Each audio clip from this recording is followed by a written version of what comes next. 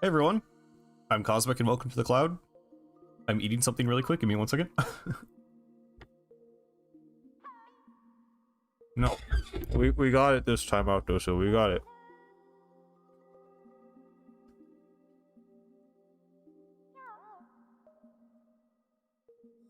Also, yeah, Taki, I do want to do Mega Splat Party at some point. I had a busy morning. I'm not up for it right now, I guess, because I have to figure out like who I'm even playing with and like figuring out all the stuff. So yeah, we're gonna do this again. It's just gonna be a good yap day, I think. We have some things to talk about, so it should be fun.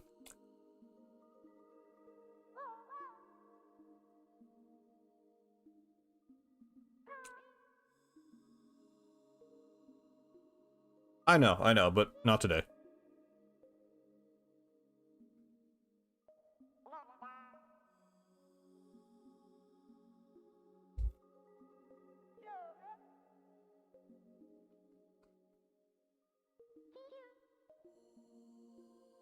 I guess I can get loaded into the game while I'm doing this.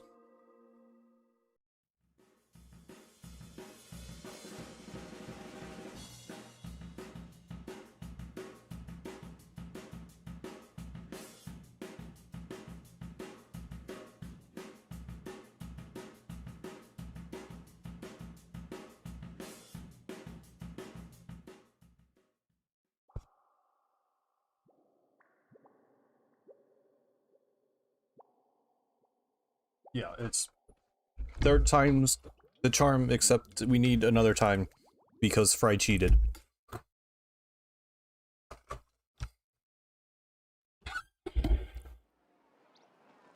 I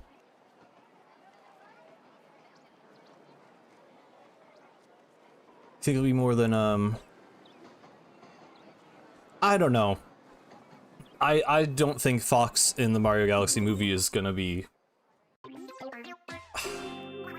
I think someone suggested it's like maybe he shows up at the start and it is just like a 5-minute scene, and then at the end of the movie they're like, oh no, we need a way to get to Bowser's castle in the center of the universe, and then he's like, I've got an R-Wing, get in it, and then he flies him there. Like, I could see it being something like that, but I really don't think he would have any deeper of an involvement.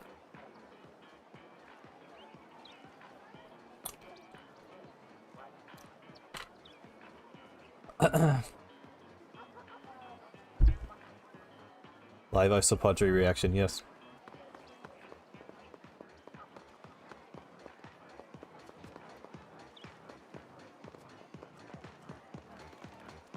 I did move him a little bit. I think he's good. I sort of like him cutting off the chat a little bit, which is maybe a weird. I don't know. I like there being some like him be like, you know, it's layered. I don't know how to say what I'm trying to say. I'm a little. I had to wake up early for work today, and then I took a nap, so I'm like still like a little bit, a little bit waking up. So bear with me a little bit as we get going here. But yeah. I think people are making a bigger deal out of it. Yeah. You thought I would have despised him? I think I'm a lot more hopeful, honestly, about the Mario Galaxy movie feeling like a Mario Galaxy movie than most people. Like, it was weird at first when it was like basically just like only Odyssey stuff. But I think through the other trailers and the fact that we haven't seen like anything of the third act of the movie except maybe like that one shot of Bowser Jr., I don't know. Fox being there is fine. I was weird about it before, but they've the last trailer actually honestly kind of sold me. Which I don't know if that was the popular opinion on that trailer, to be honest, but that's, I don't know. I'm very excited for the movie. Why is Fox in the movie? I mean, we don't really know. It's weird that they spoiled it. Like, I think it would have been fine as a cameo. And it is fine as a cameo, but it would have been a lot cooler to just have it in the movie. And there was like this one particular shot. I don't know if it was like a still from a trailer, or if it was just like, there was this blurry screenshot going around where it's like, people were like, is this Fox McCloud in this like, you know, blurry corner of this one screenshot from the movie? And a lot of people immediately wrote it off and are like, no, that's stupid. I actually thought it kind of did look like Fox, but, you know, there wasn't really a way to be sure. But then they just came out and said, yeah, it's Fox. So it's like, okay. I mean, I would have just liked to know that, you know, when watching it, I guess, but they made a whole poster for it. They spoiled it because of the Polish I mean, I think that's dumb. I think if something, there are cases where like, yeah, if something leaks, you might as well just drop it. Like that happened with the GTA 6 trailer. I remember, it apparently got leaked, so they were like, okay, screw it, let's just drop the trailer. But that's like, that's a trailer. I don't know, to me, like a thing of like a character being in a movie, like, I didn't hear anything about the Polish casting. So, and even if I did, I would have rather been like, oh, maybe some guy made that up. Like, I would have rather there been, you know, plausible deniability rather than just having the spoiler out there. I don't care that much about Fox, like, it's not that deep for me, but it's like, that's a weird mentality to me, is like, oh, it leaked, just reveal it for real. Like, I don't really get that, because most people, most people who saw that Fox tweet, which got like millions of views apparently, probably were not following the Polish casting of the Mario Galaxy movie.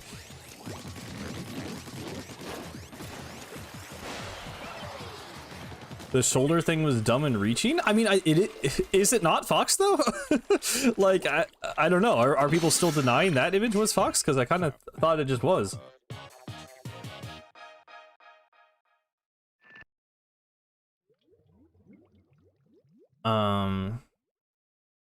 Let me say, I think it's dumb that people are jumping to the conclusion of it being a Smash Bros. Movie, or like a, you know, Smash Cinematic Universe. I think it's like a Miyamoto character who is a guy who goes into space. Like, I think almost certainly. So, I mean, I was going off the idea. Oh, sorry, you thought it was dumb. Okay, fair enough. But yeah, okay, so if we're assuming that image is Fox, it's probably like the Gateway Galaxy. So they've you know, they're doing their own version of Gateway Galaxy in this movie. It's not just like this lonely planet like it was in Mario Galaxy. It's like this huge, you know, galactic hub. It's like an airport basically. So I think it's very likely that Fox will be in Gateway Galaxy when it gets attacked, and then like Rosalina and other people, including Fox, go to the Mushroom Kingdom to like ask for help and like seek refuge, and then that's where Fox meets Mario. Like, I think we can probably assume it'll be something like that, and then I don't know. I don't know what else I'll do. I think a Smash movie could happen. I don't think this is evidence. I think people are going like, oh, okay, so it's a Smash movie, and it's like, no, not really. It's, I don't know. I think that's currently reaching. But yeah.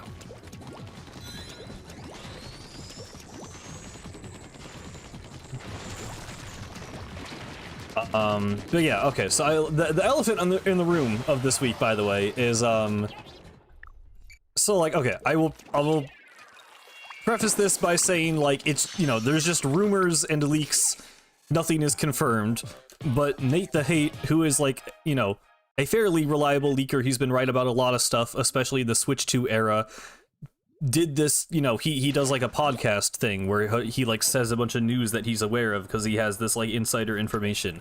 And so, yeah, I mean, honestly, I don't care. The other stuff, I don't really care too much to talk about. But like he did suggest Raiders, which to be fair, that sounded more like a guess. Like he sounded a lot more confident about a lot of other things. With Splatoon Raiders, he's like, oh yeah, it's like probably in this timeline. And like, yeah, like anyone probably could have guessed that Raiders is coming this summer. It's nice to hear that. I will say, like, I mean, I'd rather hear, like, some guy with some amount of insider information saying it's, like, you know, going to be within the next few months, rather than just literally nothing, and some people, like, dooming and being scared that it'll be next year or something. So that's, you know, it's something. It is a very, very minuscule crumb of information that may or may not even be true. But that's more we've gotten for the past 9 months, so yeah. I mean, yeah, I think people... I mean, it's just when you don't get any communication, some people definitely maybe over-exaggerate, like, it being in, like, dev hell or taking forever, but, like, we also just don't know. So it'd be nice if they posted, like, a single screenshot or anything in 9 months. I do think it's a little bit, you know, on Nintendo as well.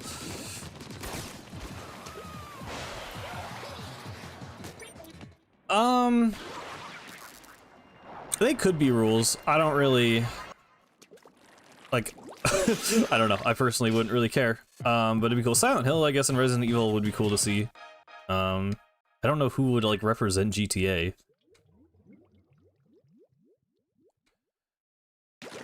I mean, maybe. I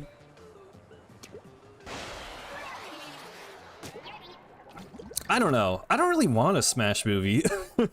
I do think it's possible. I guess I don't really like... I mean, first of all, it's already like Zelda is live action.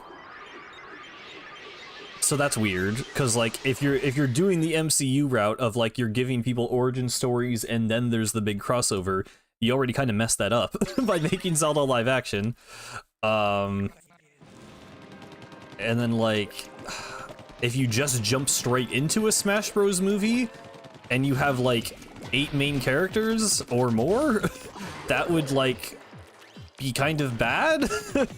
Like you know, there's movies where you can have that many characters and like get sort of a sense of their personality and everything, but like I feel like there's a little too much to establish when you have characters as different as like Mario and Samus and Link and Kirby. I don't know. I would not. I would not want Inkling to be in the Smash movie, if I'm being honest. I don't think they would ever, like, portray that in a way that I would like. Because they would either speak, and that would be weird, or the whole bit would that they just make squid noises and that no one understands them and they're just treated as, like, stupid kids that don't know anything. So, I don't know. I really wouldn't love that either way.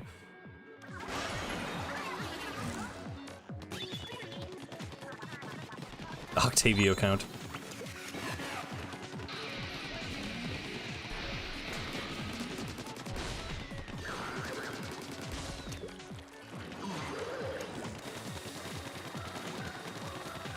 I mean, yeah, they're kind of dumb kids, but like, so is Kirby. Right? Like, Kirby's supposed to be like a young character. I don't know. I mean, I'm not gonna like get the Kirby lore wrong and say a bunch of stuff, but Inklings are obviously a lot more complex than just like gag characters that don't speak English, so I wouldn't want that to be all they do in the movie. I don't even, like, I have issues with Inkling's representation in the Smash Bros. Video game. So I don't really... I would only imagine how a movie, especially if it was still made by Illumination, I do not want Illumination touching Splatoon. I like the Mario movies. I think they represent the series, like, you know, I think it's a good fit for Mario. I do think it looks beautiful. I think the, you know, there are moments where the humor actually does land. But I don't want it for most other Nintendo franchises.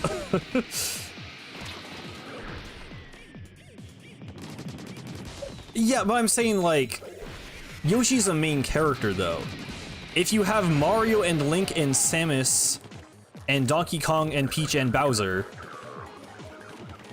like, and Inkling doesn't speak, then Inkling is not doing anything interesting in that movie.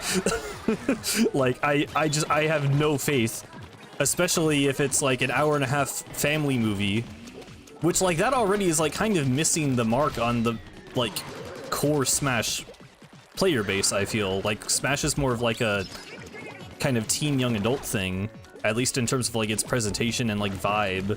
Like, obviously kids play it, but I think if you make a movie of Smash, you need it to be like cool and not just fun.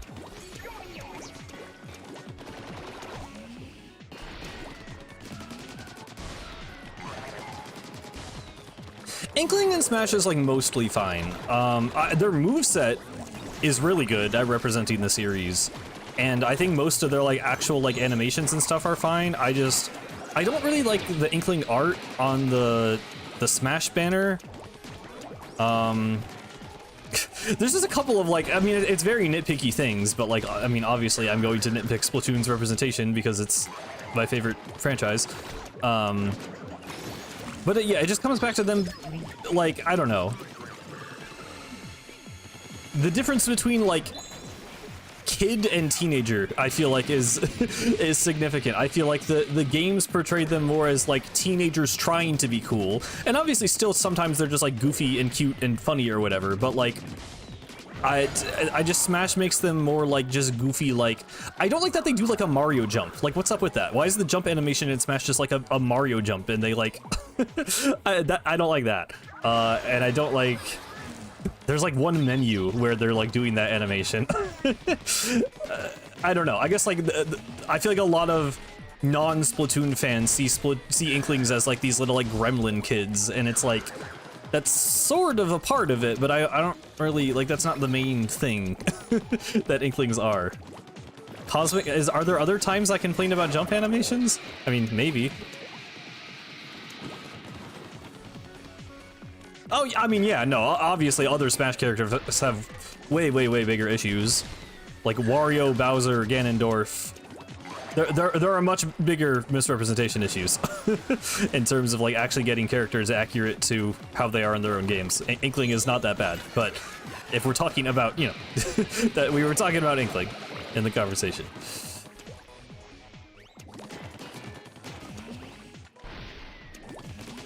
They see Inklings as Agent 4 basically.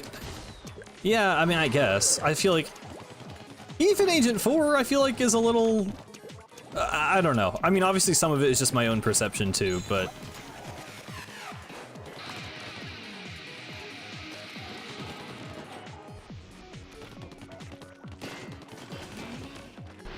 if the Octavia count is above 20 by the end of stream, I can't imagine it getting that high unless I just keep dying in Splatoon 1, so I think I'm safe there.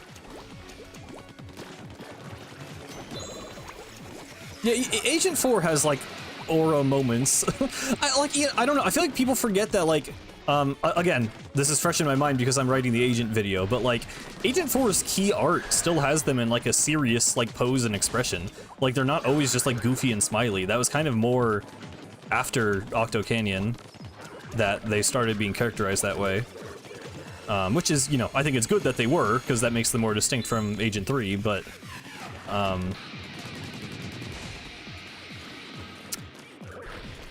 I just think people treat them like 9-year-olds when they're 14-year-olds, and I think that is, I think there's a bigger difference there than some people consider.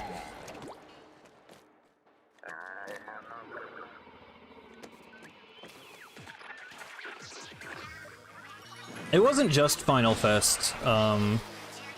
There's a couple of other pieces of art. The like Splatoon Anniversary art has them, you know, like they're like the blurry blob trying to jump into frame at the last second. So I mean, that's like more goofy. But then yeah, I feel like the smiling face that most people associate with them. Well, they smiled in like the credits artwork too. But yeah, Final Fest I feel like is kind of the Agent 4 artwork now.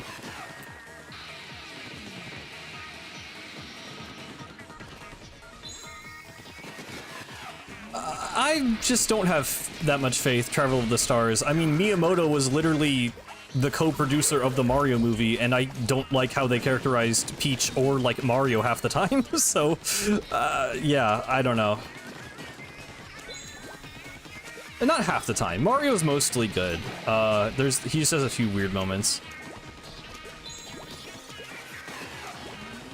I am one of the people who doesn't like that Mario calls Bowser's art trash in the Mario Galaxy movie. That is extremely out of character. I think that's weird.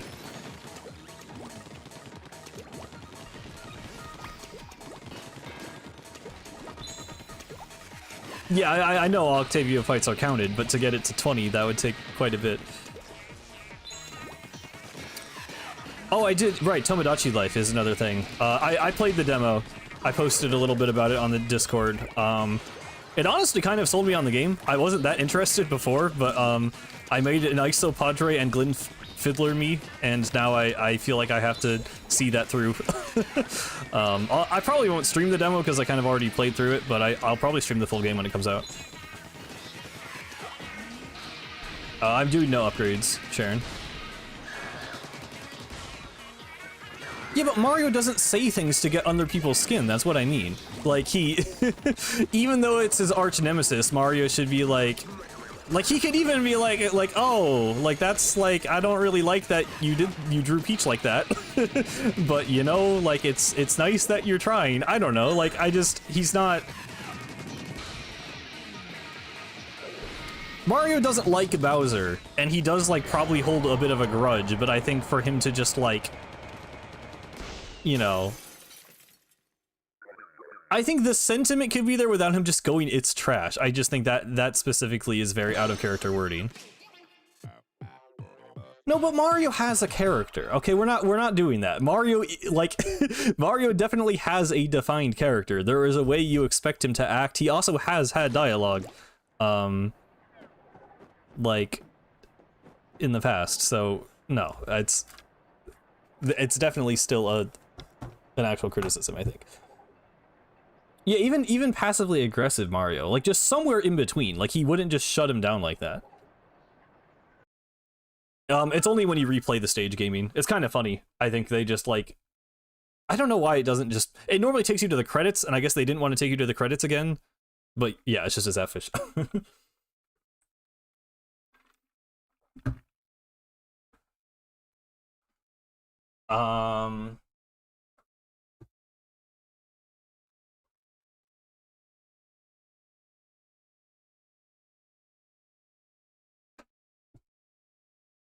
I mean, yeah, I know they just did it to be funny, but that's my issue, is I think Illumination is a little too, they're too quick to throw away, like, meaningful characterization, or, like, actual, like, you know, significant writing for the sake of a dumb bit. That's the thing I don't like about Illumination. And that stinks of Illumination more than it does of any Nintendo involvement, in my opinion.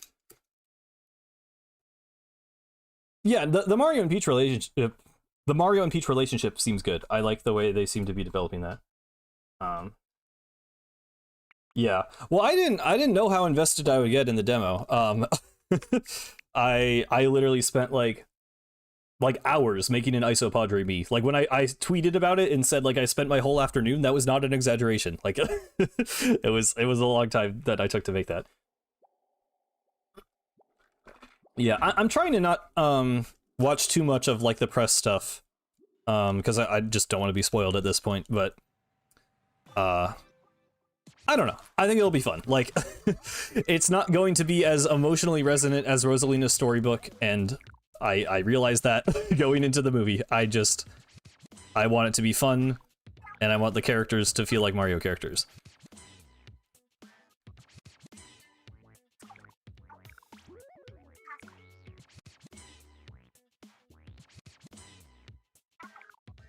We're not dying to S2 Octavio. I will try my best. I'm a little tired, like I said. Well, I'm trying to lock in. Or Neo Octostomp, oh my god.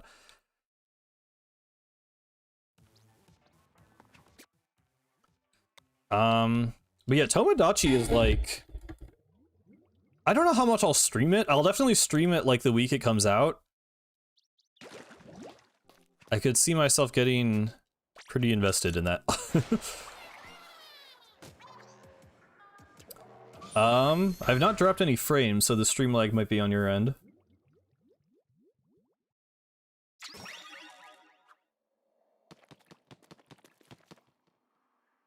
I mean, yeah, I don't know.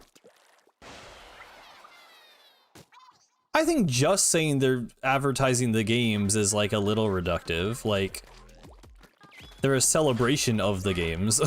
I don't think they're trying to be like, you know, deep stories, but like they're still, you know, they're doing their own thing.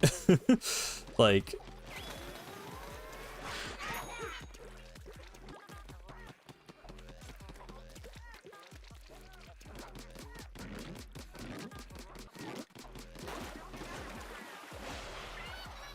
Mario's been serious? What was that referring to? Like when we were, I don't know, serious is different than mean.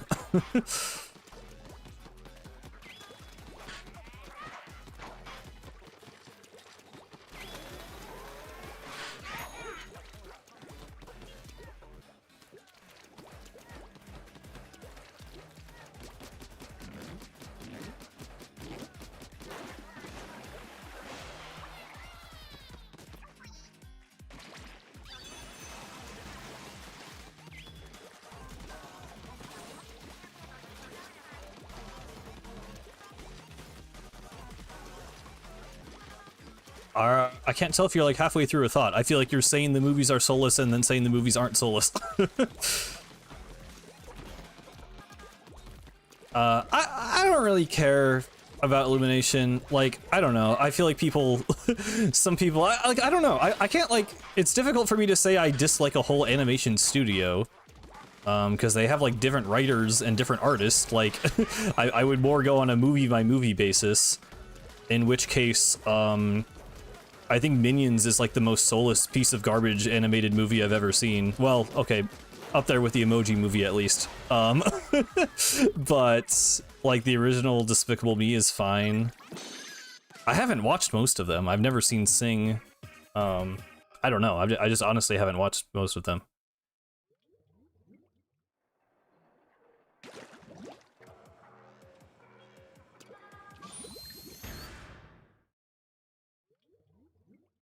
I mean, it's not mutually exclusive, but like, I don't know. I don't really know what you're getting at. Like, I don't think it's an excuse for... I don't think any criticism of the movie is justified or excused by saying they're meant to advertise the games.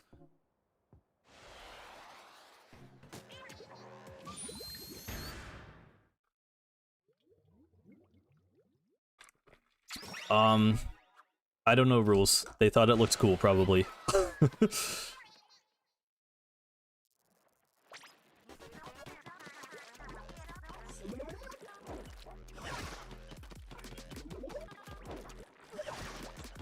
Again, I just feel like it's a reductive way to look at it. Like, you can have a movie based on a property that is meant to introduce people and get people invested in that property without calling it an ad movie. Like, I mean, I'm trying to not be like, you know, I'm not trying to be like a corporate shill either, but like calling the Lego movie an ad movie seems very unfair to me.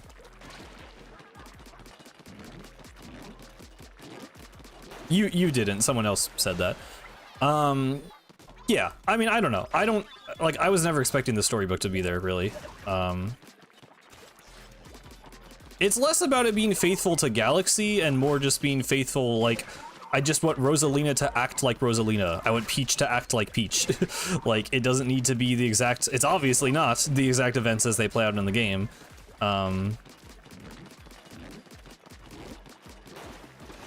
I don't know. I just think it will be fun. I think I will enjoy watching it with friends, and it will be a good time, and it won't change my life, and that's fine.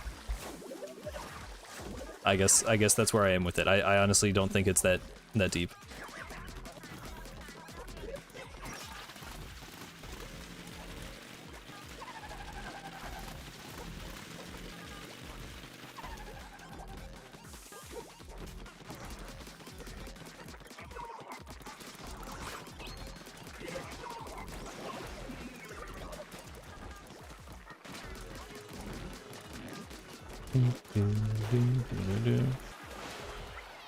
I wouldn't say I'm glad the Zelda movie is live action, but I am optimistic about it.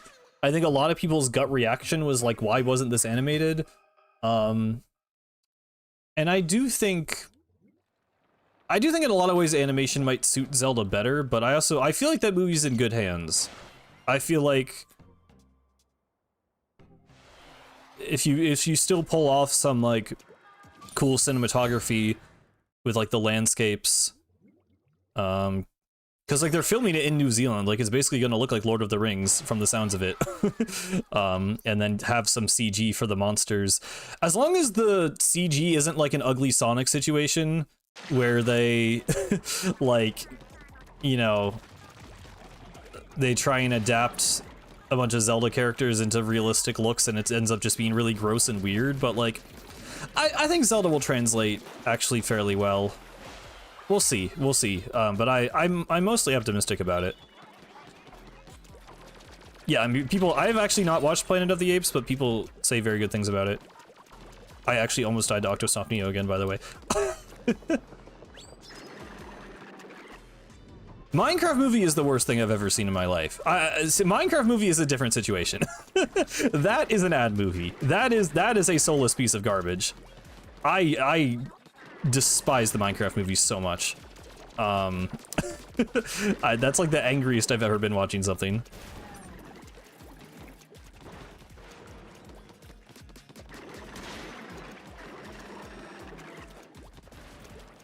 That bothers me because I feel like people compare it to the Mario movie where it's like, oh, you know, it's like, you know, not anything crazy storytelling, but it's just like a fun, like, cultural event to go and experience the Mario movie. It's like, no, it could have been this cultural event celebrating, like, over a decade worth of creativity in this, like, world and game engine and art style, but instead it's a bunch of, like, celebrities reading the worst script you've ever heard in your life with god-awful CG that's, like, actually way worse than Ugly Sonic ever was, by the way.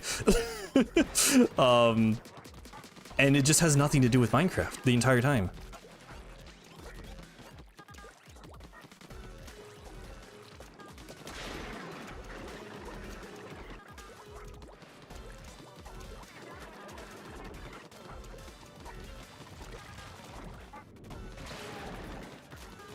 I just think, like, I mean, people talk about how the Mario Galaxy movie isn't going to have, like, you know, the quiet sadness of Mario Galaxy, in the words of Jacob Geller, but, like, Minecraft has, like, you know, so much of Minecraft is, like, relaxing and, like, just taking in this world and exploring, and there's this kind of sense of, like, serenity to, like, slowly building up, like, I don't know, I think Minecraft is, like, there are, like, significant emotions I have felt over the years playing Minecraft that were just not even, like, remotely acknowledged or attempted to, like, they were not even thought about with regard to the Minecraft movie. It's like, okay, this is a dumb game for kids. We're gonna put some actors in it so that their parents watch it, and it'll be an ad for the video game. And, like, they didn't think a single... there was not a single thought further than that.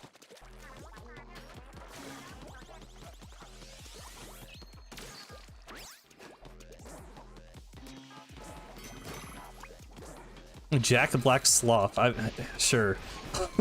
It's slop of some kind.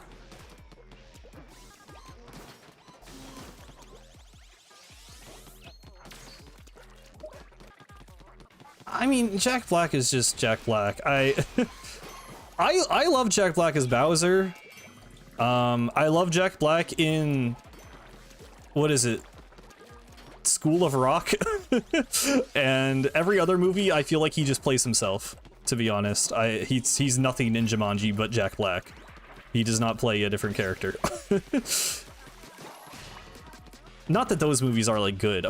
Is there, like, a good live-action Jack Black movie? Do those exist besides School of Rock? Kung Fu Panda. Okay, Kung Fu Panda. That's not live action, but yes. I mean, he kind of still just is Jack Black there, if I'm being completely honest. He doesn't really do much of, like, a voice, but, like, at least the acting there is, like, good for what it is. I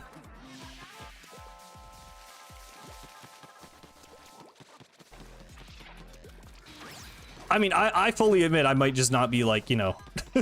I haven't tried to go through Jack Black's what do you call it? I was gonna say discography. That's not what it is for movies. You know what I mean. I'm sure Jack Black has had better roles than what I'm listing, but I don't know.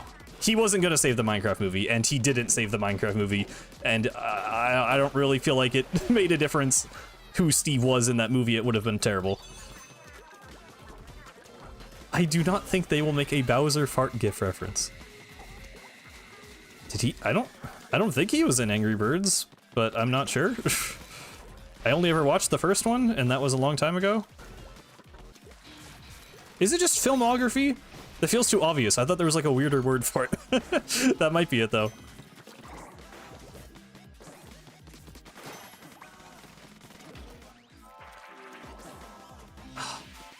I mean, dude, the Steve... I don't want to spend the whole stream ranting about the Minecraft movie, but, like, literally, Steve is so emblematic of just how little they thought about anything. Because it's like, okay, first of all, Jack Black, like, doesn't look like Steve at all. Not that, like, you even had to make Steve the character of the movie, because all the other characters are just random people who, like, are terrible characters, by the way, and, like, serve no role in the movie. Jason Momoa's character is like maybe the worst written character I've ever seen in a piece of media. But even like his shirt, it's like some weird like sweater with like a weird like V-neck. Like they couldn't even get like a turquoise t-shirt for the like the costume design of the Minecraft movie, which is a t-shirt and jeans, is not faithful. Like it's just embarrassing how little they cared, dude.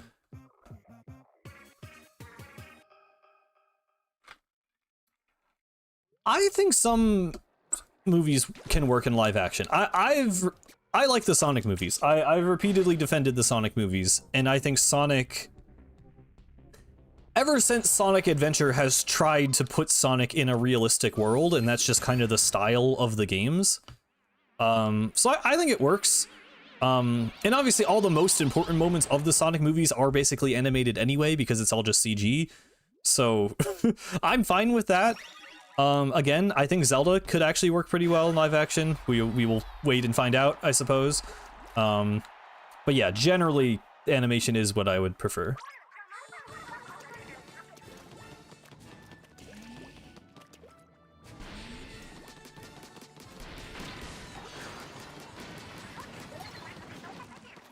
Why is Isopadre here? Because he's awesome.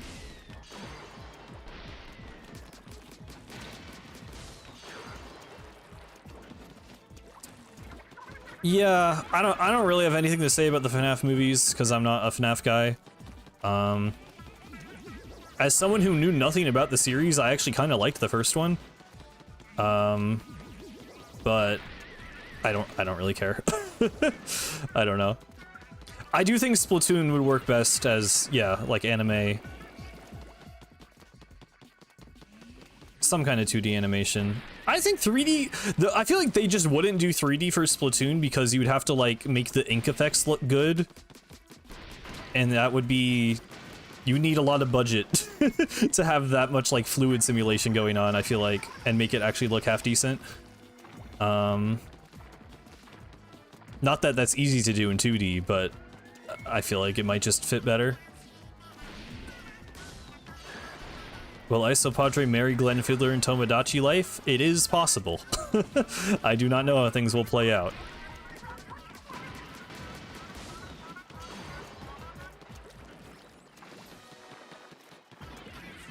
Oh my god.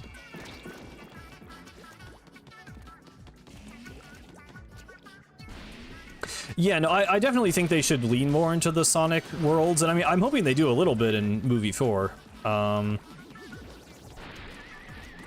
But, you know, especially for Sonic 3, if you're adapting Adventure 2, I think that movie makes a lot of sense to be in live action. And to be, like, in the real world.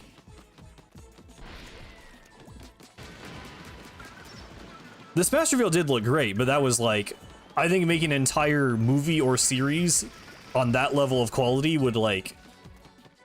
You know, I'm just trying to be realistic. I would love that.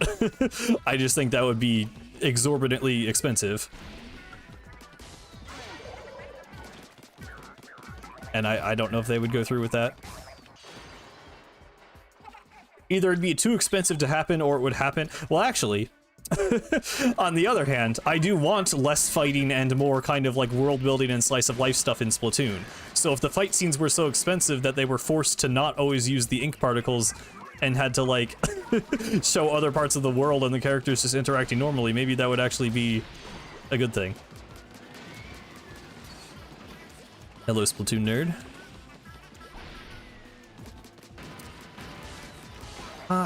Yeah, I don't know. I don't think they would lean too heavily into Breath of the Wild. I feel like... I mean, it's one of those weird things, because it's like... The case of, like, the wild era of Zelda games has been, like, half of the, you know, lifetime of the entire Zelda series, which is kind of crazy, but, like, you know, the most, like, iconic original elements of the series are things like, you know, the Triforce, and basically just the story of Ocarina of Time. So I don't know. I feel like it'll be just sort of like loosely Ocarina with some other stuff thrown in there from other games. Well, maybe not Ocarina because they're probably not doing the time travel, I guess.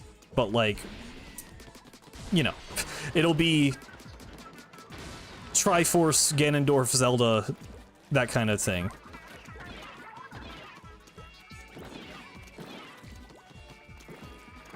How are you today? I'm pretty good. A little tired. Oh my god. Stop looking at chat during phase 3. Oh my god. We're fine. We're fine. We're fine.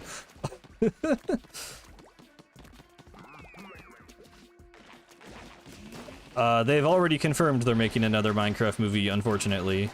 I mean, it's not a surprise, because it made a stupid amount of money. I hope people don't watch it. I hope people watch the first one for the meme, and now we could just let this one be a flop and a financial disaster. That would be nice, but that might be wishful thinking on my part.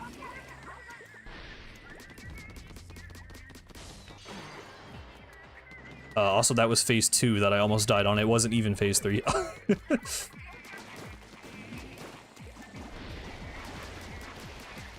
This fight is just, it just feels so garbage with level 1 shot.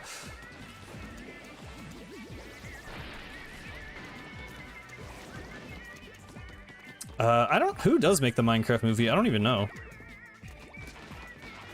I kind of was trying to avoid everything about that movie because I hated everything I saw of it. And then I watched it. I did not give them money. I did pirate it. Just, oh god, oh god. Dude, come on. Should be fine. Okay. But yeah. Minecraft story mode is better than the Minecraft movie. I will die on that hill. I don't know if anyone's arguing otherwise. Minecraft story mode has a lot of problems, is not very good, but it absolutely tried harder than the Minecraft movie. We need to apologize. Yeah, dude, honestly.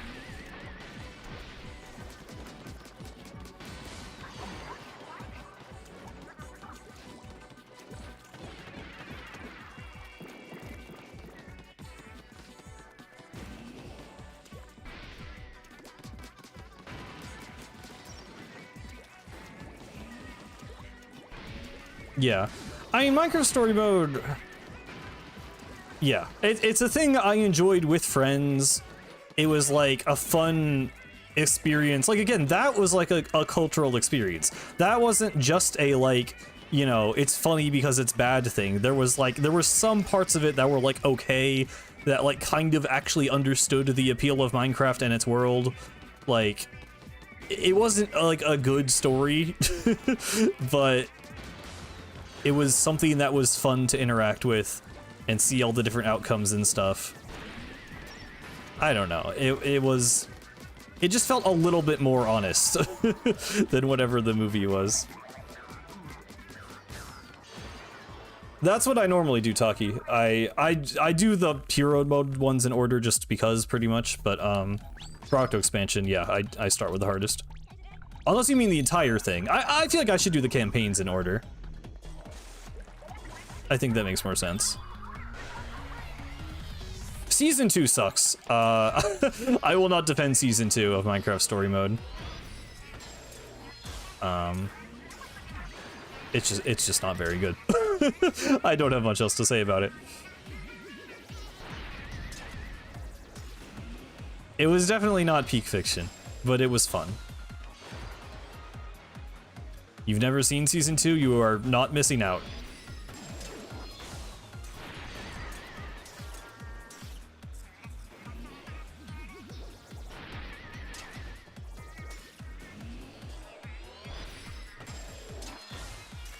See, I like the ink rails connecting level segments more than just spamming launch pads all the time, but I don't know. There's a balance they should strike, I guess.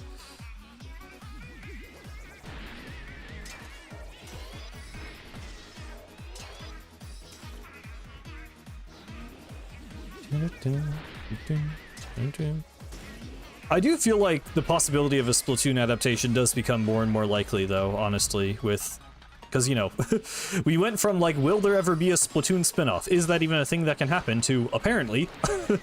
And now, you know, obviously they're going to start with Mario and Zelda entering the movie sphere, but, like, Splatoon's a big Nintendo IP. Like, I don't know, they might try and do, like, an Animal Crossing thing first. They might do...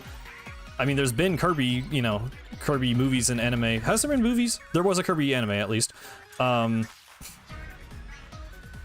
But I mean, with how popular Splatoon is, I feel like it's inevitable.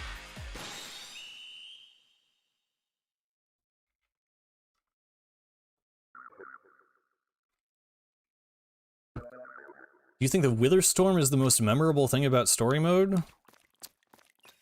No. The most memorable thing, low-key, might be the YouTuber cameos. I don't know how what that says about the game exactly, but I feel like that was kind of more of an iconic moment. Slice of life Splatoon cartoon, yeah. I mean, I would love that. What kind of market would a Splatoon show / movie even target? I mean, I've been saying forever, is like you have the manga for like younger kids. They made another manga for even younger kids, but there is this like fairly prominent teen to young adult community that's like most of the online, you know, all the fan art and YouTube videos and the entirety of the competitive scene that you see online. It is, you know, probably a relatively small portion. I mean, the comp scene is really small compared to the overall player base, but like that, you know, the sphere, the online Splatoon sphere that you see of people making videos, making fan art, interacting, that's the target demographic. I think that is like a core group of the Splatoon community, and I think that is who you would want to serve with a Splatoon show. I do think it would be a show too, and not a movie. Yeah, we do get like the Splatoon concerts. I think a show would be like, because a movie, I mean, yeah, I don't know. I've said it before. I would not want it to be like an adaptation of a story mode plot. I would want it to be its own thing. So I would just much rather it be a show.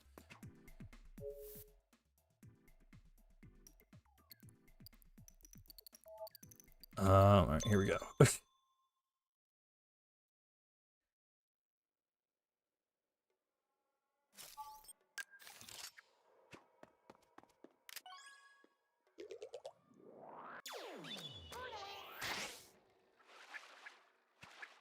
The IP order on Nintendo today? I mean, that's one way to gauge how much they they value the importance of each franchise. I don't know if it would be that straightforward, but I mean, it's basically also the characters that appear on like there's that one banner, like Nintendo Store banner, I think. Good luck, thank you. God is Dead Station. Okay, I will lock in for a second.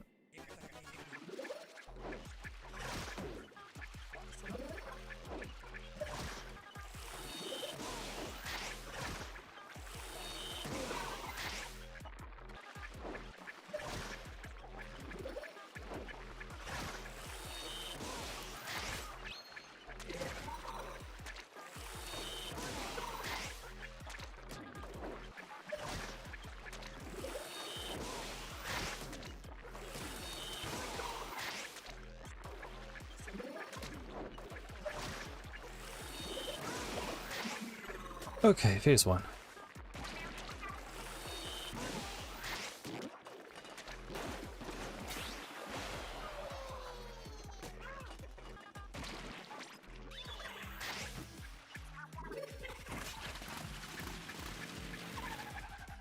It terrifies me how close that always is.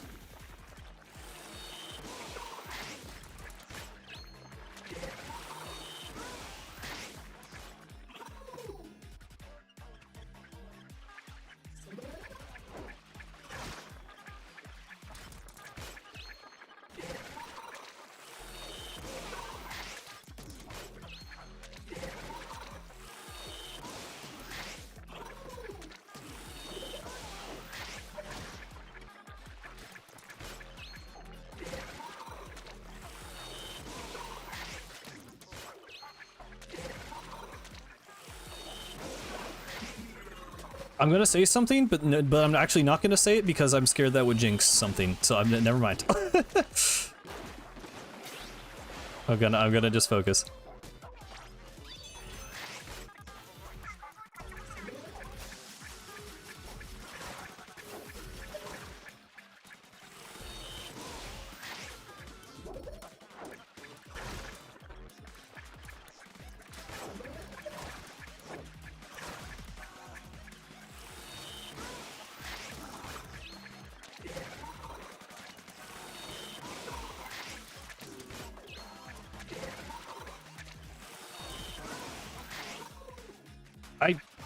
Dude, I've been playing too much Zelda. I tried pressing ZL to recenter the camera. Okay.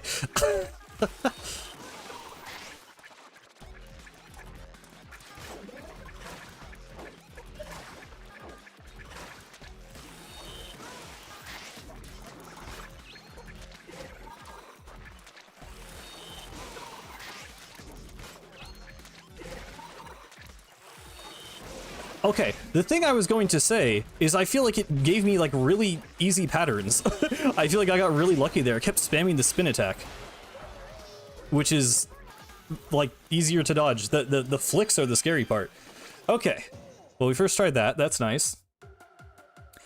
Yeah, I beat Majora's Mask and I immediately started Skyward Sword, so I'm on Skyward Sword now when it comes to Zelda. And then I will have played all of the 3D games. But yeah, there was that. I'll do this one.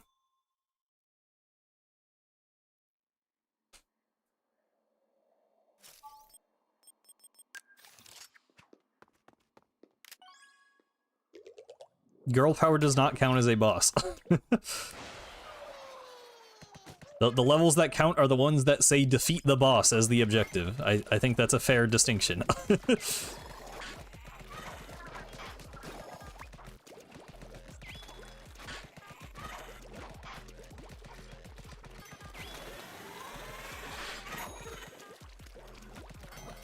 I did make it past Inner Agent 3, yes. The furthest I got was on Fry, and then I died to the swarm attack with the eels.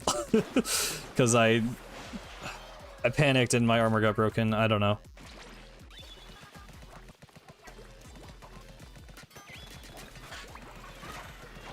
I do have Curling Bomb.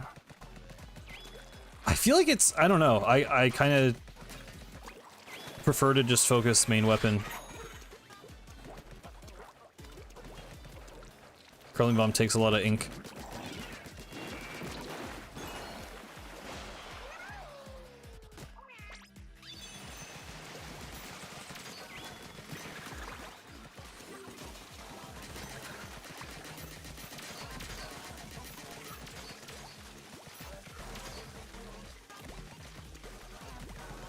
Saw a guy play this and he didn't realize he could run with a brush. That would not be fun.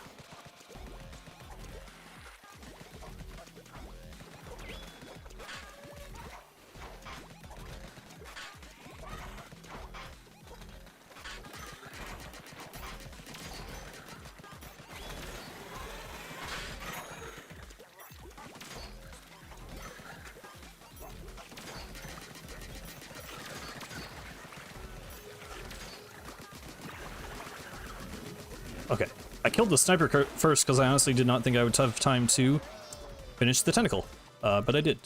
Cool.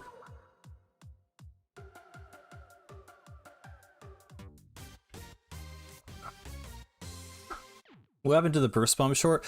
I actually did try editing it. I don't know. I wasn't really feeling it because I didn't know it was more like funny or like interesting. I don't know. I just don't like shorts. I always have to make it shorter than I want to. Like, I always have to, like, remove some context, or, like, I didn't think my commentary was very good. I was kind of just, like, saying what was happening. I don't know. I'm not a YouTube Shorts type of guy. I do want to try that rules. Maybe after this? Or, well, I don't know. I do want to try the Mega Splat Party thing. I genuinely do want to try that. I just didn't have time, like, you know, I have other things. I don't spend the whole week just thinking about what to do for the stream the next week. I have other things to do, unfortunately. Well, and some of those things are, you know, when I do get time to work on channel stuff, I normally would prefer to, like, write or edit a video. So sometimes I just don't always think that far ahead with the streams, but yes, I will try to figure out a plan for that. Is it possible to damage the shower with inkjet thrust? I think technically it would be, but I don't know how you would ever get enough height to get above the octocopters. So, oh, you can definitely hit the tentacle with the exhaust. Yeah, you can hit the tentacle.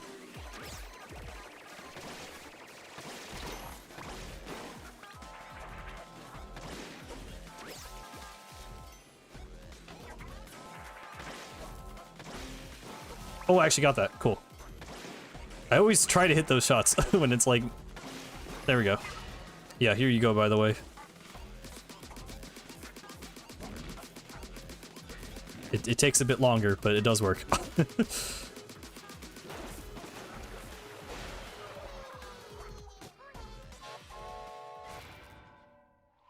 Oh, Game Champ beat this boss without pressing ZR? That's... I forgot. I've definitely seen that video, but it's been a long time.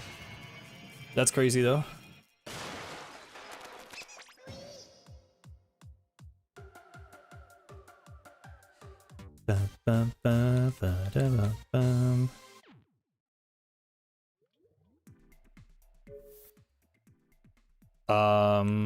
Right. Stamp.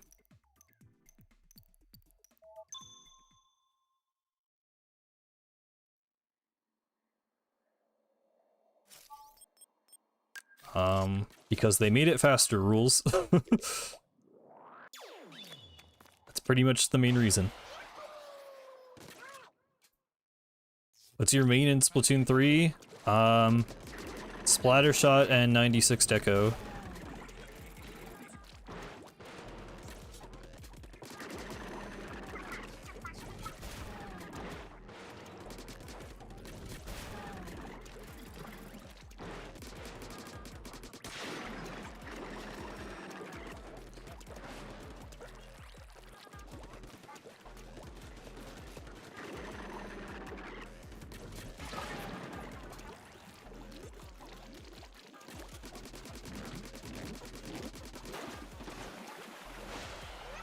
Bulb Stringer. I always forget the name of the new weapons. I had no idea there was a Bulb Stringer. Some of them are so weird. Oh my god.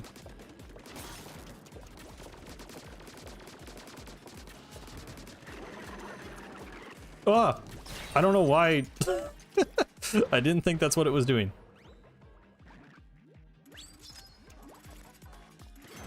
Shoot.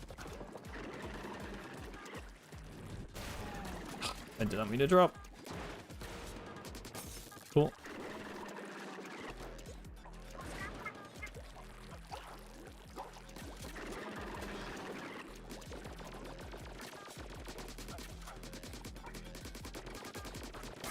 Cool.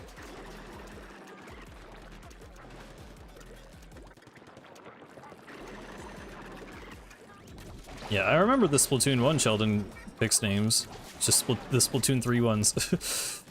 I don't know. They don't normally add 30 weapons in one patch. I feel like I normally have more time to like remember the names of stuff. I genuinely just still cannot keep the new one straight.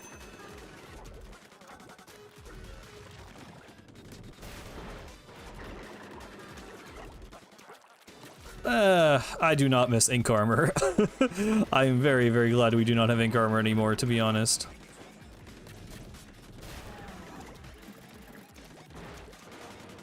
Baller was fun when it was good. It unfortunately kind of sucked the last, like, 3 years of Splatoon 2.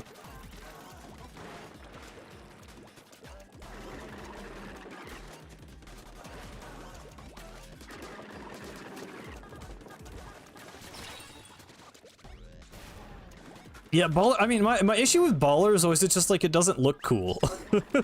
I think aesthetically, it's, like, maybe my least favorite special in the series, because it's just, like... I don't know, like, Splatoon is goofy. I obviously, like, I don't know, I feel like I keep saying, like, I want Splatoon to be cool and not silly, and obviously sometimes it's silly, and that's fine. But Baller is just, like, going from Kraken, where you're, like, transforming into, like, a giant squid that kills people, to, like, running around in a plastic ball is just, it's a bit of a downgrade. Hello, Emzo. Oh my god.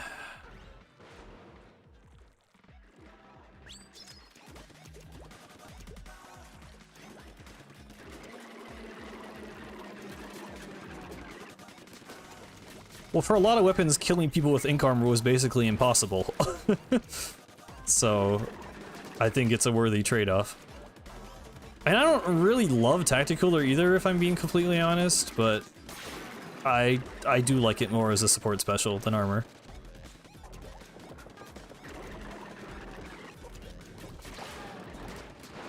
Oh my god.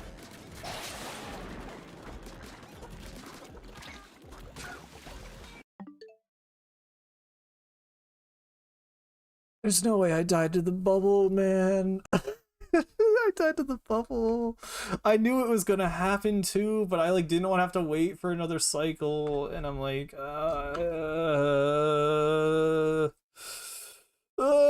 okay, okay, that's fine. That's cool. That's fine.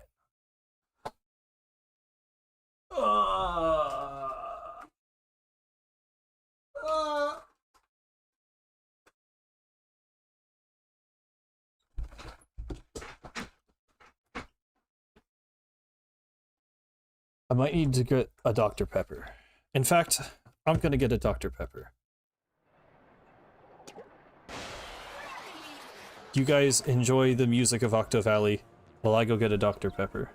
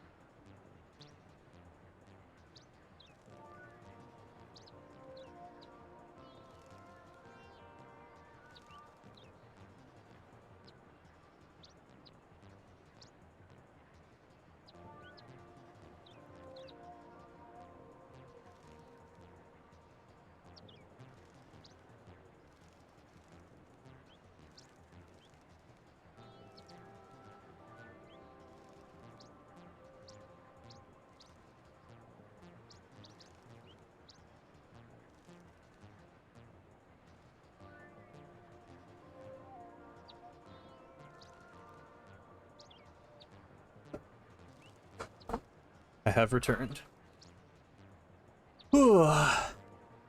Is Dr. Pepper any good? I enjoy it. I might be slightly addicted, but I'm... yes, I would say it's good.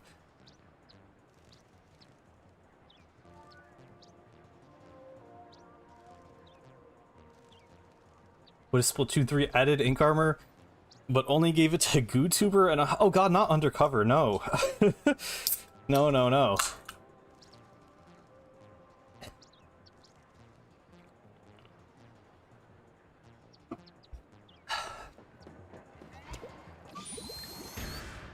I'm trying, pupa. I know. Kraken is in Splatoon 3, yes. They changed it slightly, but it's still there.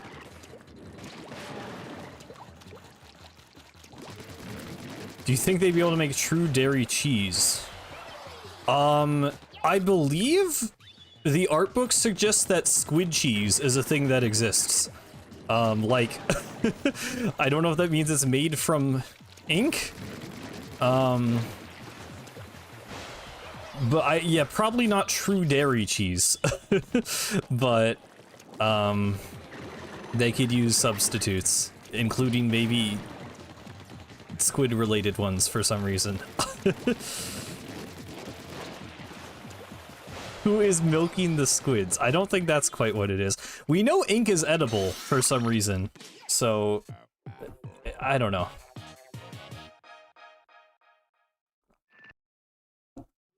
Yeah, I don't think I would try it personally, but I missed. I missed again. There we go. Fermented ink? Like, yeah, I guess. I don't know if it specifically was... I don't know, because the art book has a lot of weird stuff that, like, doesn't actually make much sense world-building-wise. Like, for some reason, there's a bunch of fruits that are just inexplicably squid-shaped. Like, there's squiddy lemons. Or what is it? There's, like, watermelons, but the stripes have, like, squiggly lines with points at the end, so they look like squids. And it's a squid fin melon. That's what it is.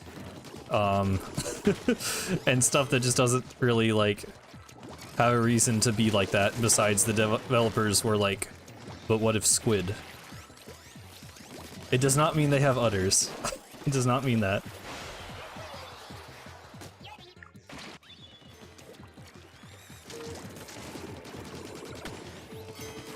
I mean, there's not even really like a liquid crystal thing there, unless... No, yeah, because then it would... then the fruits would start looking like humans, not squids. This was also Splatoon 1 art book stuff, so that was not established yet, but yeah.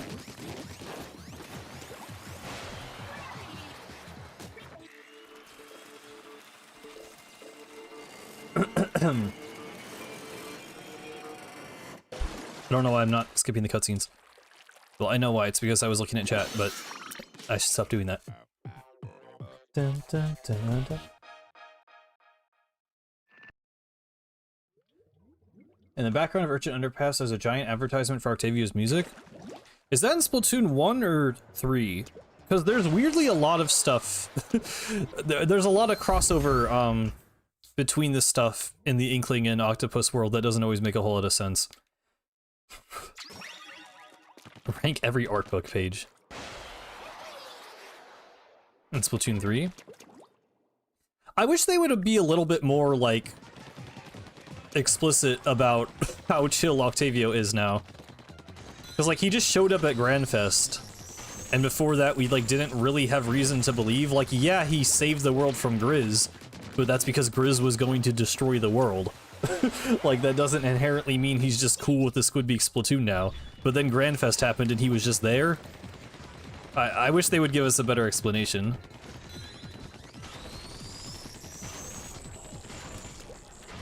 Yeah, I mean, I know it was a fan service thing, but like, there should be lore tied to it, in my opinion.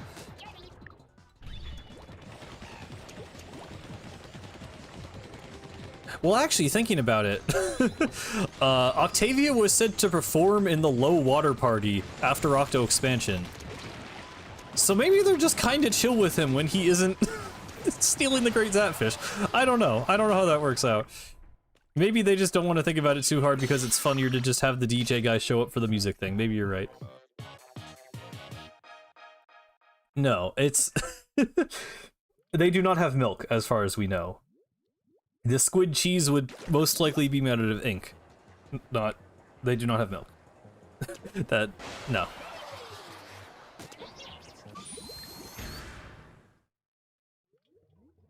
Yeah, any closure on the fuzzy ooze would be nice too. Like, oh yeah, speaking of, like, literally, over here there are just, like, Inkling brands advertised, and those are all over the single-player stages too. They just have Inkling stuff in the Octarian world and then Octarian stuff. Though the Octarian stuff in the Inkling world is supposed to be, like, them, like, invading and putting it in. It makes more sense than the Inkling stuff being here. Unless it's, like... if it was, like, the Inkling stuff that was, like, thrown away, I guess that would make sense, but, like... It's supposed to be more like the ruins of human civilization, not Inkling civilization, so... I don't know. That means every dairy food will be black? Well, I mean, they don't they don't just have black ink in Splatoon. I think that's well established. Yeah, I mean, it was never officially... I don't think it has to be retconned. This was in an art book. It wasn't, like, hard fact. It was just like, here's a concept of a thing that could exist. Why do we even care? I mean, that could be said about a lot of things. The existence of squid cheese is not the highest priority thing for me, but we're at that point in the Splatoon game cycle where these are the things we're talking about. When is the next Splatfest? I'm pretty sure they announced they're rerunning Springfest. I don't remember when it is, but it's soon. I'm kind of check actually because I'm curious. Splatoon, North America. It is April 10th to April 12th. It's the Baby Chicks, Little Bunnies, Bear Cubs rerun. Which is, like, kind of the worst Splatfest theme. I really don't care at all about that one. Which is a little bit unfortunate, but whatever. The weekly snail question. I appreciate you keeping up the bit. My opinions have not changed. I am indifferent to the addition of snails. Well, leaning positive, I guess. I would like to see snails. I almost slipped off that. That would be terrible, by the way. Yeah, we talked a lot about the Galaxy movie earlier in the stream. It is next week. We get to hear Meadowlark again. That's one way to put it.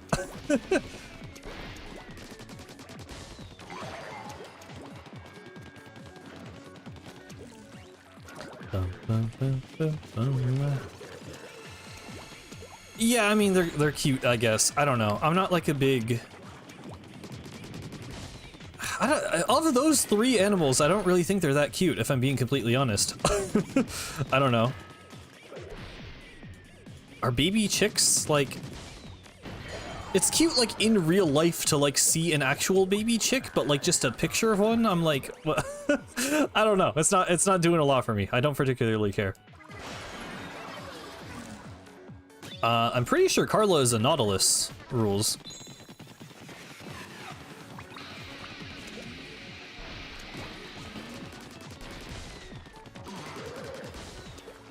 Pouring millions into the jukebox, yeah. Yeah, it's like there's no question. I guess that's why I dislike it. It's like, which animal do you like? And they're like the least interesting animals. I don't know. It does nothing for me.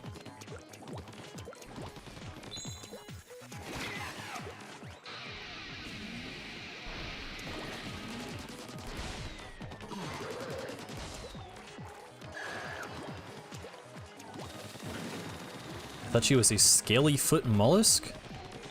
I mean, a mollusk is like, that's like a type of thing. That's not a species. I don't think.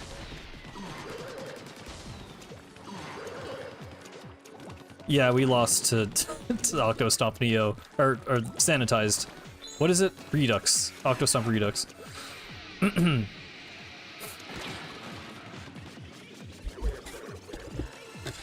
Sorry, moving my mic.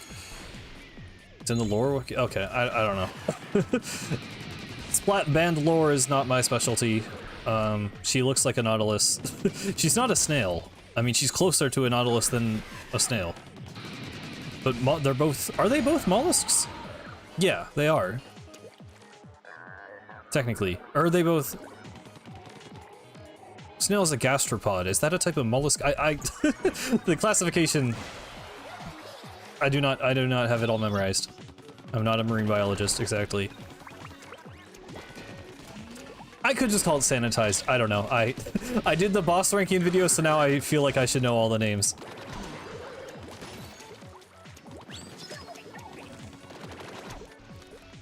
I kind of forgot they, like, when I was making the video, I'm like, oh yeah, I was just going to call it, like, Octostomp from Octo Expansion. I forgot they, like, had their own names.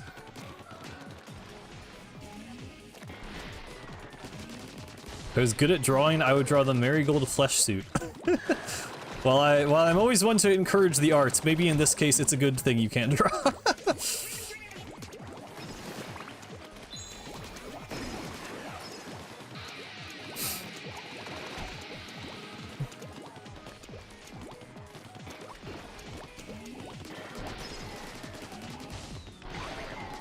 Oh, she was, yeah, I remember that being a thing.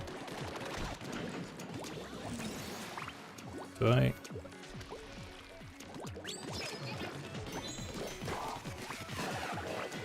I always liked that Splatoon 1 delineates the number of layers of armor you have by, like, you get the helmet and the jacket, but then you get the fishing rods. It's just kind of a very easy way to check. Not that it's like, I mean, you know, it's obvious enough in the other games, but I like having the very simple indicator to see how much armor you have. Are you gonna attempt this again once Raiders bosses drop? Probably not. I'm probably just gonna do, like, Raiders challenge runs, if anything. But it depends how easy it is to access the Raiders bosses, I guess. Like, if it's the same type of thing where I can just warp to each of them and play them, then, like, maybe. But I don't know if I want to put myself through this again, to be honest. Yeah. Side orders is cool, too. That feels a lot more like video gamey, which, like, you know, as with all things in side order, it kind of gets away with being video gamey because it's canonically a virtual world, but I think the fishing poles are a bit more of a, you know, seamless, like, it feels more integrated into the design of the world, rather than just being a, you know, kind of video gamey visual indicator. But it works for how chaotic side order is. Like, it is nice to have it be that clear visually, so both serve their purposes, but I do prefer the fishing rods. I mean, bro, you're very convinced it's a extraction shooter. I still just, like, you're the only guy. Not that I hear that many people talk about Raiders, but, like, I don't know. I wouldn't be so sure. I don't know. I mean, I know it's all just speculation, it doesn't matter, but...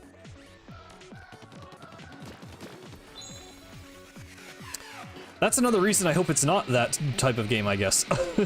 Because I don't like bosses being hard to access. I mean, they could just add a boss rush mode, which, as again, I've said this, I think, in all of the boss rush streams.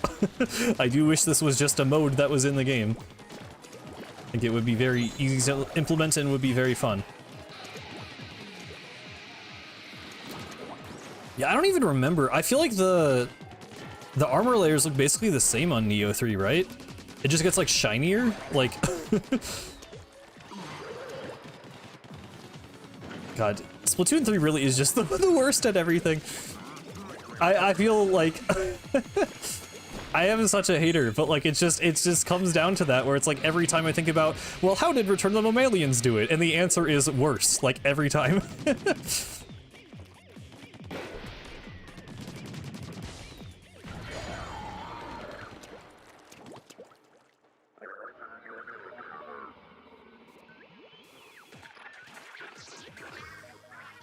Is there any way Nintendo can make a boss rush mode without it being...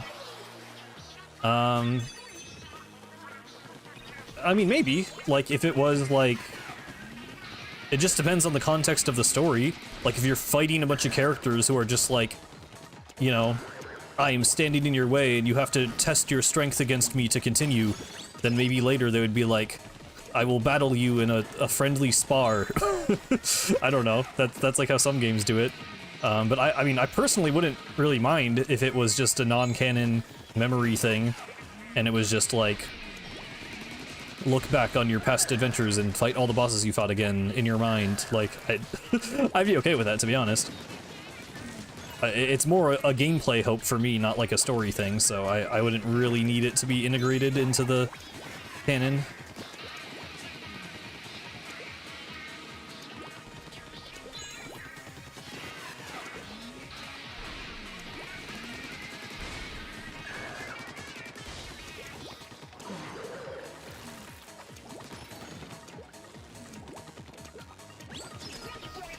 Yeah, I don't know. That's another example where I will defend the localization. Octavio's Splatoon 1 localization in Europe is a lot more faithful to the original Japanese, but it's so boring. Like, I would much rather him be this, like, goofy DJ spouting puns and stuff than just, like, super generic evil villain dialogue that he has. It is a bit better in the original Japanese, because it's, like, in, I forget exactly what they did, but it's like implied he's speaking like, you know, a different language. Like he's speaking in Octarian during the whole fight. So there's like a little more nuance to it. But then yeah, in the European version, he's just like, I am evil, I will stop you, how dare you, like, he's so generic, it's weird.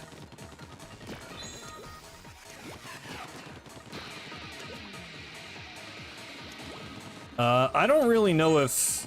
I don't think the Deltarune newsletters are that consistent. Because he did one on, like, Valentine's Day once, and that was just a single year that did that. So...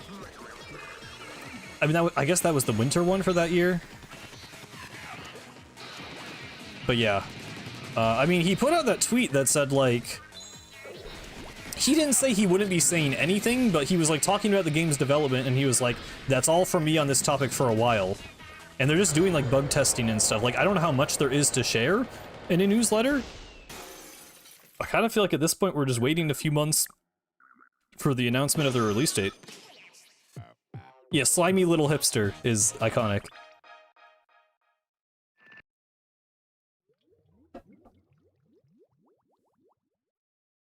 I'm sure there were some places where it had better dialogue.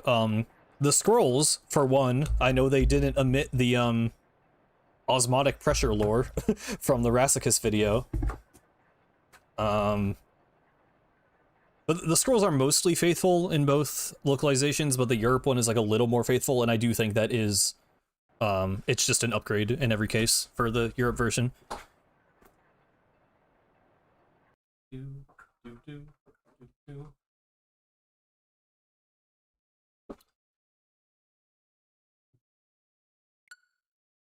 Yeah, he speaks with the katakana alphabet, right?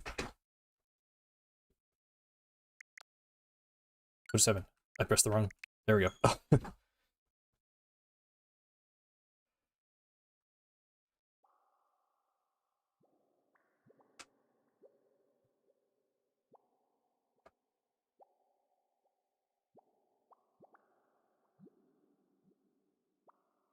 Like chapter 2 era.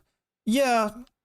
I mean, that's also comparing like 4 years to 9 months. I don't know. There's been some fun stuff. I liked, what did I like? I liked Cammy Boy G's video about Rousey not being an object. That was kind of a non-theory. That was just like a, here's why all your theories are wrong. But I liked that video. I like the Seek videos. They're not really theory videos, but the like Gartic phone things. Like, I feel like there's been some fun like casual Deltarune content. And they started the like the Guess Who series. That stuff's cool. I don't know. I've been enjoying Deltarune content.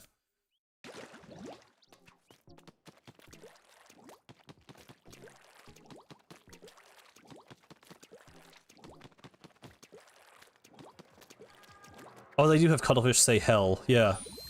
Forgot about that.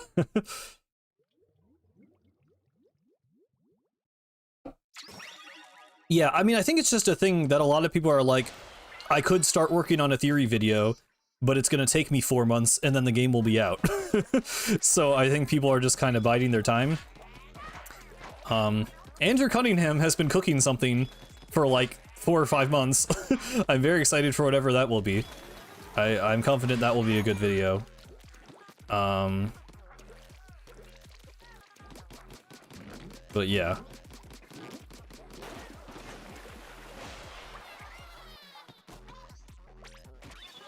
Yeah, I don't... I wouldn't say Ralsei is a Titan, but I liked what he said in the video, like... Because I never liked the idea of Ralsei being the horned headband, partly just because that's like a very easily missable piece of dialogue. Like, most people saw it, but it just feels like it would be too important. Also, he doesn't look like a headband. Like, I guess that's my issue, is like, Darkners look like the objects they're based on. If he was based on the headband, he wouldn't look like a goat. He would look like a Bramball from New Super Mario Bros. With devil horns. Like, that's... It's not... That wouldn't work, in my opinion. That'd be weird. I watch a lot of his live streams, yeah. I haven't really in a while. But I like the vibes, yeah. They're unhinged in a good way.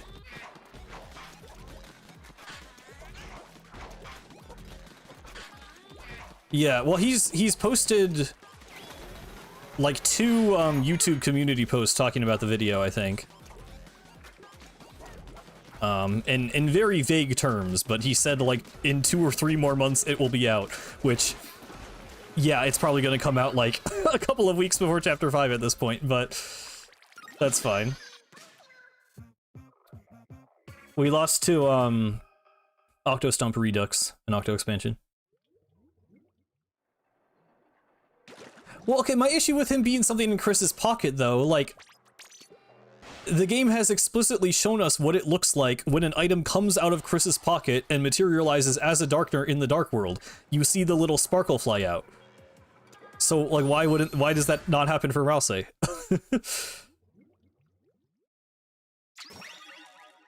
Yeah, I literally died in a bubble, which is very sad.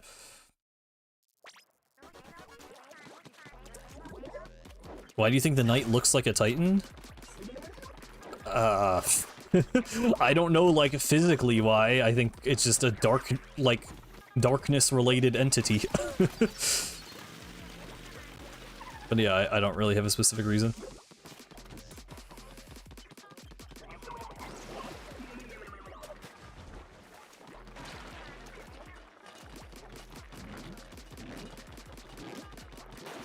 Go see you, Emzo.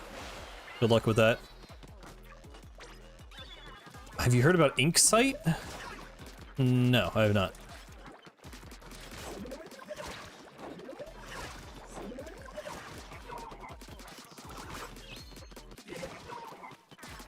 Yeah, I guess, like, I don't know, him just being a special type of Darkner that isn't an object is, like, that is a reasonable explanation for me at the current point in time. Whether or not he's, like, specifically related to, like, a Titan, or he's, I don't think he's, like, a Goner. I don't really, that's the part I don't buy of the Kami theory. I don't know, I think, like, the Vessel and the Goner stuff, like, matters, but not in the way I've seen, like, anyone in the community suggest. So, I don't really know what to make of it, but I don't think he's that.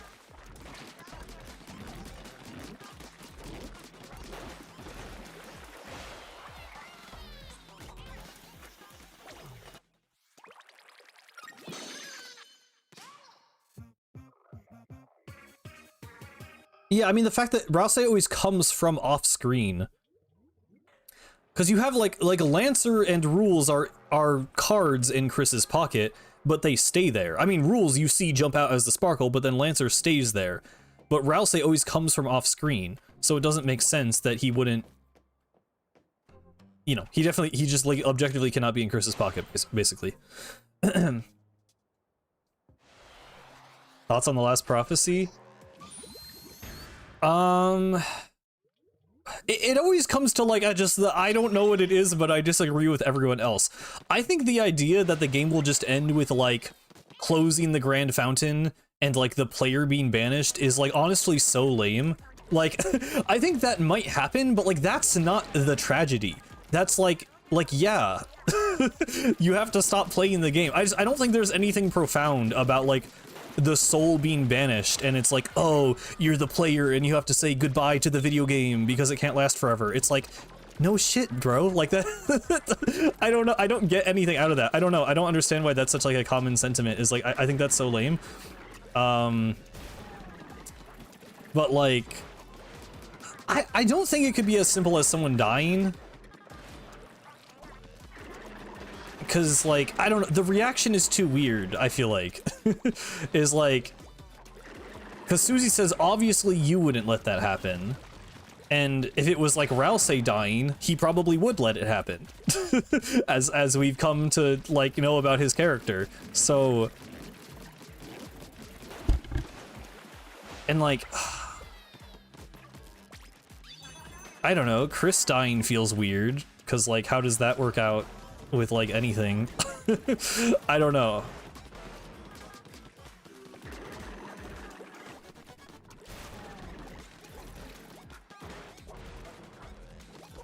Oh, the last girl part? Oh, like at last was the girl. I thought you meant the last prophecy called the last prophecy.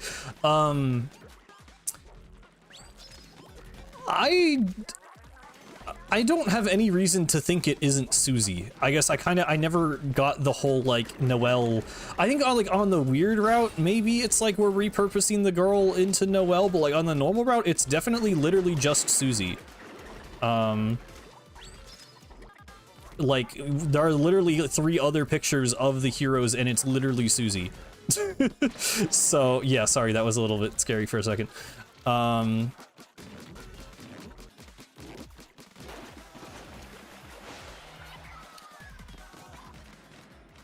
My interpretation of the reason why there's 2 different prophecies is because I think the Rude Buster one is suggesting we will fight Susie.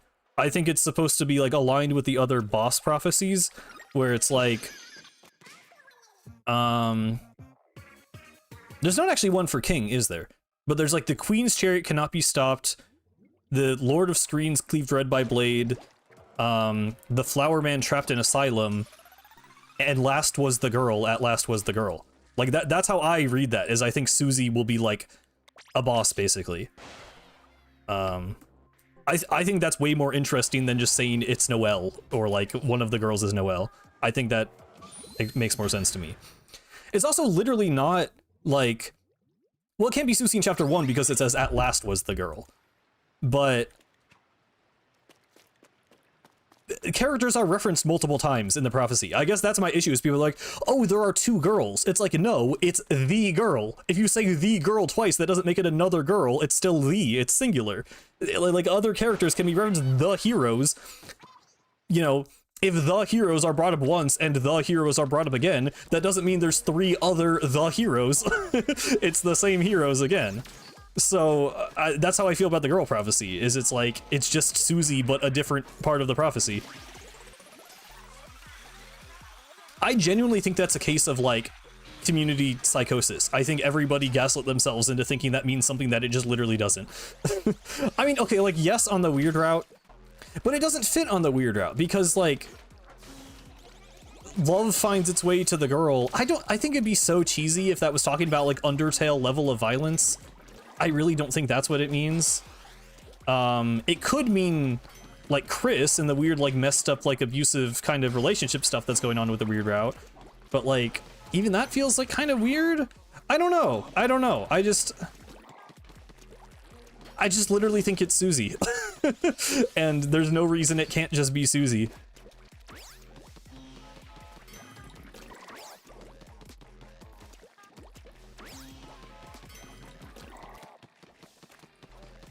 Maybe the final process is just having the heroes fight? Maybe, but like I do feel like it has to be more explicit then, right? Because if it's just like the heroes duel, like it would have to be like to the death. Otherwise, like Ralsei wouldn't react the way he does. And it's specifically something he doesn't want Susie to see, which means like, it's possible that Chris already knows the prophecy and Rousey already knows that Chris knows the prophecy, but I don't really think that's the case because, there's the one dialogue. Well, I don't know. I don't know if this is for or against this point, but if you input the piano puzzle without actually going to check the rooms that give you the solution, Rousey is like, he says to Chris, he's all like, wow, you really know the prophecy, Chris, haha. And he's kind of like nervous and weird about it. And like, I don't know, I feel like it reads less as like Rousey knows that Chris knows the prophecy and more like Rousey is surprised that Chris already knew it. And obviously there's kind of like a meta angle there with like, cause you know, if the player knows it, but I don't know. I don't feel like Chris knows. And I feel like even if Chris knows, Rousey doesn't know Chris knows. So it's weird that Rousey specifically is trying to block Susie from seeing it. I guess that is what I'm getting at.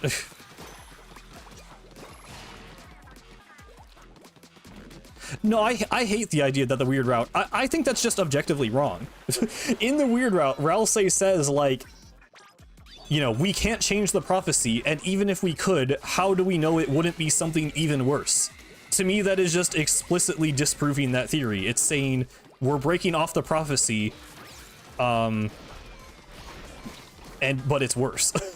It is not following the truth. It makes no sense for the weird route to be following the prophecy. Especially just like the entire nature of it is like breaking the game, breaking off the beaten path, taking shortcuts.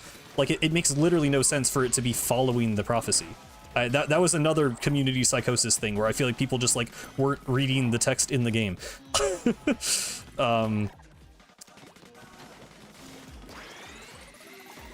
Yeah, but I think the prophecy is changeable in both routes. Like, the entire thing with Gerson is Susie is, you know, you hold the white pen of hope, you have the power to change the future. I don't think Susie just existing, like, because that's the other angle, is people are like, oh, Noelle was, like, supposed to go with Chris to the closet and become the girl, but then Susie showed up and became Chris's partner. But, like, who ordained that? Like, did Gaster place Susie in that moment in time? Like, what if Susie being born breaks the prophecy, then the prophecy isn't prophetic. That doesn't make any sense. Like, that doesn't work in my opinion. That doesn't really make any sense. So I think, like, the prophecy can be broken, and Susie is the one who breaks it, but it's not just by her being born. Like, the ribbon thing does throw me off. Like, I don't quite know what's up with that, but I don't think it has anything to do with Susie just magically existing and breaking the prophecy or Noelle.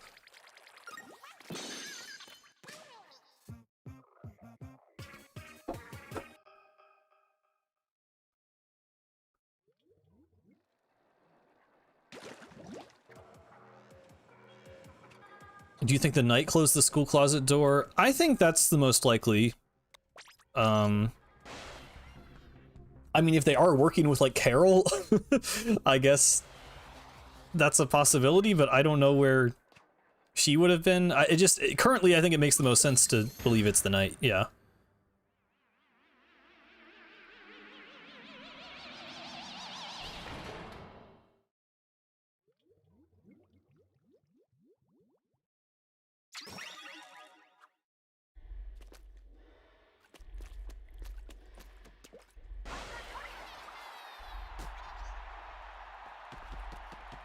Lord of Hammer with the Isles of Northern Light. Yeah, I mean, the thing with that is, like, the whole point is that things are changed in the adaptation, right? Is, like, the Mantle game and or Dragon Blazers is based on Lord of the Hammer, which is based on the prophecy. So it is weird that the Isles of Northern Light are effectively, like, optional, but I don't know. I guess I don't, like, have a good answer for that, but I think it plays into the idea of it not just being the same story every time and with there being differences.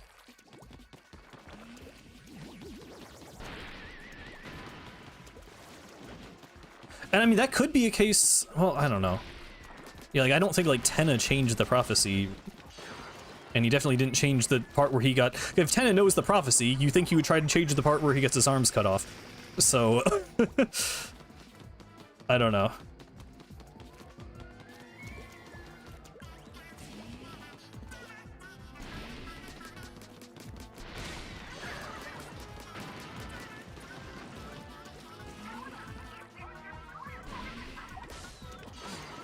Implies the secret bosses are foretold, which we haven't seen. Well, in Lord of the Hammer, it's also said that the heroes get a terrible weapon from a great smith, which is talking about the justice axe given by Gerson. So, it does that twice, which I guess is that's not helping, but it is actually consistent in doing that, so that's interesting. Yeah, hi Rock Wizard, sorry. We're just talking about Deltarune right now, so it's fine. Good yap session day.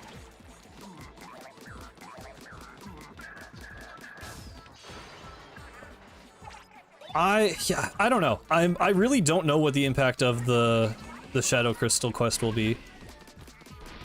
Because I don't like the idea, like, I think it's weird. I don't think it'd be, like, mandatory. It has to be significant enough that it, like, all this, like, build up about freedom will, like, mean something. But, like, I kind of don't think it would, like, change the ending of the game. So, it has to also, like, work within the existing context.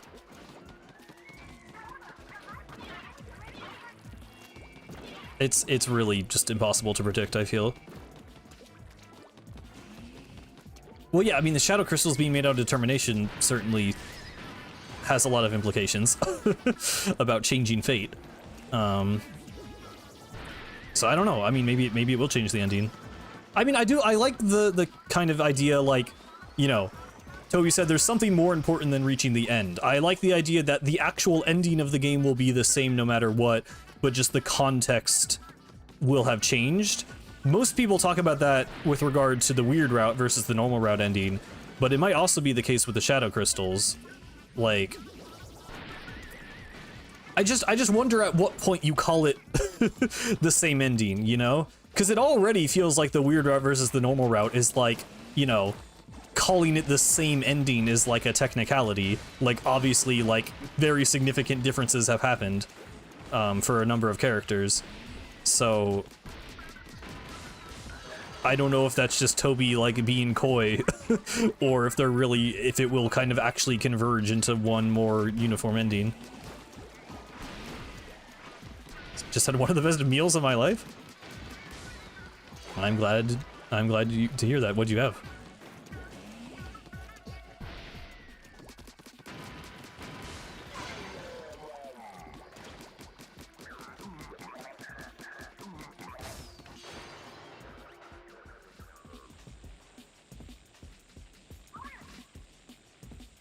Deltarune is based on Dragon Blazes, which is based on Lord of the Hammer, which is based on the Prophecy, which is based on Undertale, which is based on Deltarune. Like, sort of. I don't know about the first part. Your mom just told you have aura. I mean, that's better than your mom not thinking you have aura, I guess.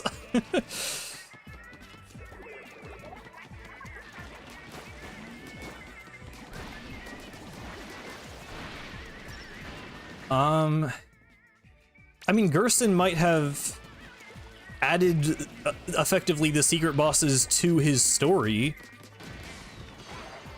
Actually, I kind of like that interpretation, right? It's like Gerson based Lord of the Hammer on the Prophecy, but added in a bunch of these characters and settings, which then align with the optional content in Deltarune. I don't know, like, what that means, but that makes sense to me. And because there was a prophecy. The annoying thing is that the Hammer prophecy, which, like, the text of the prophecy is unused, but I'm pretty sure the Hammer prophecy does actually appear visually in the third sanctuary, which that implies that Gerson is a part of the prophecy, which is confusing. But he does show up in the Titan fight regardless, so maybe that's fine. I don't know. I mean, some predictions are right. We predicted Carol's name. That's the one thing I always come back to. We did predict Carol's name. That's my one example of it technically being possible to predict Toby Fox. But no, a couple things. I mean, basically everyone knew there would be a church Dark World. Pretty much everyone guessed there would be a Dark World in the bunker / shelter. There's a couple of things. Nothing specific can be predicted, but I think a couple of general overarching things can be. All of your theories are wrong, goodbye.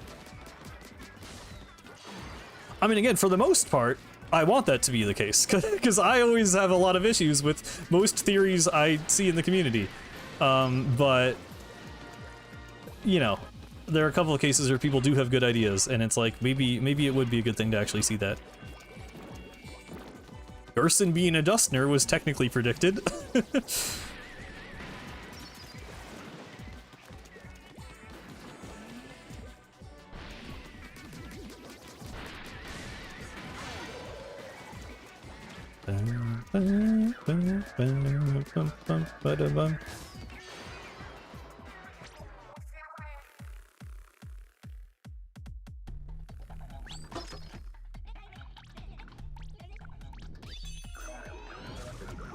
I mean, I don't think we know his parents don't visit, they just aren't there when we happen to visit.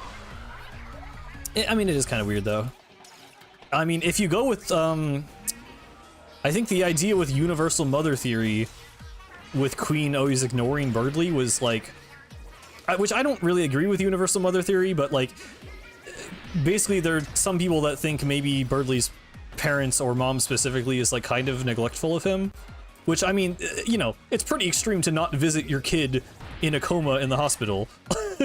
So I don't know if they would be that neglectful, but there's like sort of precedent for that if you want to read into it that way.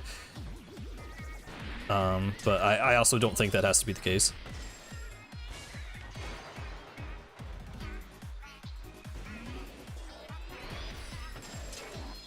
Gerson is man on the phone. That is a new one. I don't know about that. Why does Marie say puree this punk? I mean, puree is like... I don't know. She's just... that makes enough sense to me. I don't know what the trouble is with that line.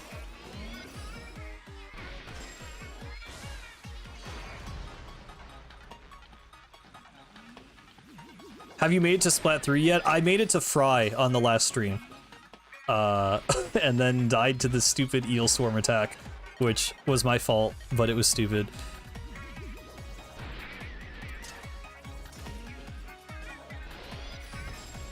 Yeah, I think it's really just a thing for Noelle, in my opinion. I think even the Chris connection is like a bit of a stretch.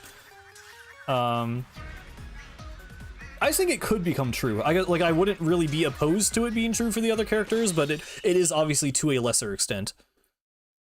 But alcohol is like the only real connection, I feel like.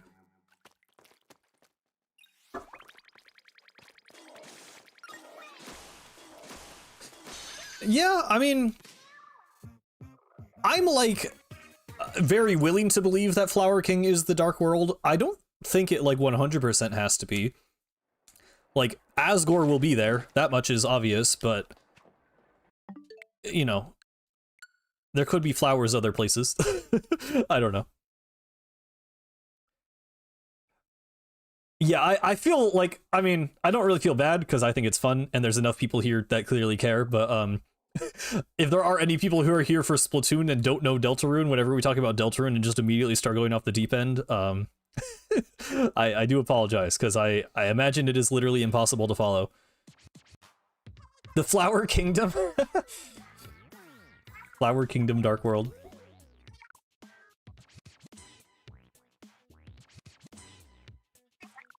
I don't know, did Toby say something about the length? I feel like I read somewhere that, like, someone on Twitter said Toby said it would be long, but I can't remember if Toby actually said that.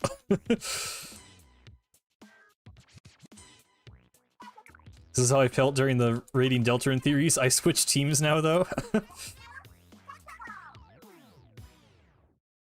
Me who has never played Deltarune. Yeah, I mean, I appreciate you still sticking around despite that. Yeah, there's just a lot going on. Are we gonna get some Deltarune content on this channel? Probably not like theory videos. I'll post my chapter 5 playthrough. I don't know. I like the idea of making Deltarune content because I watch a ton of Deltarune content. I really care about the game and like I sort of have things to say, but it's mostly like in response to other people's ideas. Like I don't know. I think theories are fun, but I also don't think they're like actually that productive. Like I like analysis of the game. Like what Andrew Cunningham and Molly Stars do. I don't really just like making up like fan fiction and being like, maybe this will happen because I thought it was cool. So like sometimes that stuff is fun to watch, but like I don't know what I would add, I guess, to the discussion on Deltarune is the main thing. I don't know what like niche I would really fill. Because it's different with Splatoon, Jesus Christ. It's different with Splatoon, because there's literally nobody talking about Splatoon lore except like me and 2 other people. And with Deltarune, it's like the entire community is about the story and lore. So it's just harder to have something to say that's unique.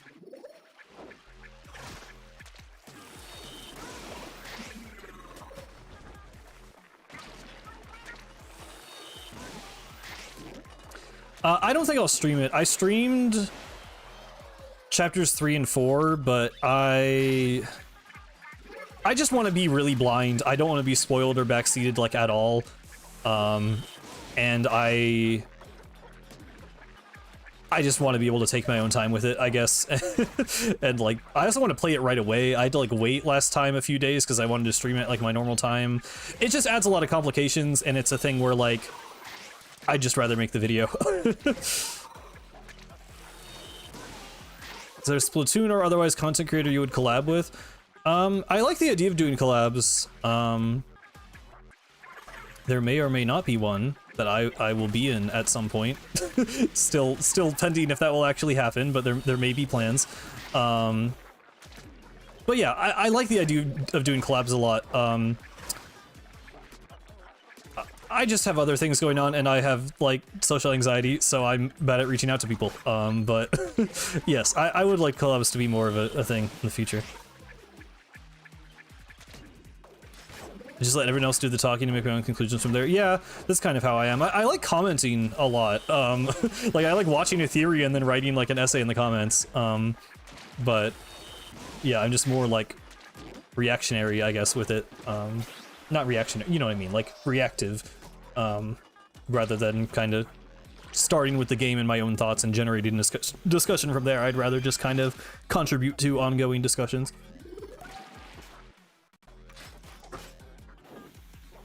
Who Knight? I mean, I'm a Death Knight believer until we have a reason to think otherwise. It is the most obvious and, you know, the fandom consensus among normal people for a reason. You do get some Rudy Knighters, but I can't tell if they're being serious, to be honest.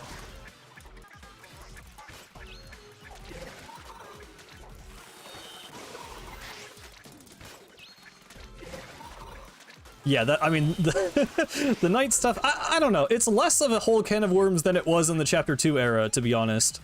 Because now it's like, it's Des if you're normal, it's Carol if you're coping, and it's Rudy if you're insane. And any other pick is just a meme. So, like, it's less, it could still be heated maybe, but it's less complicated. I saw like one edit of Rudy Knight that low-key I'm like, okay, they might be cooking a little bit, but that was like I don't even remember like why. They got the vibes down in a way that made it actually seem kind of cool. But that's the only time I've ever been remotely swayed by Rudy Knight.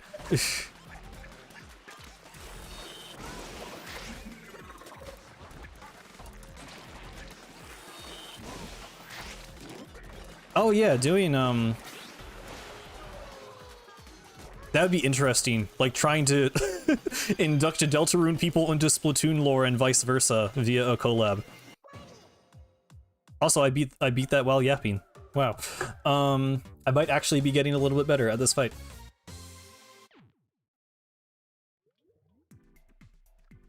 I'm curious what edit it was. I might have bookmarked it.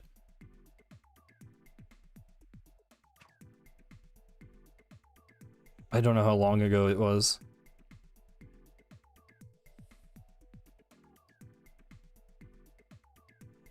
Oh god, I bookmarked too many things on Twitter.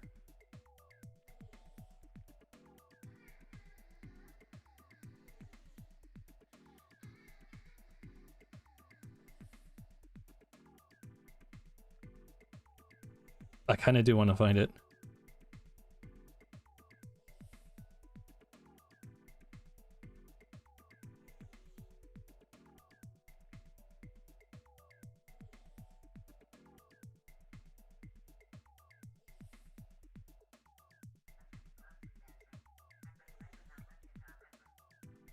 Oh hey, I found art I bookmarked of the Octobot 2 fight, wow. I don't know if I did bookmark it, I feel like I'm so far back already. I don't think I saved it. I don't know, it was just a random thing I found on Twitter. I'm probably not gonna be able to find it again. First problem is using Twitter, yeah.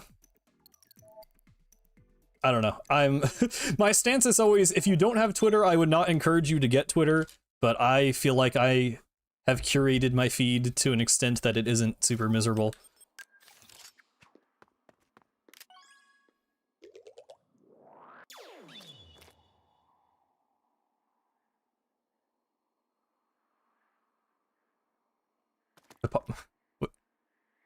Papyrus is the Knight commented, I have a theory, and Papyrus is not the Knight replied, no you don't, yeah.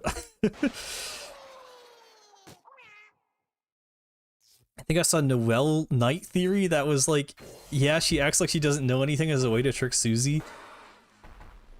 And some people will just jump through like a million hoops to like get to some conclusion that they started with, and it's it's very funny. But yeah, I don't know why some people think that way. Why am I Loki and Isopadre PNG tuber? I mean, it kind of goes hard, does it not?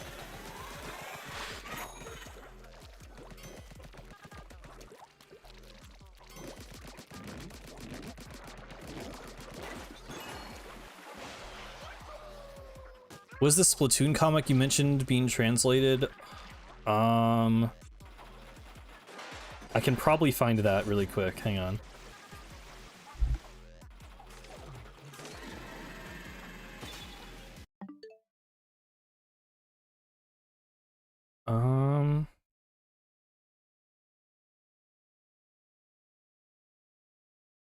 Maybe not. I thought I knew where it was. Oh, here we go. No?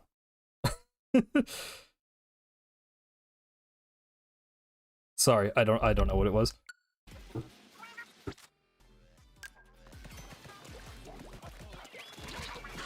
Oh my god, oh my god, oh my god, that's not fair, that's not fair. I unpaused because I was looking for something.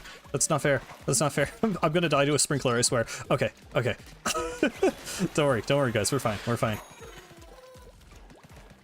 Oh, yeah, I think that's it. Sorobachi?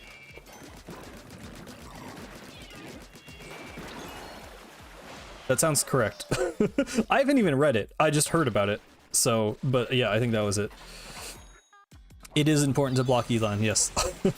I agree. Yeah, if you're very liberal with your muting and blocking, it is easy to make it a lot more pleasant than it would be otherwise.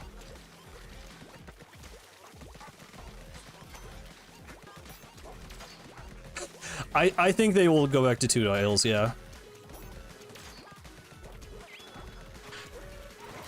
What, can someone give me like a synopsis? Like I've heard of it and heard that it was good, but I have no idea besides it being a Splatoon comic.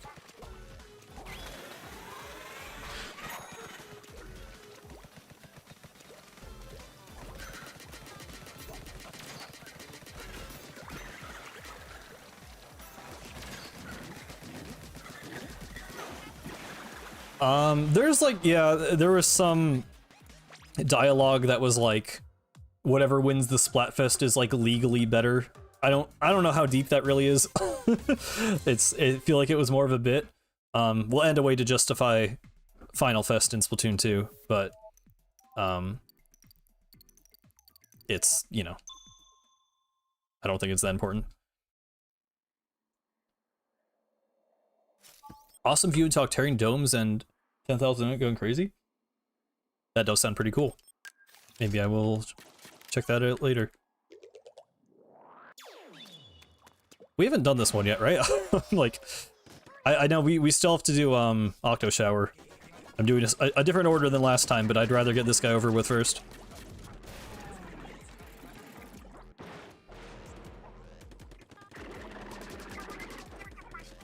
I didn't know it was so specifically Octo expansion related. That honestly makes me more interested, so.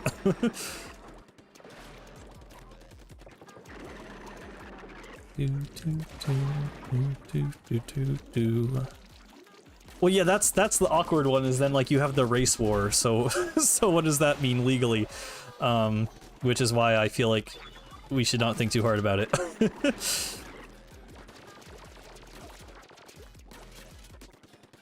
Hello?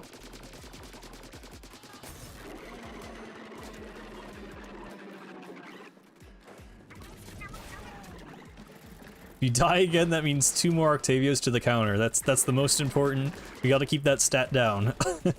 That's the motivator. Can't have too many Octavios. Come on.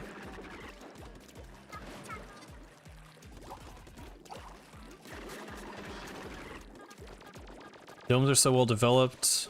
It's like 2 subplots that are really good. Yeah, I mean, I loved, that's one of my favorite things about Takosuba Heartbeat, is just like the way they integrated the different like types of Octarians into like a, you know, I mean, it's very like a brief look in that case, but it's the way everything is integrated together into a more believable world is really, really cool.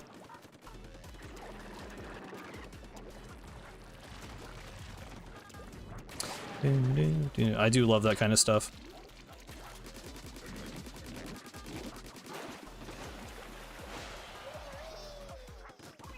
I really like the idea of like Splatoon fanfiction, to be honest. I just feel like there are like 5 people in the world that can actually get the lore right, while also being like competent writers.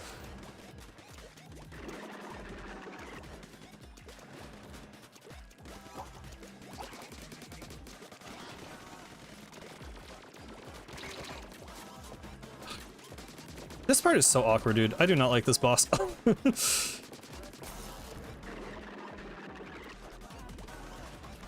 But who is Agent 7, though? We may never know.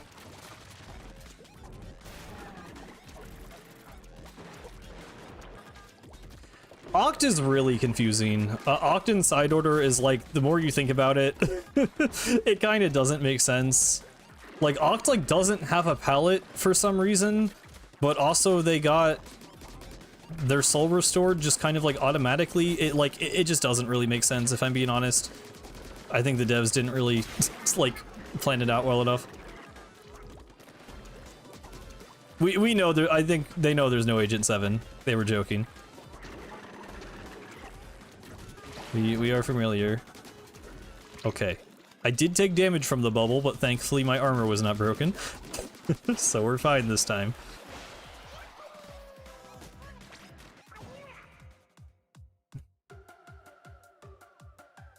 Well, it wouldn't... The worst part is that it wouldn't even be Agent 5. Well, I don't know. It depends if Agent 4 even still... It would... If Agent 4 is, like, out of the Splatoon because they haven't done anything in so long, then it would be, like, Agent 4 again. I mean, it obviously wouldn't be an agent because they're working for Deep Cut, but... I don't even know, man.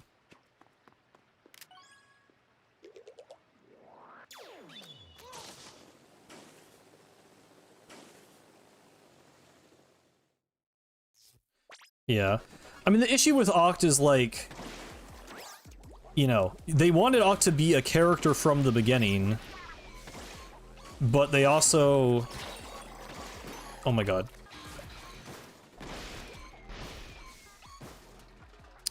but they didn't have the time frame to explain like how they would have already.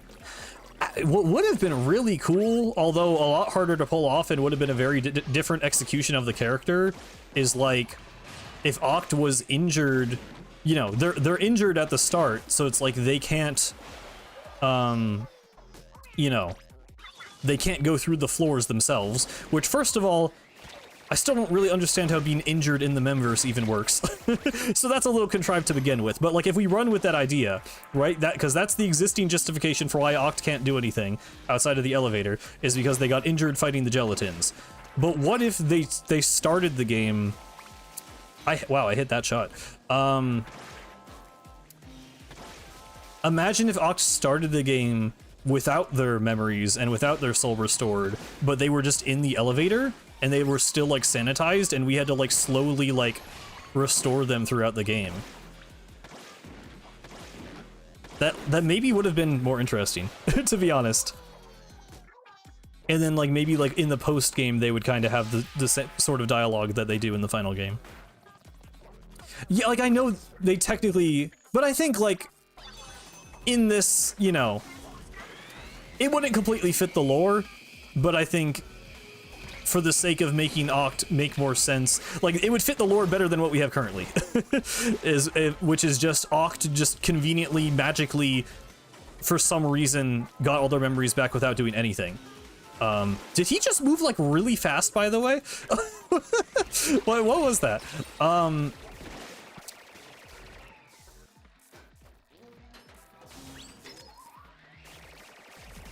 Yeah, it would be Dead Zone, but in reverse.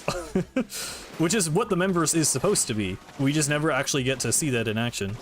I mean, technically, that's what 8 is, but also they had the mem cakes already, so I don't know. Spike and Oct are both fine as, I mean, yeah, sure.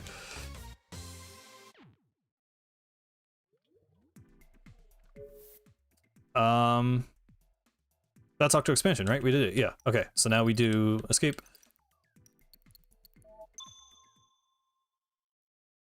Do you think Raiders will just start in that trailer cutscene? Probably. It does give me opening cutscene vibes. I'm sure we'll get some exposition though. Like, it probably starts with the plane crash, then you customize the mechanic, and Deep Cut is like, wow, we were trying to get the treasure in this place for this reason. And then, you know.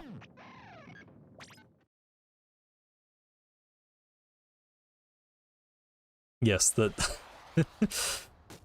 I don't know. Yeah. Sorry, that was me reading the Gooberling message and like trying to decide if I should respond to it. Just yeah. No, I'm pretty sure we can customize them. Because otherwise, why would they? By the way, again, we're killing myself on purpose so we can skip the phases. The mechanic is wearing a helmet and their face is like obscured, and then they take off the helmet. So like, I feel like that's almost definitely like, you know, they exist in the cutscene before we customize them with the helmet on. Then the helmet comes off and we customize them. I feel like there's no other reason they would look the way they do. Yeah, I know it's my own message. That's why it's like stun locking me.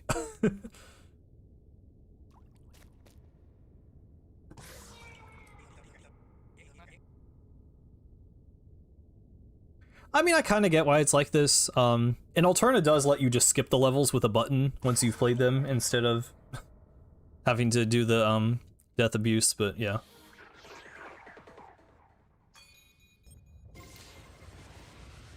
Yeah, I still... When it has been brought up with all of like the leaks and stuff like we were talking about earlier, like I do feel like, I don't know, like obviously I'm very biased as a Splatoon fan and as a Splatoon single player fan specifically, like this is a very big release to me and to us, but like, you know, it's smaller than a Mario or a Zelda, but I still do feel like it's kind of a big deal. Like I don't know, I feel like in all the leaks and stuff it's like, you know, oh yeah, you like pad out the summer a little bit with like Splatoon Raiders. It's like, dude, this is a big Nintendo franchise. Like, yeah, it's a it's a spin-off game, but like, I don't know. I feel like it's gonna be substantial. People in the community have nicknamed them Mecha, which is like a little bit better. I wouldn't be surprised if they just called them the mechanic the whole game. But I would like them to have a name.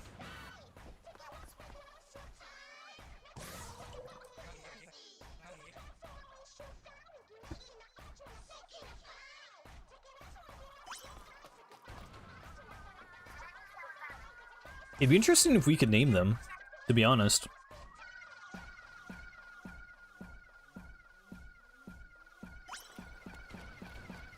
Hello, Chriso. Welcome.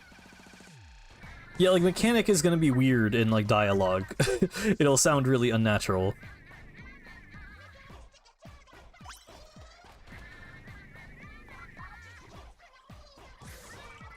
They're not, I mean, they're definitely not an agent.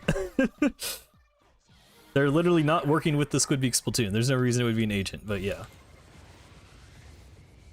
Yeah, I mean, it's not even like... I know there's been a lot of discourse lately about, like, Nintendo fans not caring about any Nintendo game that isn't Mario or Zelda, but, like, I don't even think it's... It's partly that, but I feel like even people who, like, acknowledge and, like, enjoy other games are just underselling. I mean, I don't know. Like, we don't know how big Raiders will be. So maybe I'm overselling it based on my own expectations, but I feel like it has the potential to be like, you know, a more significant game in terms of like sales and like appeal. I don't know. Can't wait for Shiver to say Focus M. Yeah, they would, honestly. Yeah.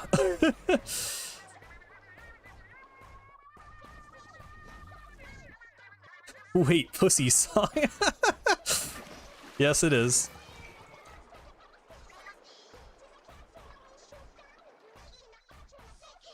Yeah, it's not as bad as Silk Song. It's just, it's weird for Splatoon. I think... Okay, and I will say, I wanted to say this, by the way. Like, to be clear, I feel like on stream... It's not that bad. Like, there are other games to play. I've been playing through, like, the 3D Zelda series. I recently bought Sonic Racing Cross Worlds because it was on Steam.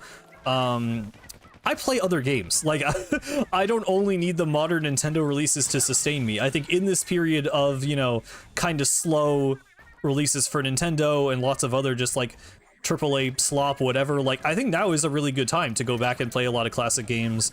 You know, experience a lot of like gaming history and stuff you may have missed out on, get through your backlog and everything. So like, I'm not like dying over here, but you know, I am a Splatoon channel and it's like a Splatoon stream. So we do end up talking about Splatoon a lot, and it is a little frustrating when there is like just nothing to say for months on end. So that like, I just want to, you know, put that out there just so I don't sound like I'm complaining every week and like not doing anything else or playing other games, because like I'm not literally just waiting for Raiders. With that said, I do think it's a problem with expectation management. I think, you know, Nintendo spin-off games do not normally take a whole year from reveal to any other news about them. Yoshi is like effectively a spin-off of the Mario series, got announced in September, it's coming out in May. Mario Tennis got announced in September, came out in, what, like January, February? Like, that is the norm for Nintendo spin-off games. So, it is weird. Like, it is a anomaly with Splatoon for it to take this long to come out after being announced. And I know I've said, like, literally, like, every stream for the past 5 months, like, I get it. They wanted Splatoon fans to care about Switch 2, but it's still weird. They waited for other games. They could have announced all that Mario stuff when they announced Splatoon Raiders, but they didn't. It wasn't in a direct, it was in, like, a random Tuesday. There was other Splatoon news that I guess they wanted it to coincide with, but it still was just random. They didn't need to announce it then. So, like, I do think it was, like, it was bad on Nintendo to do that, and I think it's fair to criticize that and be annoyed by it, even though it isn't as bad as the wait for Silk Song, or Kingdom Hearts 4, or a bunch of other games. It is longer than the wait for, like, the vast majority of Nintendo spin-off games. So, like, just based on what we expect the game to be, it is weird. And it is, I think it's valid to be, like, a little upset about it.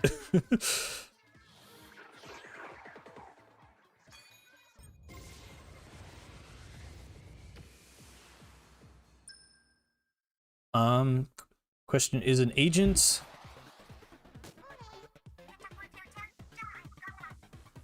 for saving a city to a huge factor to be avoided? I don't understand the question. I'm sorry. I don't know what you're asking. Overused name? I don't know. I don't know what that sentence means. Yeah, Rhythm Heaven is another example.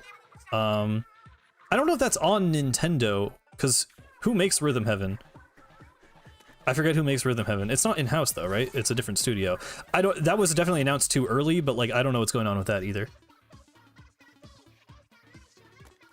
If you don't first try Inner Agent 3 more Octavios minimum added to the counter. This is true.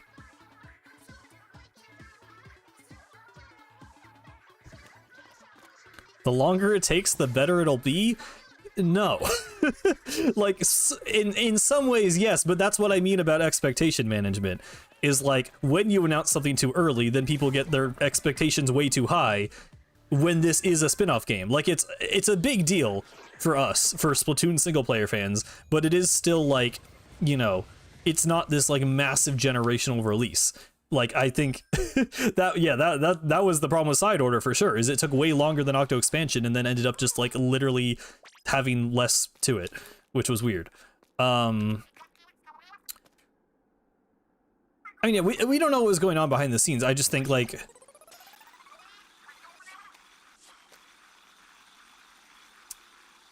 I don't know. There, and just like the discourse, there's lots of talk about, you know, just game development cycles being really long now, and like, you know, Nintendo fans not being happy with anything, and like I just wanted to put that out there. It's like, you know, I get it, and in my free time off the stream, I am playing and enjoying other games, but also I think it's fair to be a little annoyed with Splatoon Raiders specifically.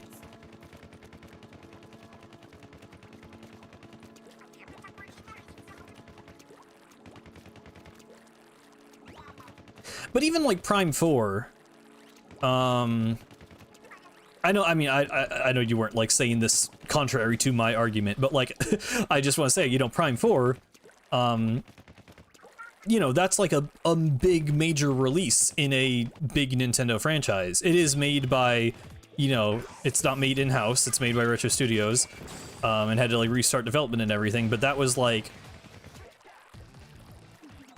that game had a lot of issues. I mean, it clearly went through dev hell, but I guess what I'm saying is, like, announcing that early was like, okay, you know, we're getting Metroid fans excited for the Switch by announcing Metroid Prime 4, and there's an expectation, because it was literally just the logo. It was just like a number 4 that they revealed, like, okay, this is going to take a long time. It took way longer than it should have, and longer than anyone thought it would, but at least there it's like, okay, this is like a big release that's just being teased way ahead of time. Whereas with a spin-off game, you just don't normally do that. So, yeah.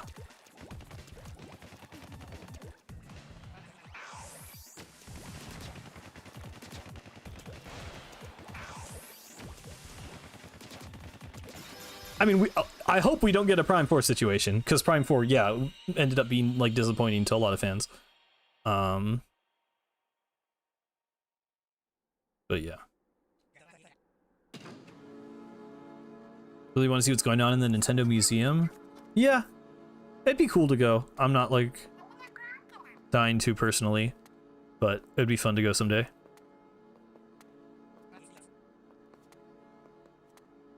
Yeah, I wish like, if we got a release window and just a look at gameplay, then it just wouldn't be that bad, and I would be, like, so okay with waiting. I wish they could put out one more trailer.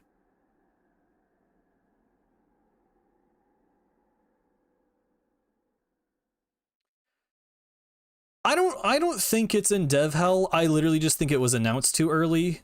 Like, I don't think the game is taking any longer than it should. I just think we aren't hearing about it as soon as we expected to.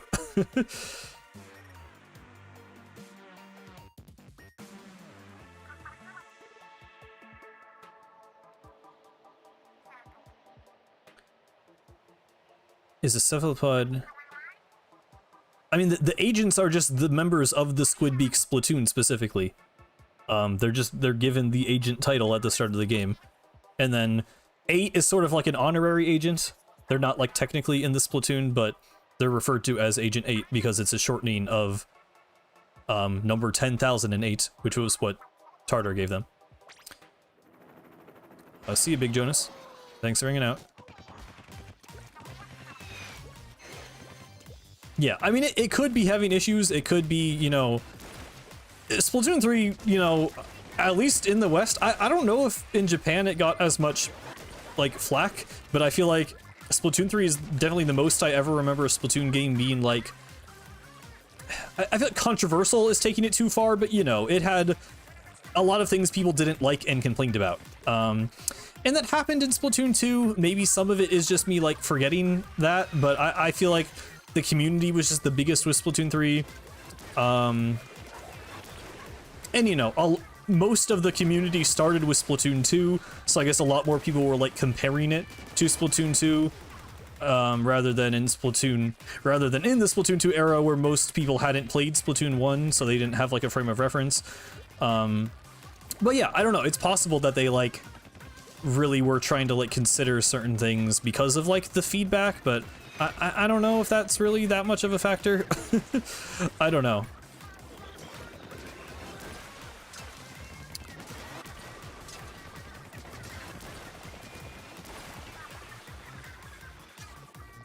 Is there 1 or 2 Splatoon relationship charts? So there's actually 3. There's the Splatoon 2 relationship chart, there's the one on Splatoon base, and then there was also like a Nintendo Dream one that I believe was only ever in Japanese but was translated by Rassicus, which has like a few different connections, but it's pretty similar to the Splatoon base one overall. I forgot about it until recently. Once again, working on the Agent video reminded me of its existence.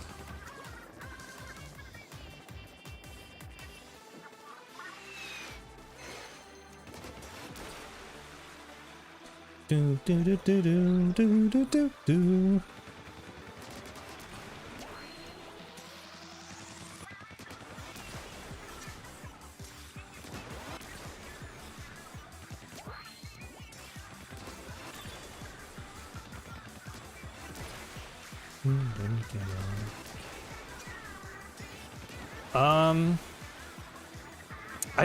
I didn't think it was Bongola Walker. I thought it was just a Nintendo Dream magazine. I could check. I have the physical of Bongola Walker, but I'd have to flip through like 100 pages. Let me double check while this is happening.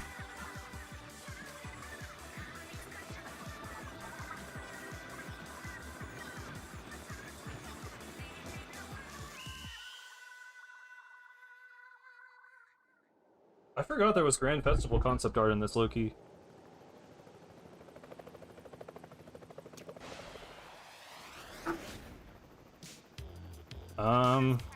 Skimming through the pages, I am not seeing a relationship chart. Oh, I forgot they had the signature page. That's really cool. I should look through this again. It's been a minute. No, you could be right. Actually, I literally have it. I should have it like bookmarked somewhere.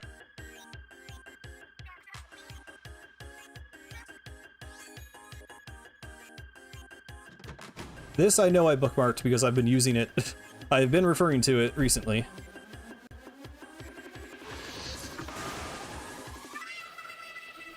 My controller is vibrating my table.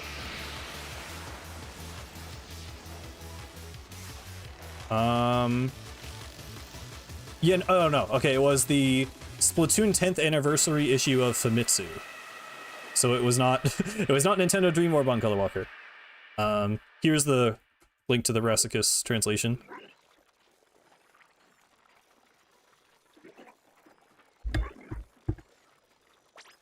Oh, you can just press minus to skip the cutscene. I was just I was just doing other things, yeah. You can't skip it. I think it just goes away if you don't press it right away.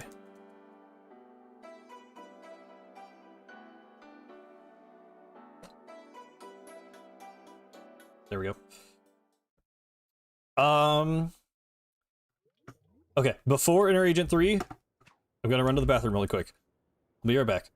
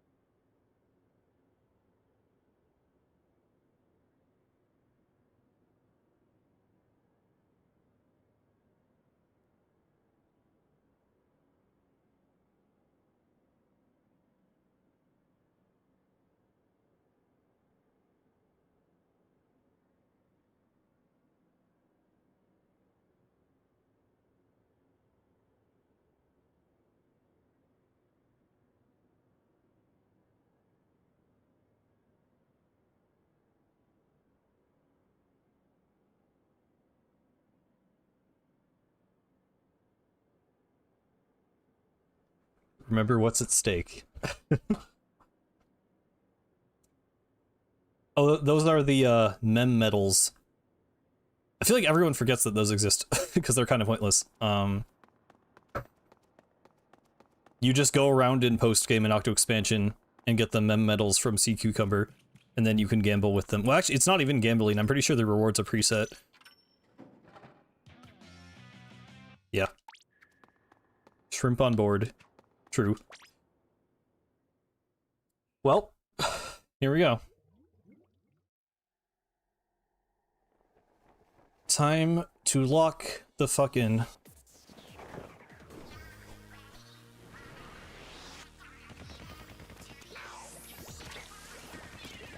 I'm not locked in. Give me a second. Give me a second to like... Okay. Okay. Let's go. This is already not a good start. I can... Okay, I'm gonna camp the Inkjet spot. I normally try to kill him before he just even gets Inkjet. There we go. Why did I jump? Okay. Okay, sloppy start, but that's fine.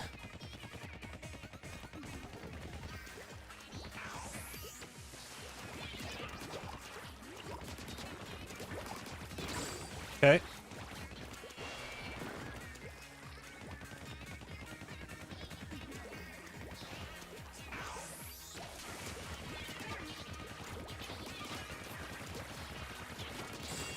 That was a good phase 3. That was good. That was good. I mean, my aim was terrible for a second, but like, it was fine.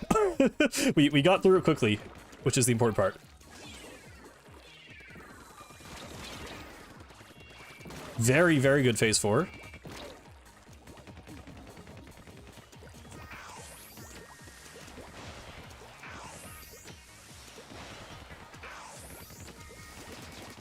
That was a lot of damage. That was a panic splashdown.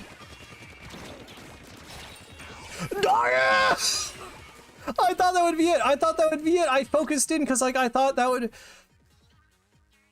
I should have played it safe. I should have played it safe. I should have... Okay, okay, okay. Okay. Okay.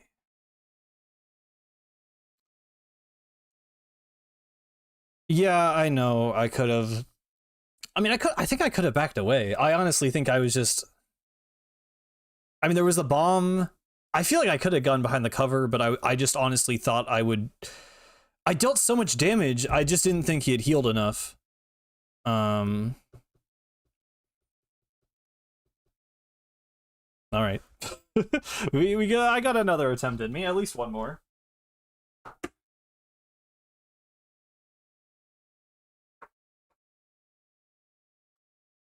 I don't got anywhere to be tonight, so...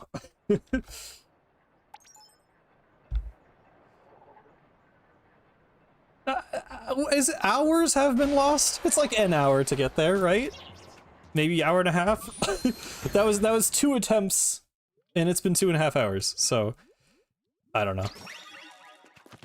Oh, I guess so, Lunar. To be fair, dying to Inner Agent 3 Panic Splashdown, like...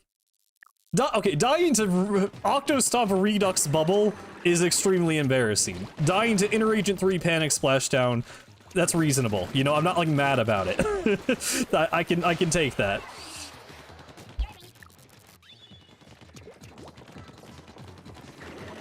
Dying to Bubble was absurd. I don't know how I let that happen. That was like just entirely my own fault. That was so dumb.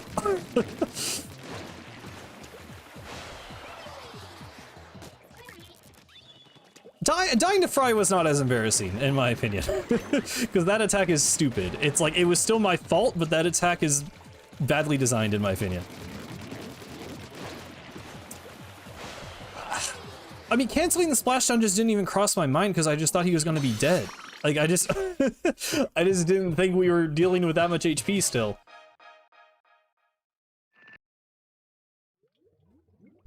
And he also already panic splashdown, by the way. Like, he did a double panic splashdown.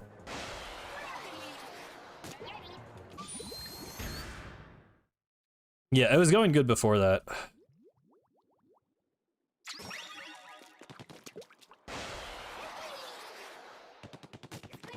I just gotta play that last phase so safe. I get greedy because I'm like 5 phases in, and most of the fight you do just want to like hyper aggro, but you just can't get away with it there. Unless you know, even if you cancel a splashdown though, you have to be like watching out for auto bombs and stuff, so it's like, you just gotta play it safe.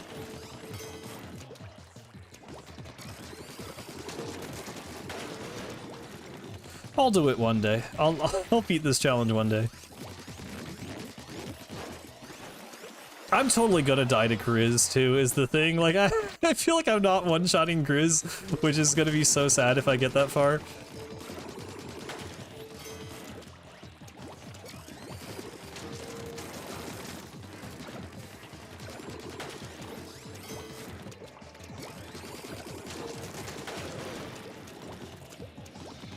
The graphics get fuzzy in some areas whenever you shoot something? Dude. Sure, man, whatever. I assume you're just meaning the stream. That's just like a bitrate thing. That just happens. That's fine. Okay. That was...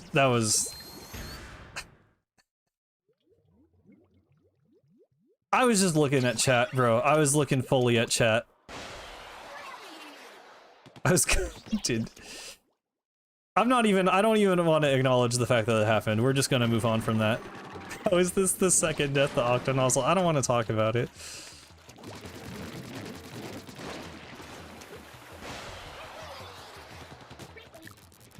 At least we didn't have to switch games again.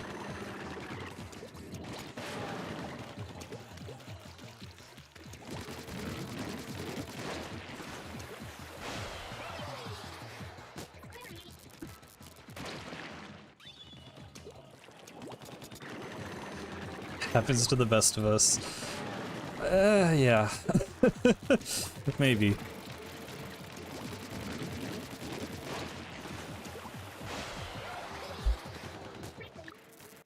I died to Inner Agent 3 and then I died to Octonozzle Gooberling.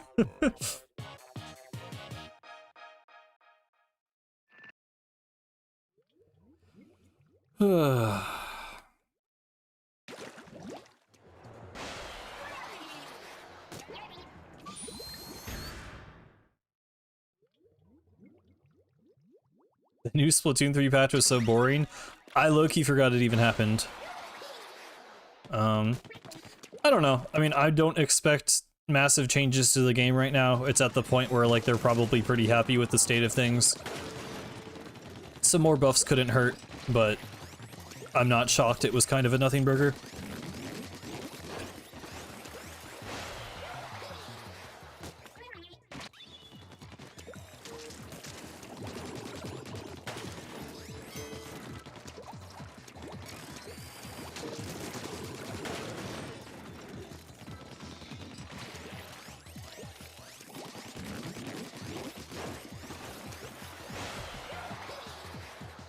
I did not fall in the ink. Okay, well, technically there's still a chance that I could.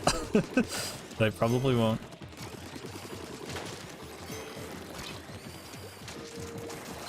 That was the closest I've ever come to dying to the ink blobs, and if that happened after falling into the ink, I think I might have had to end the stream right then and there.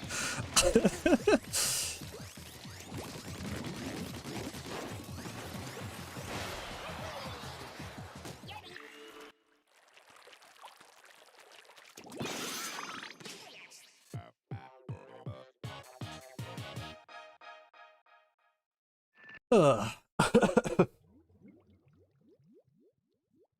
I am tired, but I'm also stubborn, so...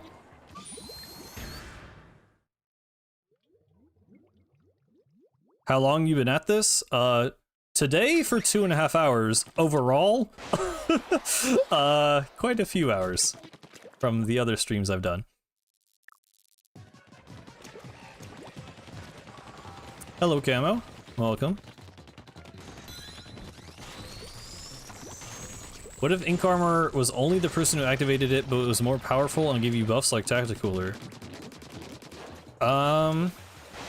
That could be cool, just like entering like a rage mode. That's kind of less interesting though, in my opinion. I sort of like it being like a support thing.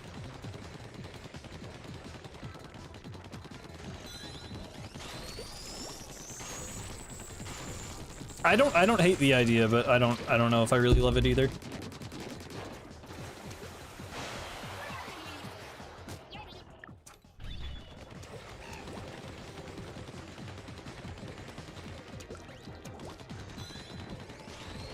Yeah. I mean, that's like, my solution to that is just I don't play support weapons. But I still think they make sense and are healthy for the game. And Cooler, I think Cooler can be fun for the user. You at least respawn faster. I mean, unless you're like on a snipe and you're throwing it down into like a court and you can't grab it yourself, but I don't know.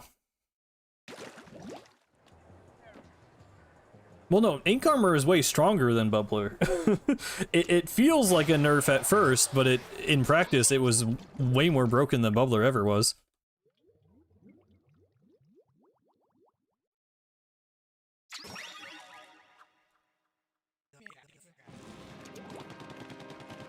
I don't know. I don't really have strong feelings on either. I don't really want Bubbler or Ink Armor to come back.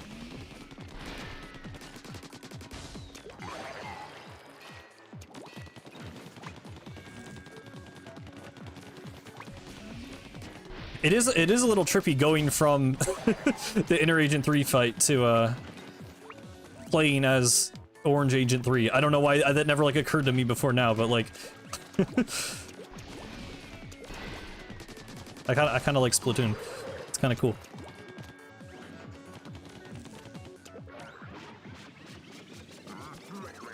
I mean, if the whole team got Bubbler, it would just be stupid. It's still the knockback though. Like, the difference is that a blaster and a charger can knock away someone with Bubbler. If they shoot someone with armor, they just lose. I think the knockback is the like, obviously, yes, it not having global range and immediately, you know, buffing all of your teammates is a part of it, but I think the knockback was also a thing that helped balance it pretty significantly.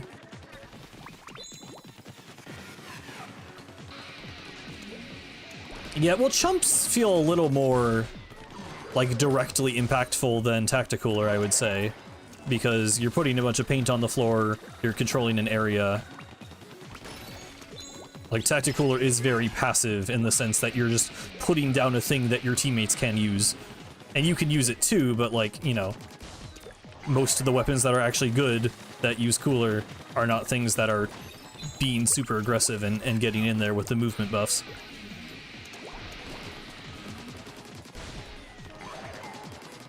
Hello, Kraken. Welcome.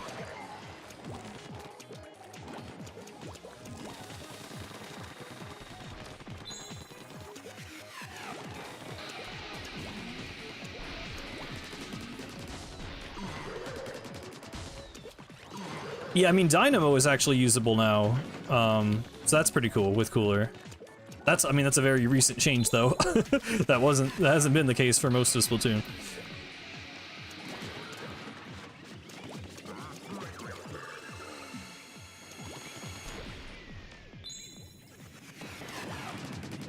Just throws a way to use Little Buddy in online play. Yeah, I remember people saying that around the time of launch. I guess I don't really... I think lore-wise it would be weird if, like, everybody had a Salmonid. It's kind of weird for Neo 3 to have a Salmonid, but, yeah, I don't know. Obviously, the gameplay could work with it being weird lore-wise, but for that reason, I kind of prefer not having it. Yeah, I don't know what he would do.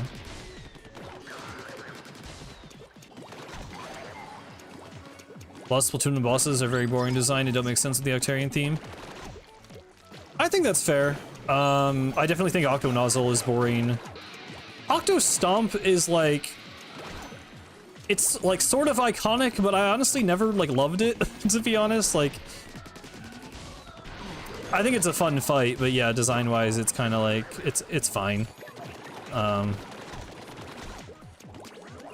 Yeah, no, I don't know. I think that's a fair take. I think a lot of people are nostalgic for the Splatoon 1 bosses, and I am too. But, I mean, you know, I didn't rate most of them that high. Obviously, I love Octavio. But yeah, I mean...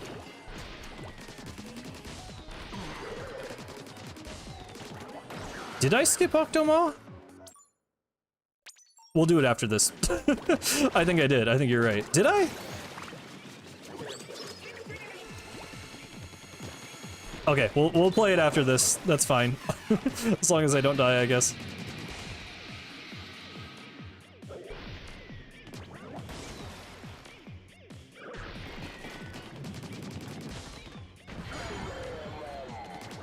We spent like 16 hours on this challenge. That's kind of sad. I did not realize it had been that long. What special would you bring back? Probably Kraken. I really like Kraken. It's very iconic. It's very fun to use. I know it's sometimes controversial in competitive play, but I don't care. Personally, personally, I would want Kraken.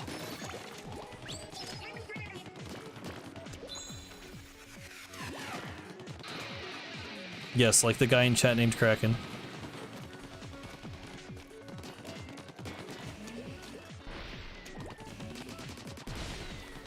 Well, yeah, sorry, I mean... I forget that Kraken Royale is like... When I mean Kraken Royale, I guess. I just call Splatoon 3 Kraken. But yes, I do like the Splatoon 3 version better. I would want that to be the one they bring back.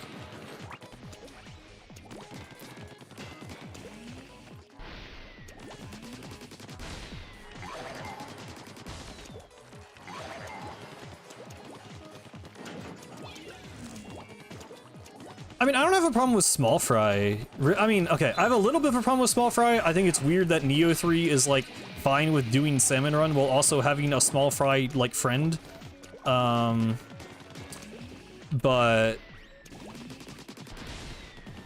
I don't know. It doesn't... Without Huge Fry, it doesn't bother me that much.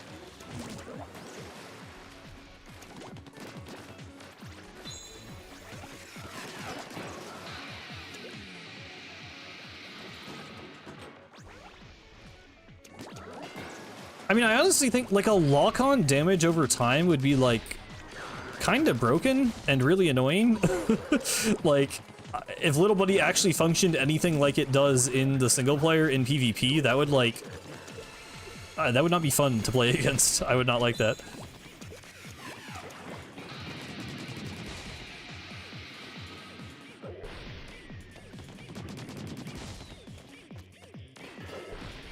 I hope Splatoon 4 cuts weapons, to be honest.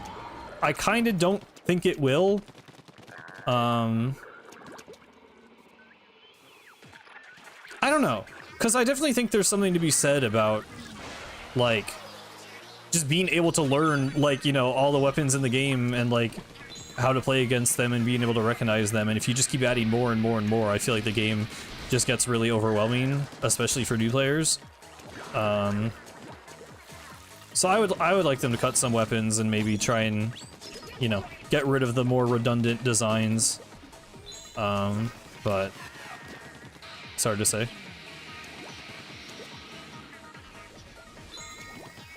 How many attempts have you done this stream? This is the 4th, technically? One of them was really stupid because I died to Octonozzle. But, so, it's the 3rd, like, actual attempt. Yeah, I mean, Nova does not need to exist.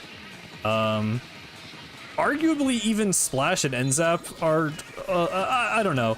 I know there's people who will defend them and say they're different enough, but I honestly wouldn't be terribly upset to see one of them go. I think Big Swig Roller is kind of pointless. Blingza is cool, but honestly just feels like less fun Dynamo to me. I don't know how people feel about that. Yeah, I'm kind of doubtful that they would, but I'm just saying, like, if I had to decide what to cut. No, Tetra and Squiff are definitely both, like, their own niche.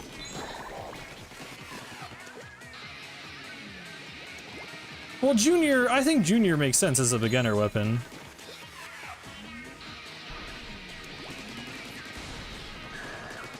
Antithetical as hell as a tutorial weapon? I mean, in terms of aiming, yeah, but not in terms of painting, which is kind of like the gimmick of Splatoon. I feel like it kind of makes sense.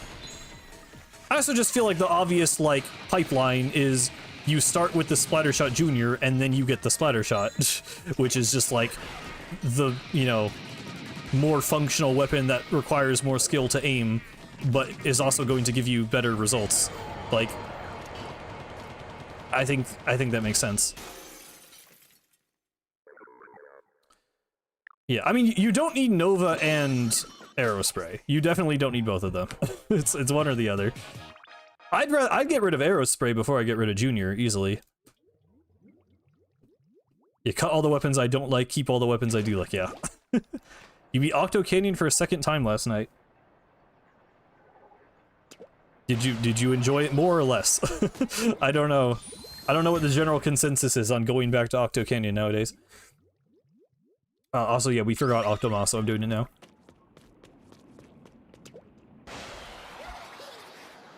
I think I'd remove a single weapon besides Aerospray. It's the only weapon I don't see the point of and think is harmful to the game. Yeah. I honestly think Aerospray is harmful to casual play.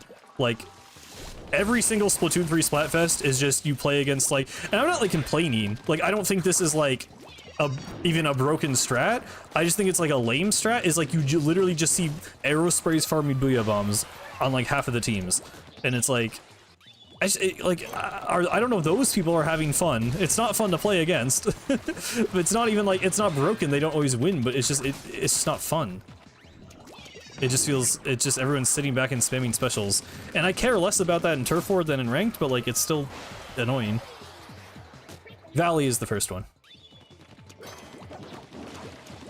It was better because I'm not booty at Splatoon anymore. That's good.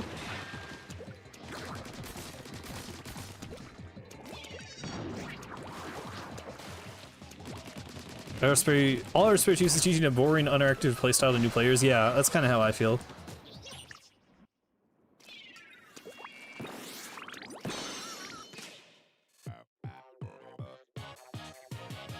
Just like the Splatoon 2 meta. I mean, yeah. What on earth was going on with Angle Shooter? Yeah, that was like just a failed experiment. Like, I don't know what the plan was. They never made it better. Like, they made it paint better. But painting was never the thing you were trying to do with it. They never made the lingering trail do damage, which is like the only thing that would have made it remotely good. I don't even know, man.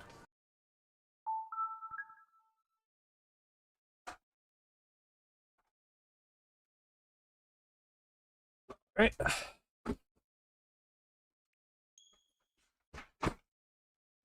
Splatoon 3 is my digital circus? What does that even mean? Like, it's the game that you care about, or the media that you care about?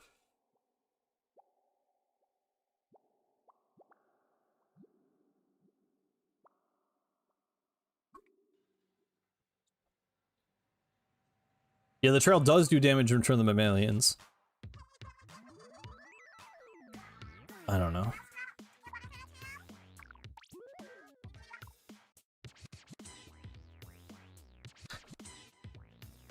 Splatoon 3 is my Splatoon 3. True. No, it's because I'm forced to play the game and can't get out of it? Oh, okay. Glenn Fiddler is Kane. I don't know enough about Digital Circus to make references. I've not watched it. We have 855 hours in S3. That is a lot. I think I have like twice that. Yeah, but that's, you know, that's a lot.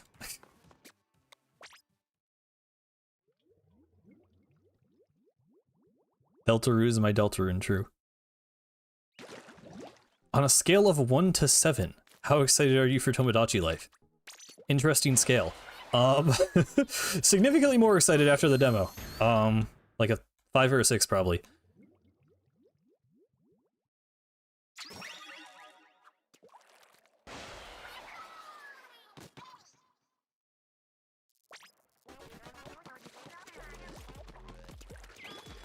Yeah, I have one friend, not 7,000 hours. Let me publicly call him out. Where is yeah, this guy. that's quite a lot. Octo Oven is my Octo Oven. So true. Oh, hi Dan. I wasn't sure if you were gonna be here, but I was hoping you were.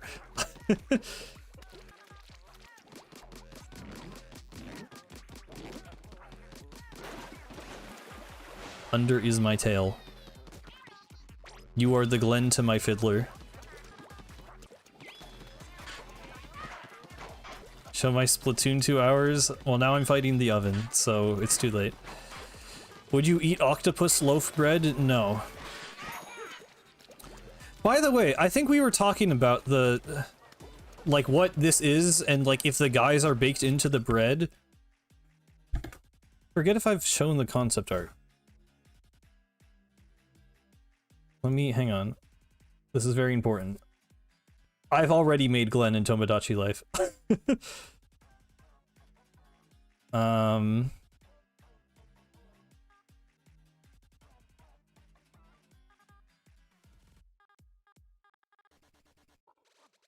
on.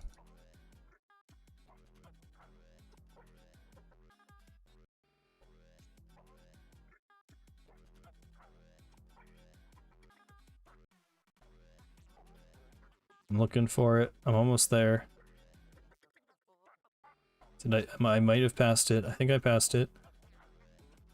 I did not pass it. I need to keep scrolling. I'm close. I'm gonna find it. I found it.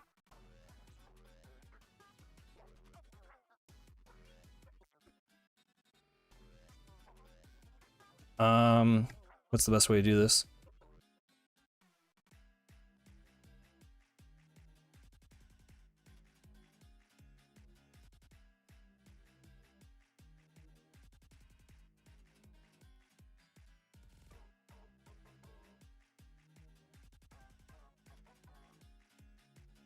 There you go. They are inside the bread, and that is why there is a face on the bread. This was very worthwhile, taking the time to do that.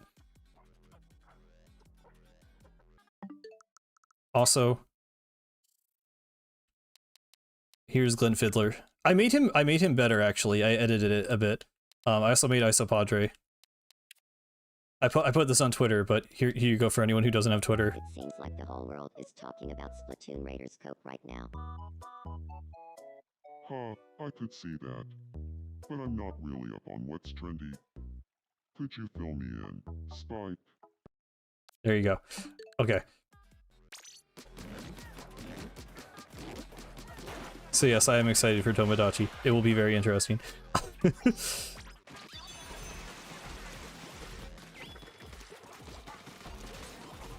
I kind of love the I spent a lot of time fiddling with Isopadre's voice. I wanted it to sound good. I have Yuffie. We talked a bit about it earlier. I don't know. I don't have much else to say about it. You know, he said Splatoon Raiders Summer was his guess, and that's pretty much everyone's guess. So, you know, That's nice, I suppose. Yeah, it's no upgrades. Please, please, don't, no, but don't, but don't return, but don't, but not, but no, please, please, please. Will you add off the hook marriage? I want to add like more niche characters. I don't know. I do want to add 8 because I wanted to make 8 Isopadre's daughter. Because yes, but I don't. For the most part, I don't want to add like idols and like I don't know. I want to try and be more creative with the characters I add.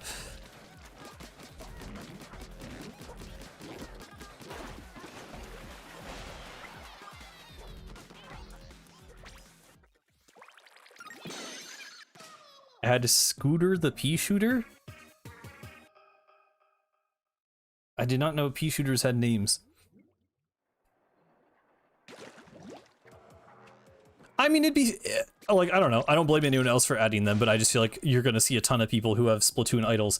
You're going to see, you know, hundreds of clips of Splatoon idols in Tomodachi Life. You're only going to see Isopadre and Glenn Fiddler on my island. So that's, that's all I'm saying.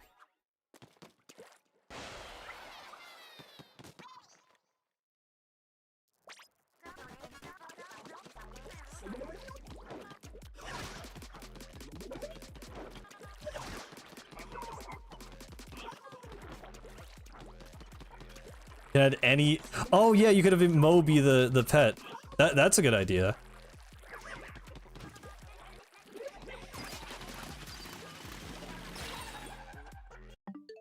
What do you mean? What do you? I squid through the. What do you? What do you mean though? What do you mean?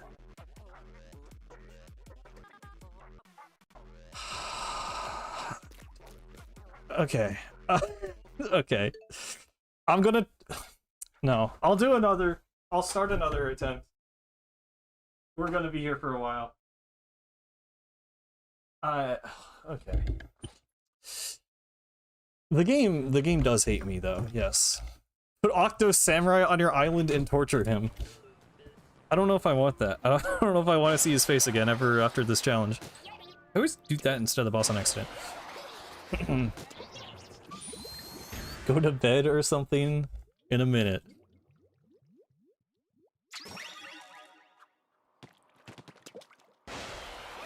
Hey, Sanic dude. We'll see.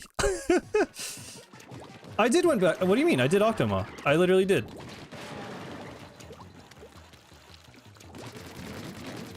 What time is it? It's not late for me, I just had to get up early. I had 2 early work days in a row, so I am sleep deprived.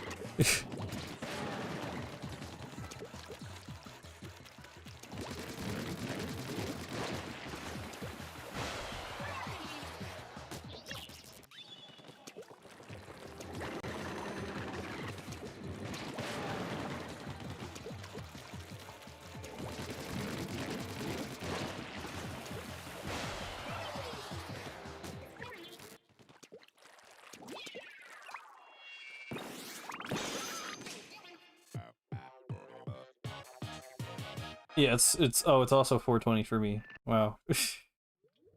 You woke up at 7 p.m.?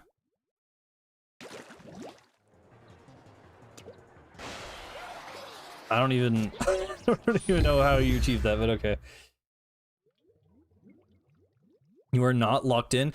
I feel like you want a little bit of like not locked in though, right? Because it's like if I'm like fully like energized and locked in, then I start getting like anxiety and nerves. And like right now I'm like, you know, I'm just a little bit out of it, so that when I get to like the hard boss, like low key, I think when I've gone to Sanitized Samurai, that's what's been working, is I've been like, I haven't been stressed about it, I've just been chill about it, and then I'm just like, you know, I just take it one step at a time, and it's not so bad. I might be making excuses, but it has been working, at least for that boss. Well, we don't know what the number 9 gang looks like. I mean, I don't know. I think Brassicus drew like art of what the guy could look like. I'll leave that up to them to add their own Tomodachi life, though.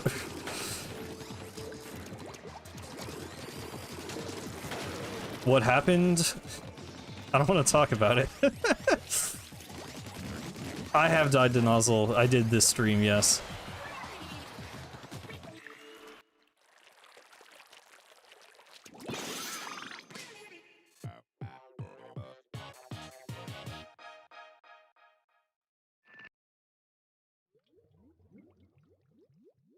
Do do do do do do do do do do.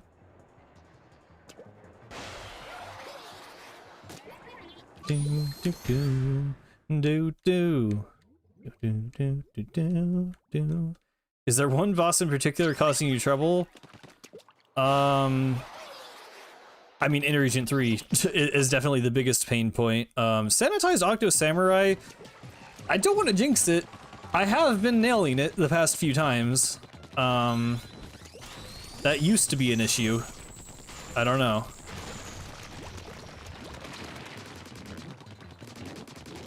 What's your favorite sandwich order? Turkey sub from Jersey Mike's Way.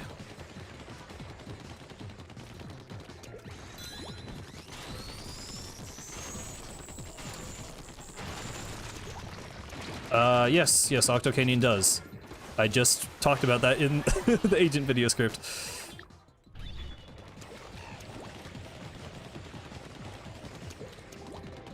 Yeah, it'll be very fun when Tomodachi comes out. I mean, it's already been fun in the demo, just seeing everyone's clips and everything. I'm excited for the stuff people will make. I don't know if I want to add Grizz. Like, it would be funny. I guess it's fun to have, like, one character you despise, right? Because then if they get into a relationship, it's like, you're devastated, but it's funny.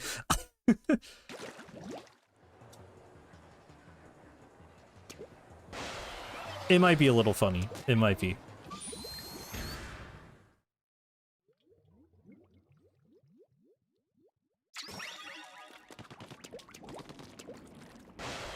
I want to add like more like niche characters. Like I want to be adding like random like Darkners and like Octarians or something. I don't know. I want to add like weird freak guys. Can I be on your island? I don't really want to do real people. I mean, maybe I can do some friends. I mostly want to do like characters or like maybe even just make my own weird Miis. Why wouldn't you add them? Like Grizz? Because I don't like Grizz. Why would I add a character I don't like?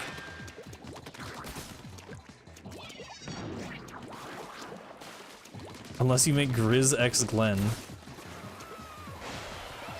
The Iso Padre and Glenn Yaoi will be something to witness for sure.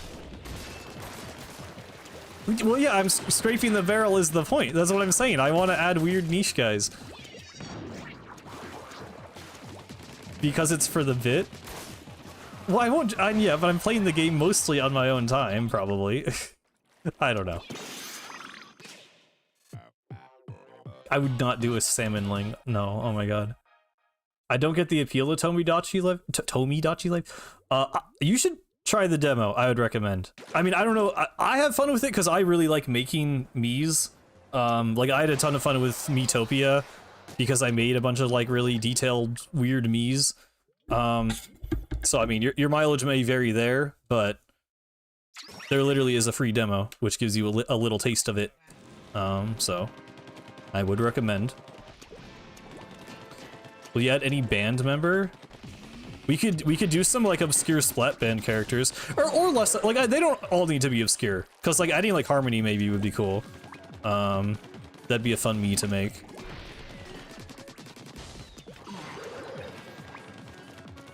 Could add like Baker from Seaside or something. Yeah, it is probably funny to have a character. I never played the original, so like I don't fully know what I'm getting into either. It is, yeah, it's a Switch 1 game, primarily. I do not know too many of them by name. Ken Crack, yeah. I mean, again, we'd have to just make up a design for him, but we could. Baby jelly. Paul would be a good one.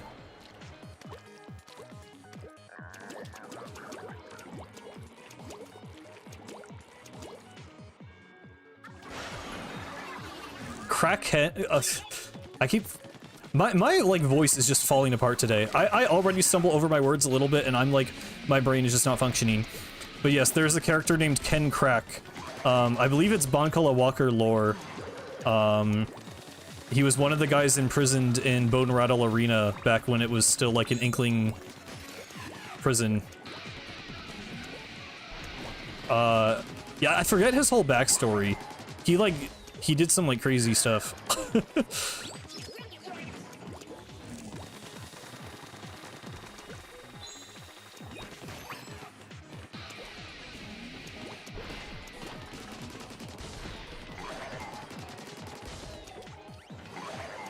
Yeah, it's nice that it's $60.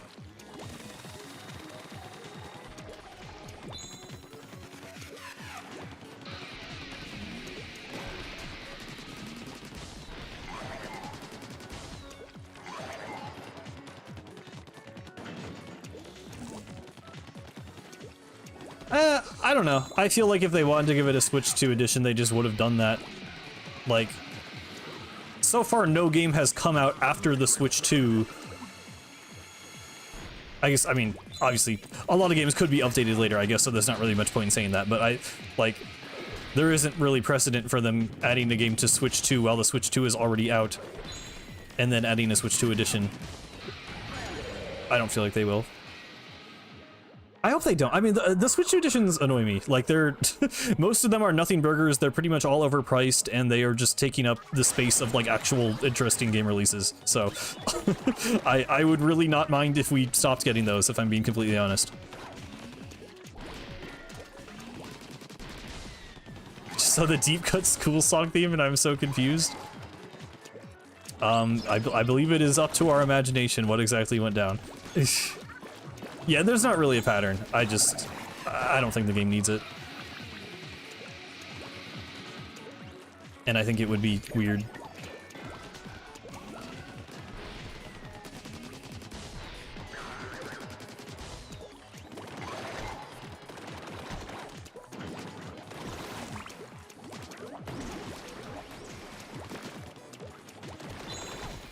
Yeah. I think it's from Splatoon 3, like the OST. I honestly don't remember like what it's called specifically. I know, like well, yeah, I mean their schedule, like that's what I mean though. Like I know it's kind of a non-complaint. They're not interesting to me. I'll put it that way. Maybe it's, you know, what I said before was incorrect, but they're very underwhelming announcements, and there are a lot of them, so they're kind of getting annoying.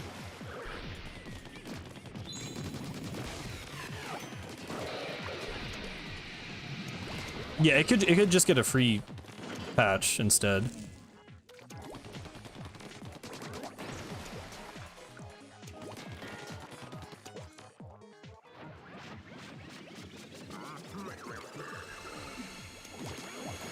True, you could add the headless shrimp.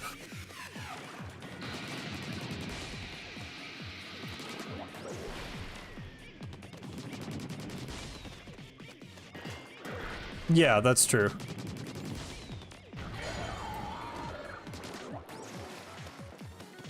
Yeah, the PlayStation price increase is insane. I do not know what they're doing. They have like no exclusive. They expect people to buy a 650 base console, and then they're going to announce the PS6 in like 1.5 years. Like I don't know what the plan is there.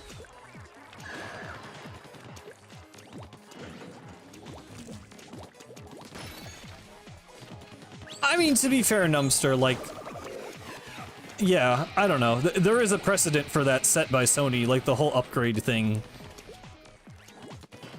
It's just weirdly inconsistent. Like, the idea of, like, an upgrade that does add some content, while also upgrading the graphics of the game is like, I don't think it's a terrible idea. I just think most of them have not been that interesting. Starcrossed Worlds is probably like the most significant one. Jamboree TV was like widely agreed to basically be a scam because it literally wasn't a Nintendo Switch 2 version of the game until they patched it in. It literally didn't make the like graphics better in the base game, which was kind of insane. What other ones even were there? Animal Crossing was like, I mean, that was okay. I kind of low-key forgot about it already. I remember thinking I was actually going to use the Dream Island feature. I literally don't think I've touched Animal Crossing since I did that stream of it when the update came out. So that's a little unfortunate.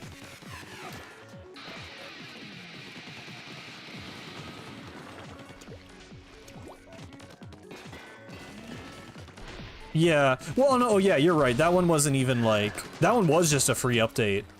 And then the bonus thing. Yeah, I mean, yeah, okay, that one's not like worth like, that one was just nothing. It wasn't expensive, so it doesn't matter that it was nothing. It just wasn't anything interesting. But I don't know. Apparently the Mario Wonder one is pretty good. I am personally not interested in getting it because I didn't really... I didn't like Mario Wonder enough to spend money on DLC, but it seems like it's good apparently, so that's cool.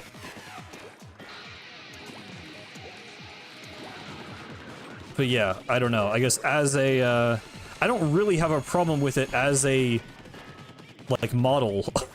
I just think none of them have really been that worthwhile.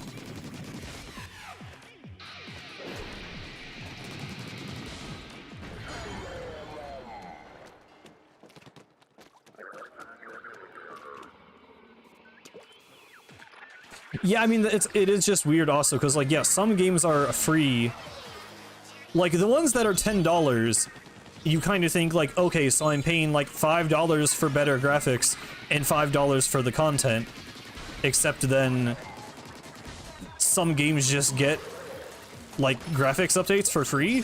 So it's like, okay, so what is the value of a 4K 60 FPS patch if some games, it costs $0, and others, you're paying 10 for this expansion? It's just weird.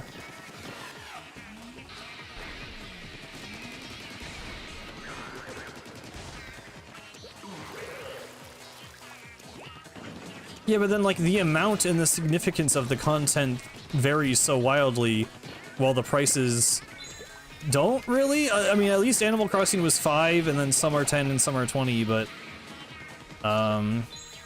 I have no idea why the Breath of the Wild one is $10. I'll be honest. That was a waste of money. I regret buying that. Zelda Notes is not worth $10. That was... I don't know what's up with that.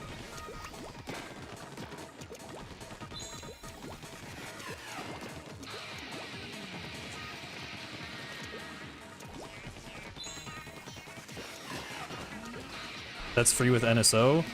It's only free with the expansion pack, though, right?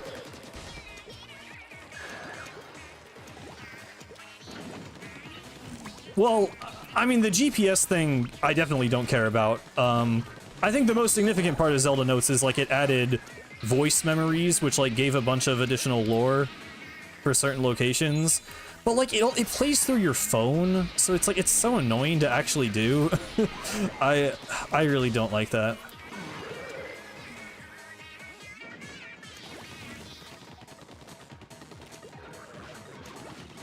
Yeah, I mean, like, I think that's literally just... They knew Breath of the Wild and Tears of the Kingdom are popular enough that people would pay for it.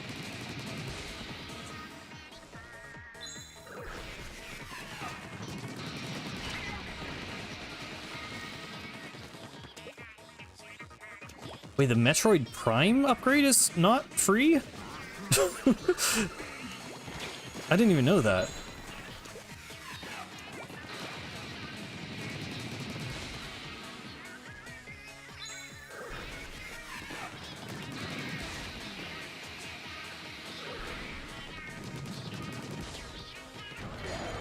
Yeah, I have no idea why Metroid Prime 4 on Switch would be more expensive.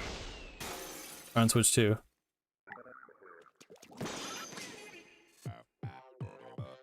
What do you think about Nintendo today? It's fine. I think it's kind of pointless, like, because everything that gets put on there just gets reposted on Twitter anyway. Maybe if you're like a kid and your parents are like, we don't want you going on Twitter, but you want Nintendo news, so use this app, like, sure. But, I don't know. I have been collecting my Mario Galaxy movie collectible cards, so they've got me logging on every day for that, but, I don't really use it besides that.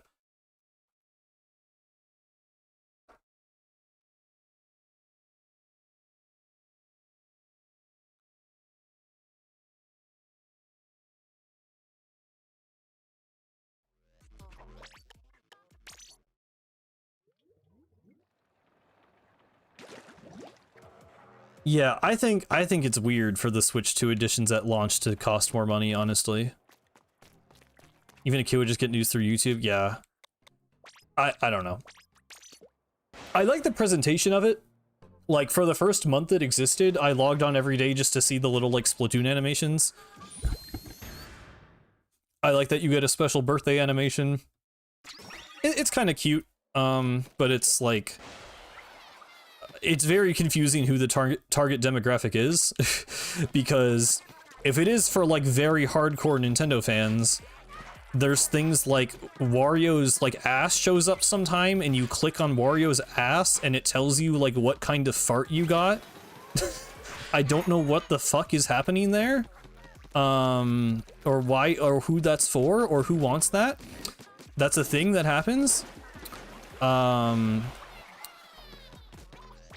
But then also they like announced the release date of the Zelda movie on there. So, bro, I gotta know my aroma. I mean, I don't know. This is a real thing. I wish I was making it up. I wish I did not experience it. Yeah, they just put Wario's ass in there sometimes. But yeah, I don't really get I don't really get Nintendo today. I don't really get the point of it. That's the worst opinion you've ever had? I mean, alright. Yeah, I mean, I wouldn't say it's replacing directs, or like... it's not really replacing anything, because they just post the same news on Twitter, like, 5 hours later. Like, they don't even keep things exclusive to that. And you can't keep anything exclusive to anything because it's the internet in 2026. So it's just like, it's just gonna be everywhere anyway. So I don't know.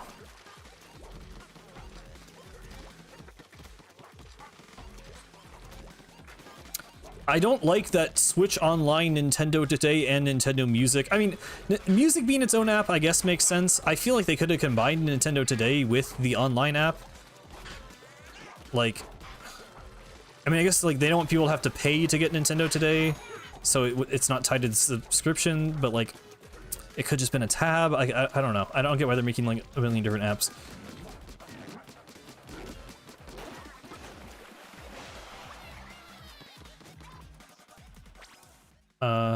I mean, they don't need Twitter. Like, there's always going to be a website where people get news.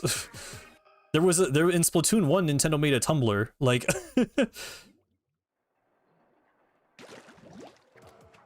Yeah, I think they were joking about the direct thing, at least partially.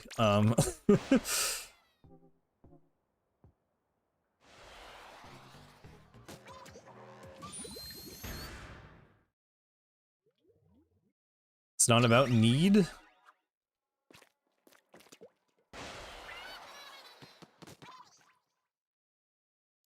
I mean, then what is it about? I don't understand what the point of it is.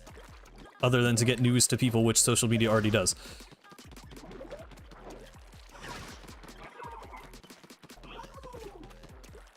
Nintendo Music is cool. I do like the extension thing in the playlists and stuff, like the pre-made ones that they give you. But until it has like 200 more OSTs, it's not going to be better than YouTube, unfortunately.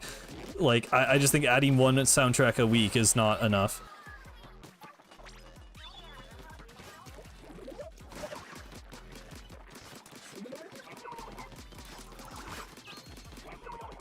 They did add Origami King, which is peak Nintendo OST, so it is better now.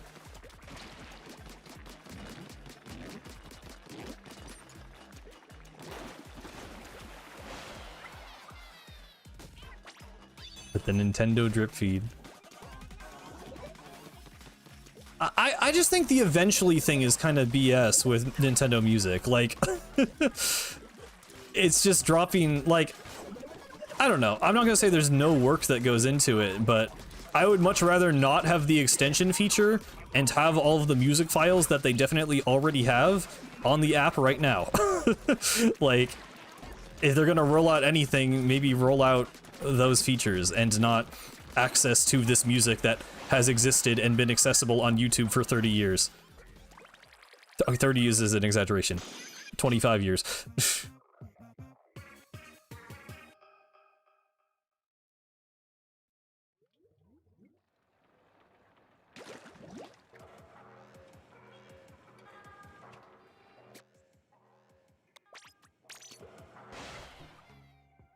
You made a show? I don't know what you mean, but hello? What kind of show did you make?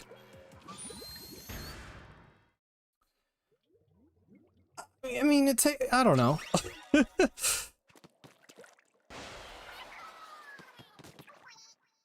I think it probably takes more work for Nintendo music channels to rip the music and upload individual individual YouTube videos of every single song than it would for Nintendo to take a screenshot of the game and upload the music that they already have on hand.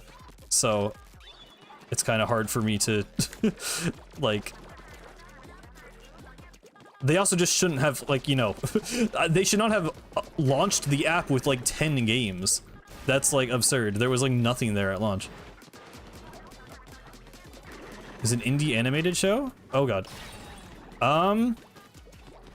I probably won't like watch it on stream, but if you want to send it, sure, I can. I'm okay with a little bit of a self promo because animation is pretty cool. If you want to send it, maybe I'll check it out later.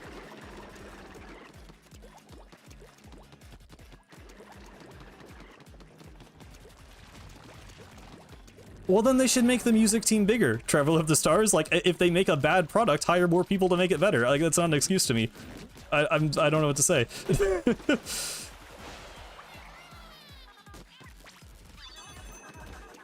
They're a mega corporation. They can get more interns on the job.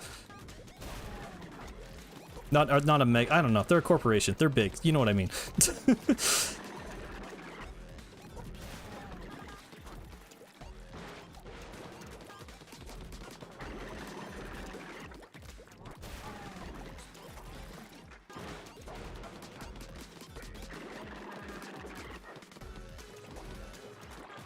I mean, I don't think anyone's buying Switch Online for Nintendo Music. I'm sure it's like most people would just consider it a bonus.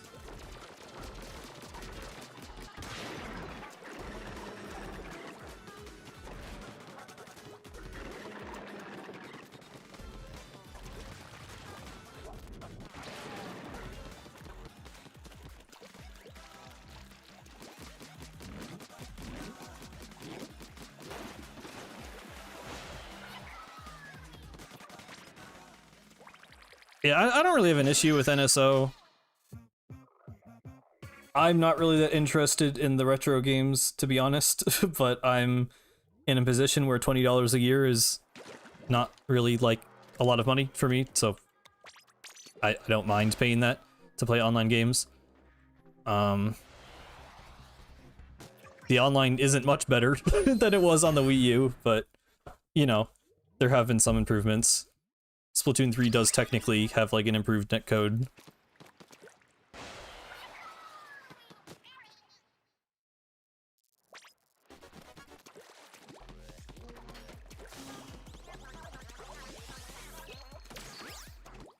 Yeah, like, it would be Switch Online or just be a separate subscription, so it's more convenient this way, if anything.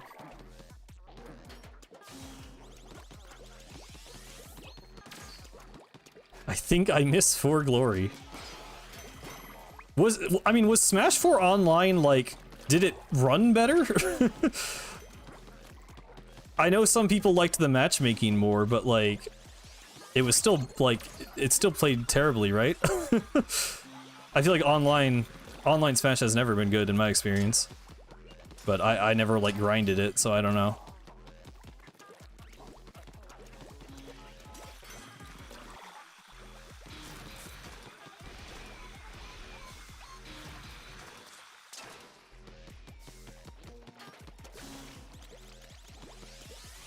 I've never played a Star Fox, no.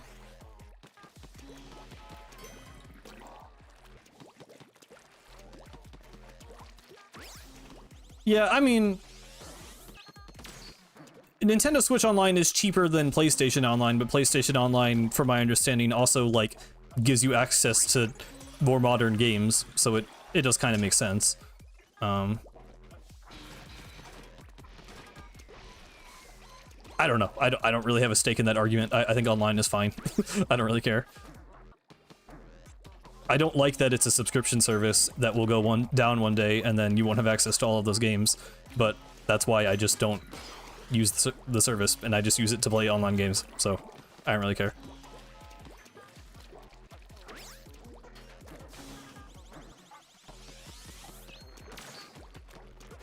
Do you like when weapons are too weak or too strong? I mean, I prefer too strong.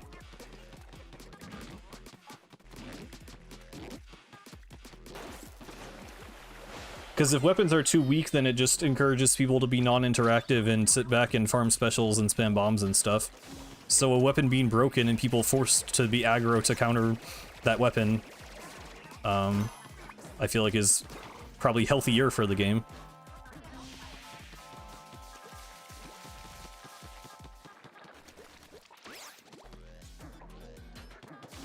God.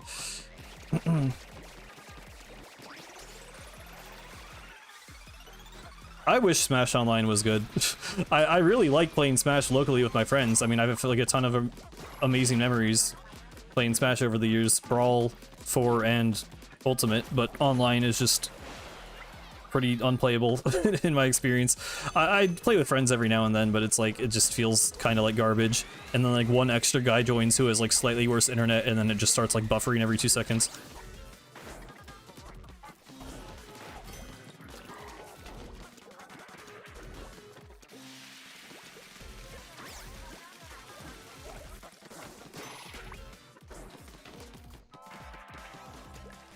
I'm like impressed that an online Smash community exists, to be honest.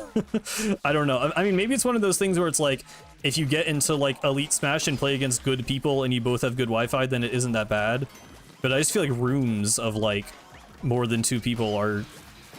I've just never had a great experience with it.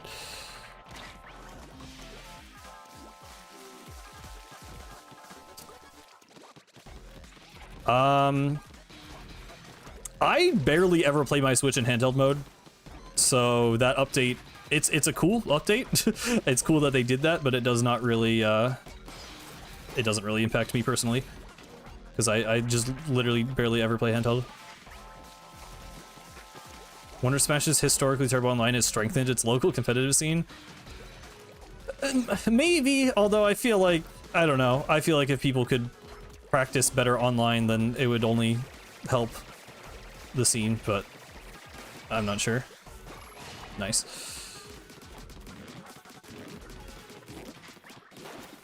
Keep seeing people use Aerospray RG. In Turf War maybe. It's not good in like actually good ranks. As far as I'm aware. I mean, I don't really grind Splatoon 3 ranked very often anymore at all anyway, so I'm probably not the best person to ask, but as Aerospray has historically always been like a noob weapon, so unless something happened outside of that like one time it was meta in Splatoon 2 for like 2 weeks, it's probably not good. Yeah, I mean, I see what you're saying. I wouldn't be surprised if that influenced some people to join up locally. Will you play Shifty Stations for the Splatoon 2 anniversary this summer? If Raiders is not out by then, maybe.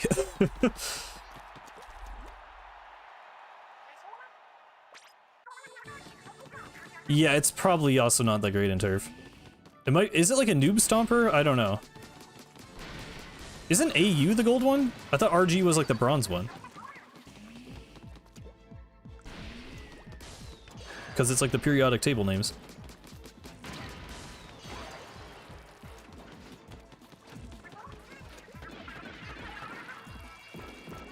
Or it's AG. I'm completely forgetting now. I don't know.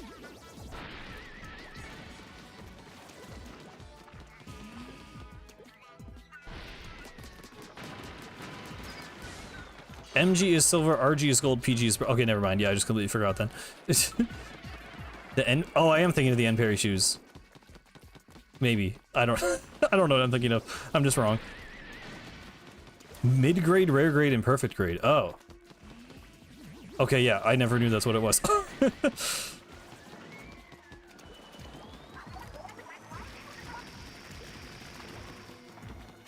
I miss Tri-Slosher meta?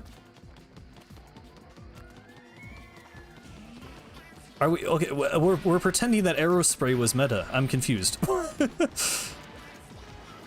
A Tri-Slosher meta was also not good, but Aerospray meta didn't exist. It wasn't even... Like, it was baller meta. Aerospray was good for 2 weeks in Splatoon 2 because it had Sprinkler and could paint so it could spam baller. I swear to God. Okay.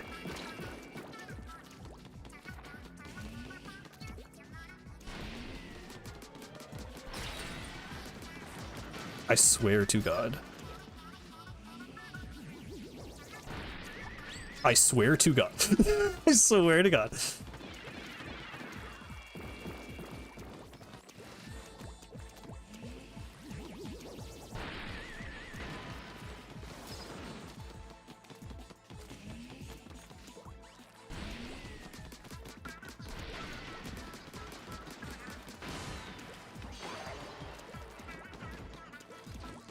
Unk, you freaking me out. I'm sorry. Why are you standing still so much in this fight? Because, like, you don't need to move most of the time. And then I get hit by something because it's the one time you do need to move. The fight is also just really slow and boring, so I'm reading chat. Dude, I hate the level 1 hero shot so much.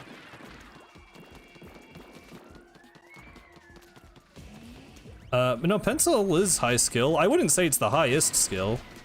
But it's a high skill weapon.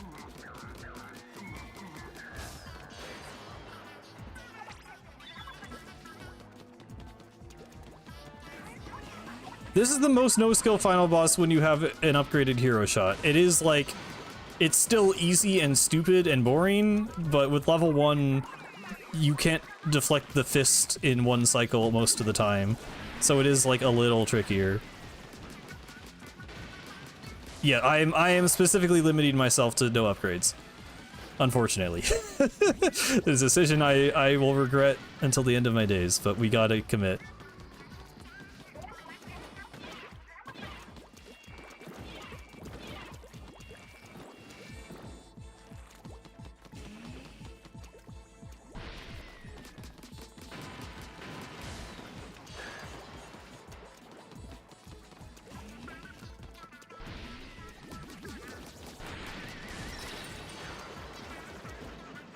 That was my bad. That was dumb.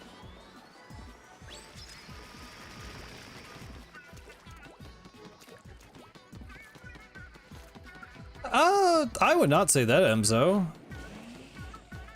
I mean, for playing, like... For casual online play, maybe, but, like, if you're actually trying to, like, push the weapons to their limits and get really good at the game.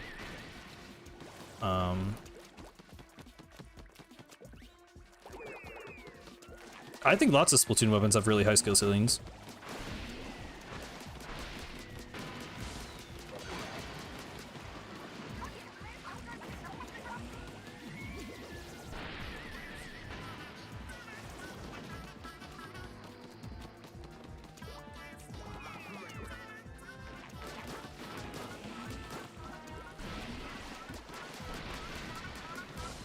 Dude, I should not. I don't know, like, what's going on in my mind there. I'm so bored of the fight, so I just want to shoot the fist back no matter what. So I just keep shooting at it, and I don't want to move out of the way because I don't want to have to wait another cycle because the fight takes like 9 minutes and it's so boring. I would not bring up decav. I think decav is relatively a pretty easy weapon. It's not the easiest, but like, I mean, I think Stamper and Wiper are both harder, to be honest.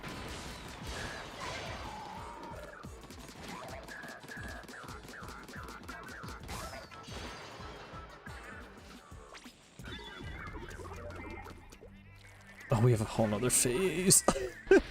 I literally think I'm done. I should know, because it switches to Title Rush, but phase 1 and 2 just takes so long.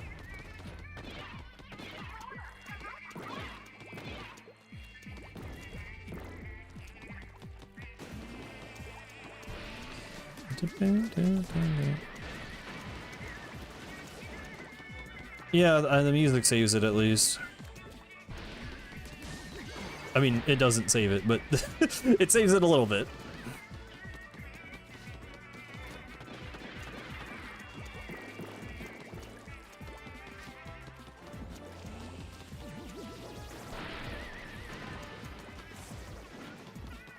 Did something weird happen in the chat? I don't know. I didn't see it.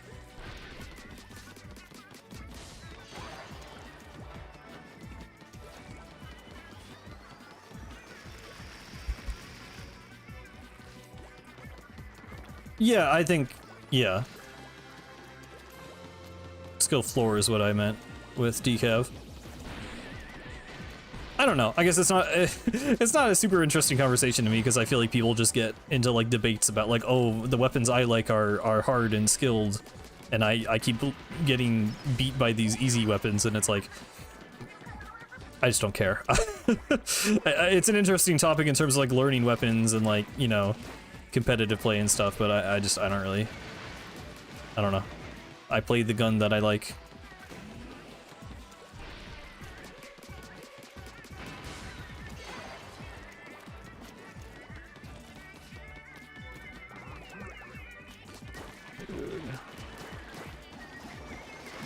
Bro's throwing out all of the useless attacks that waste the time. Except Splash-O-Matic.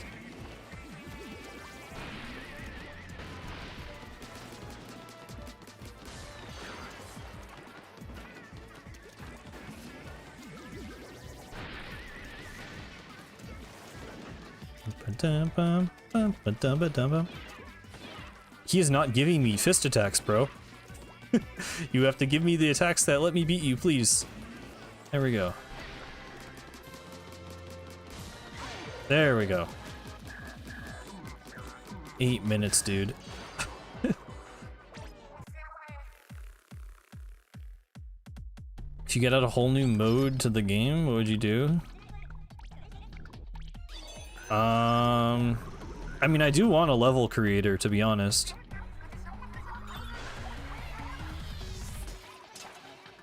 Do you remember the large Octarian and the Octo expansion boss files? Do you mean, was there one that like, it was like a bunch of tentacles put together in like a star shape? I remember that. I don't know if that's what you're referring to.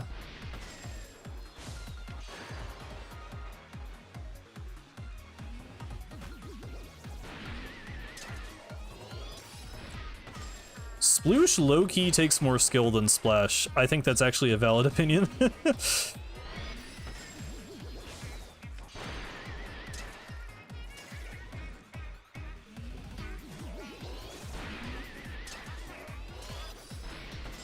Are the concerts free for the Octarians? I mean, it's all government funding, so it'd be kind of lame if they were paid. But I don't know.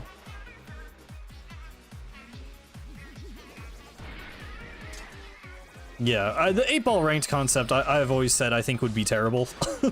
I think that was scrapped for a very good reason. I do not think that would work at all. Did I get... Okay, I got bad RNG. Because this fight does not normally take 10 minutes. Like, that wasn't just me throwing, right? I did get terrible RNG. Cause Jesus, dude, 10 minutes.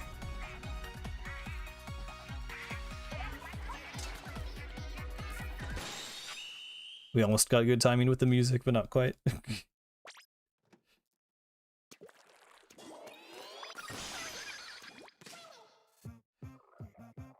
Ugh, 10:01. Oh, that's so bad.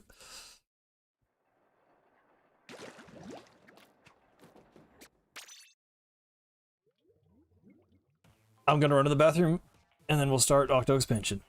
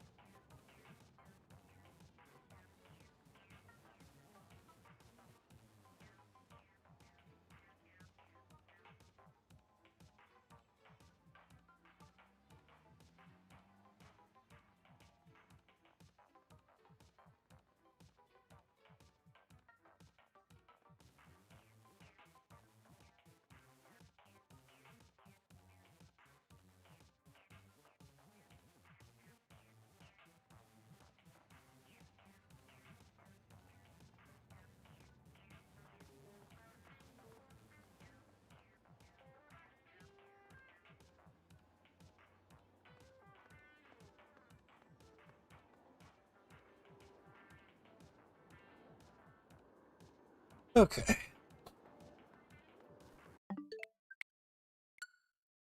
Skyward Sword is pretty cool, by the way.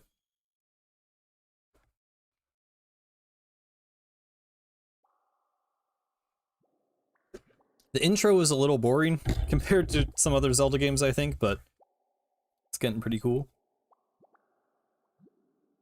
Unlike the third dungeon.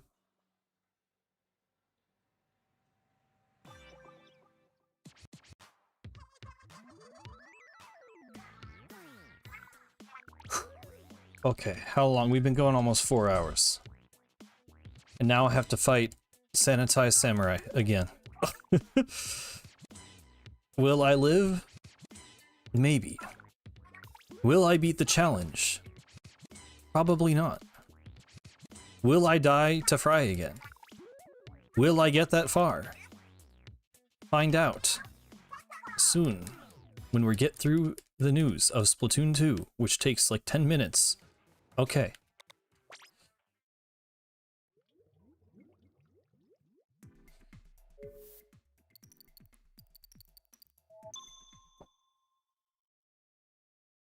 Ooh.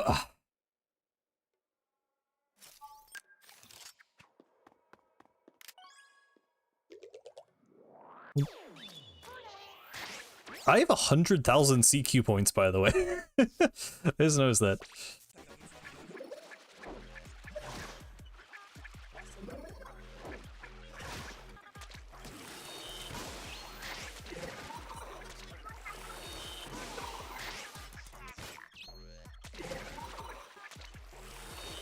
Need to find a way to place bets on this.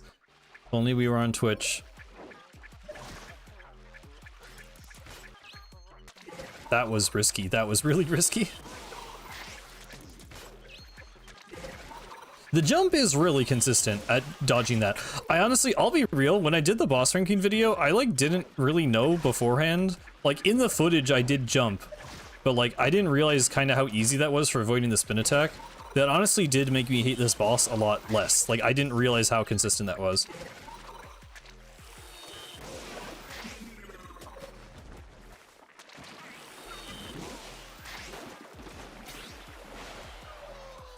So, I don't know if it's bottom one.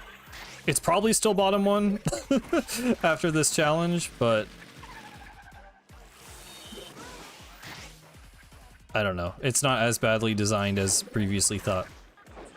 or, you know, I don't dislike it as much. Because it's really not that badly designed, it's just annoying.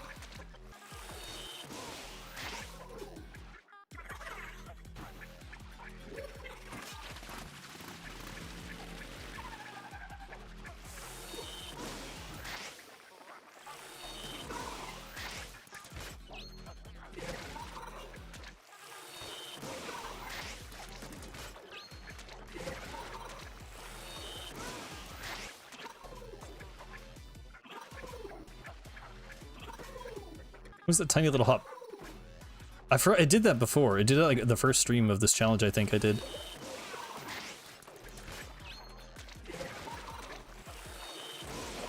There we go. Is there a Splatoon 2 community server for ranked?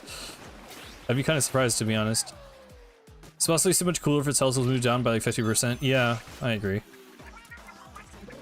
Or, I mean, again, like I said in the video, if you could knock it out of the arena, because then pushing it back would actually be a strat. You literally don't want to push it back. Like, that's what I've learned from this, is it's like really dangerous to be on the edge of the arena, so you literally want to let the boss come back towards the center. Like, it's the opposite of sumo. You literally let the enemy get to the center of the arena, and it makes it easier.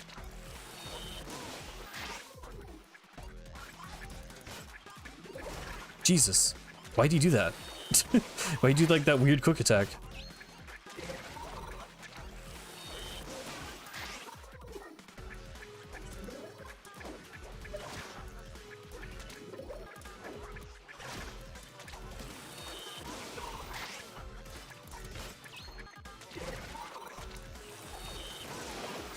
Okay. r/Splatoon 2. Oh god. I don't even want to know what it's like over there.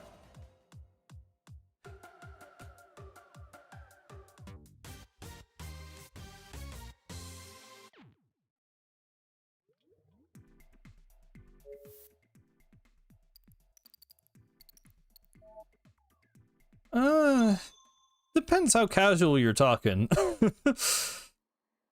But I do know lots of people have that opinion.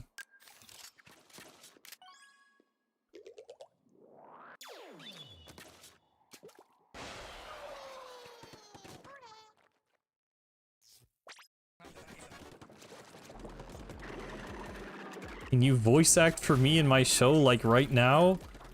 No. I'm doing a stream. Sorry.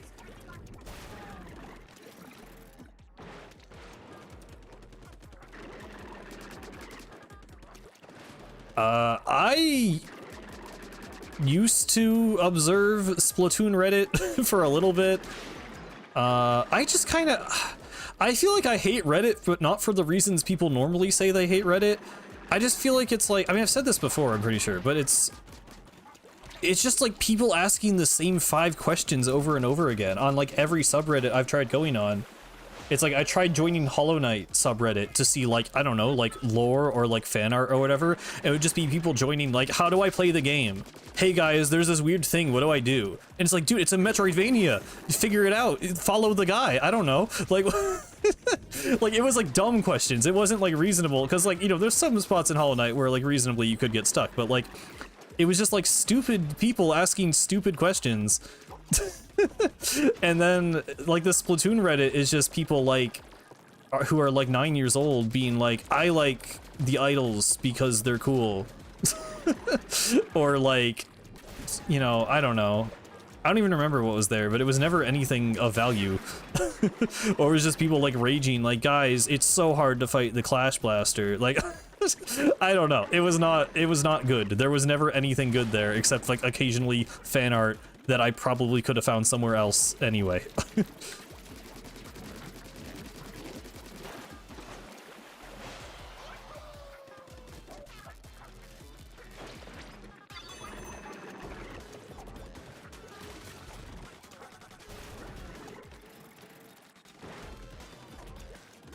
I mean, the Discord... I don't know. Joining a Discord for a Reddit is not something I would ever do, personally. Is not the form of community or like fandom anything that I want to engage in. But, you know, yeah, if you're trying to, like, find games, like, it's valid. I just think there are better places to find, like, content or art or whatever. I mean, I think YouTube is the best platform, but I think Twitter is good for following artists and YouTubers to then watch on YouTube. So, I don't know. I'm not, like, defending any of the platforms. I just personally have had the best experience on Twitter. Not even for, like, again, like, I've had the best experience on YouTube, but in terms of, like, forum or post type things, you know, non-video content, I feel like Twitter is... I wish I could get into Tumblr. I've said this a lot of times. Tumblr is just confusing to me, and I feel like there aren't enough, like, people there who I want to follow. I like the idea of YouTube and Tumblr the most, though.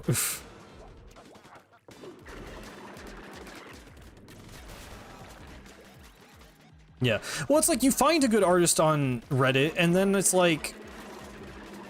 there's no good way to, like, follow an artist. Like, you can follow people on Reddit, but I genuinely don't know what it does.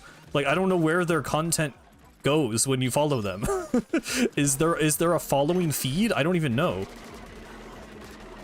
Also, the Reddit mobile app is awful.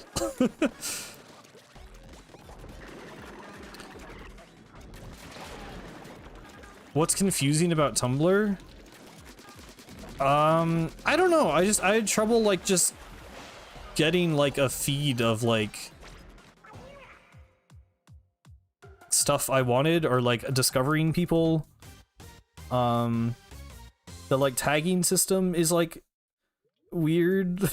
It's, like, good, but weird. I don't know. I could probably figure it out. It's mostly just, like, I think there aren't really...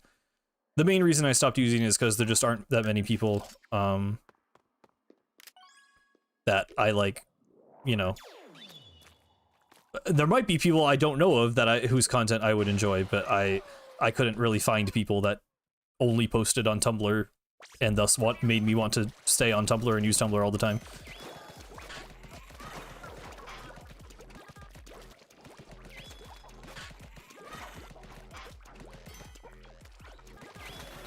Well, my problem with Discord, like... It's the two extremes. On Twitter, everything is too public and exposed, and on Discord, everything is too, like, obscured and obfuscated and, like, hard to find. I feel like...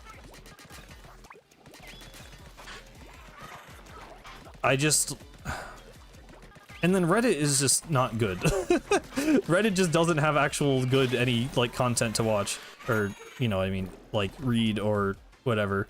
At least for the stuff I'm interested in. I'm sure there are good Reddits. I think it's just the particular things I would want to use Reddit for do not have good Reddit communities. Rassicus, I have notifications on for Rassicus for Tumblr. Because people ask them, like, interesting lore things, and then they normally give interesting answers. So that's my main use of Tumblr, is Rassicus. Because they actually do post a lot of stuff that they don't post anywhere else on there. I don't like that my armor is broken and that I almost just died to that bomb in the Super Gem animation.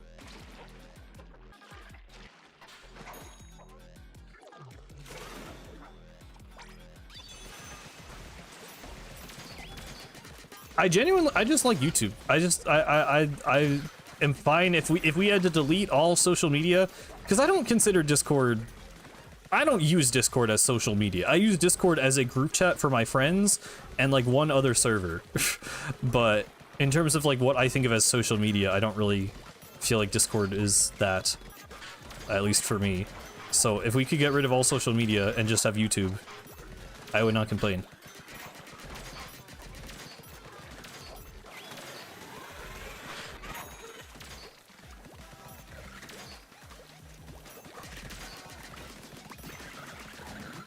Right, I can just do this. Okay.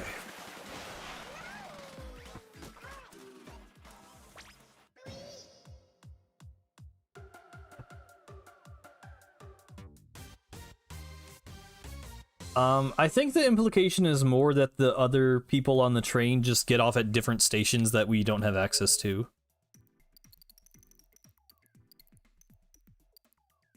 I did Octostomp, right? Yeah, we're going clockwise.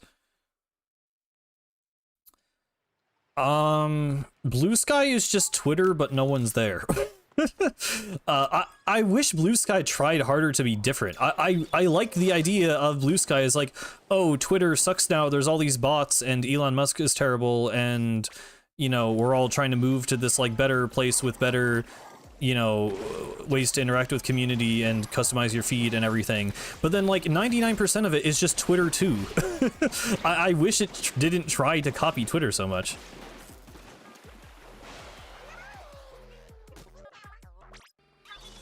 And also it's the same problem I have with Tumblr, where it's like, well, everyone was on Blue Sky and then they just went back to Twitter. I basically have a Blue Sky to follow Toby Fox.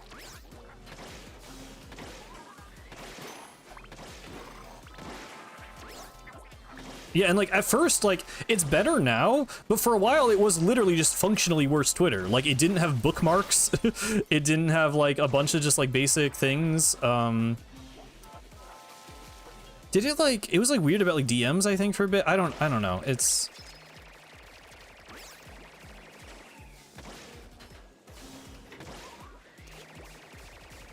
the algorithm also sucks on Blue Sky.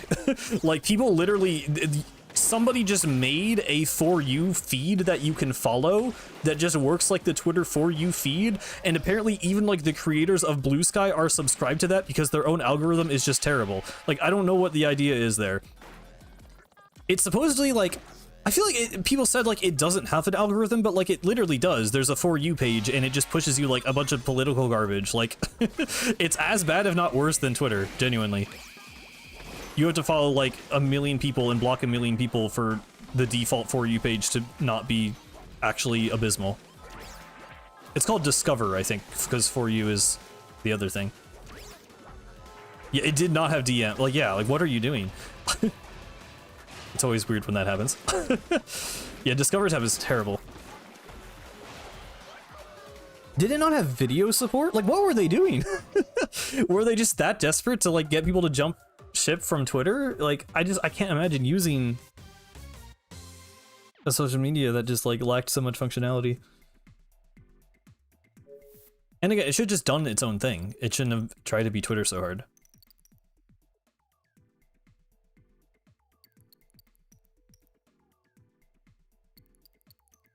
Yeah, well, yeah, no, and then half the time you go on Blue Sky and it's just people complaining about Twitter on Blue Sky. It's like, dude, we're trying to like escape, like, it was so annoying.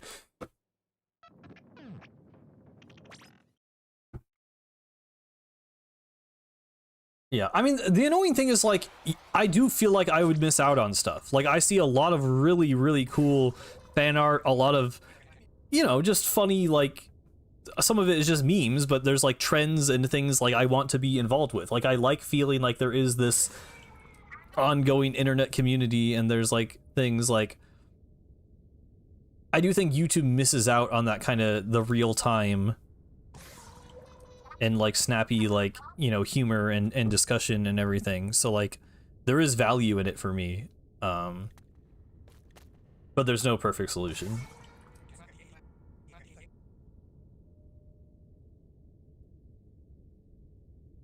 Hello, Valenito.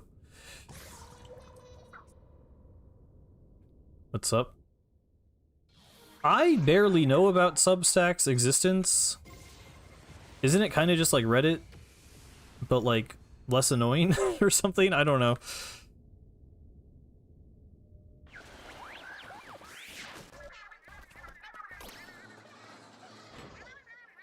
Everyone on Blue Sky has to remind you that they're not on Twitter. Yeah, it's like, dude, like we all know the situation. That's why we're here. Like,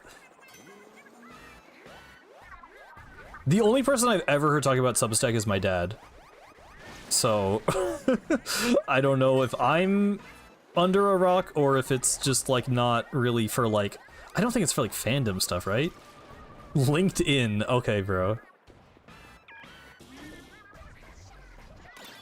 LinkedIn makes me actually want to die. Like, LinkedIn is terrible.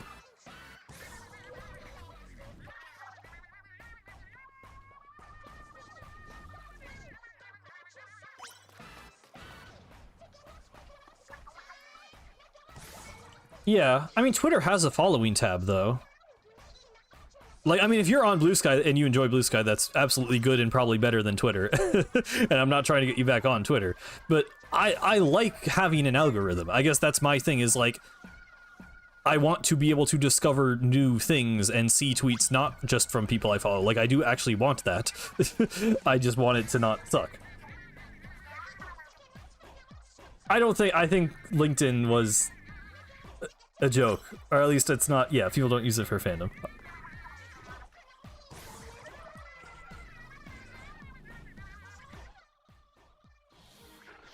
Yeah, I mean, I'm sure you can get a good Blue Sky feed. Oh. I pressed the wrong button.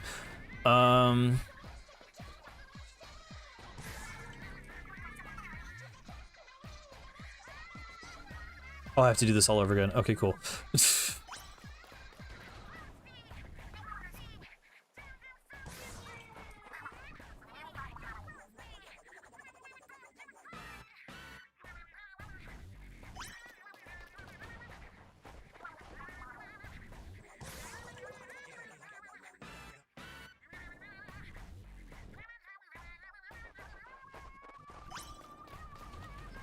Yeah, I mean, I don't use Twitter for, like, political stuff. Like, when I say find, like, I find artist. Because you don't really, like, it's hard to find, like, a digital visual artist on YouTube. Like, there's, like, speed paints, I guess, but, like, it's much easier to find fan art on Twitter.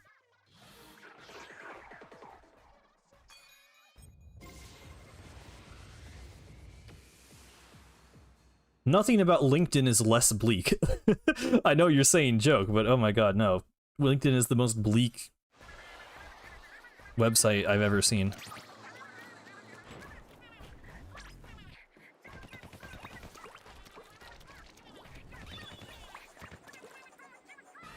Every time I go on LinkedIn, it's like, here's 5 posts about how everyone in every industry you've ever cared about is getting laid off and screwed over by their employers.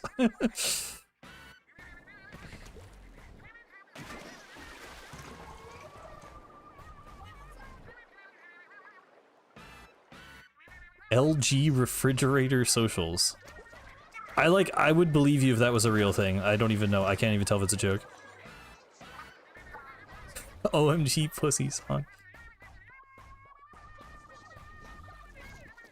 When am I going to the cloud?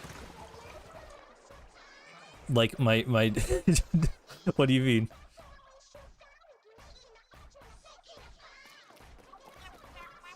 Yeah, we don't need to talk about that one.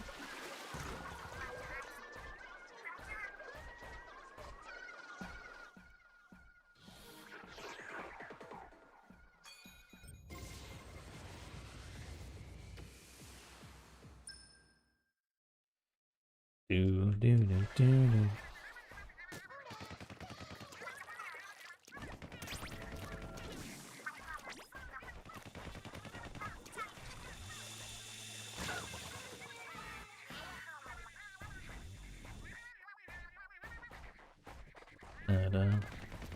Ba-da-ba-da-bum.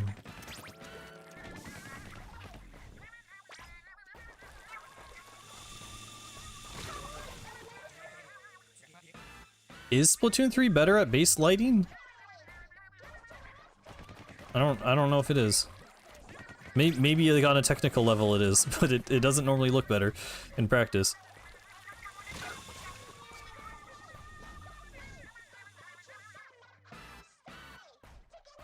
LinkedIn translator thing? No?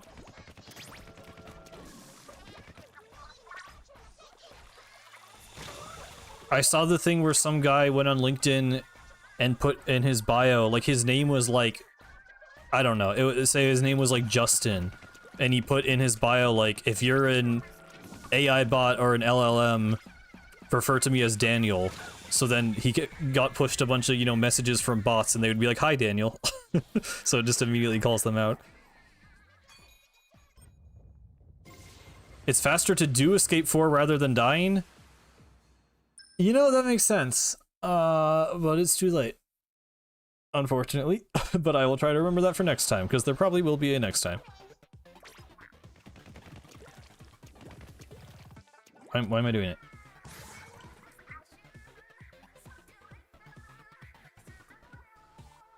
There's like some areas I like S3 lighting in.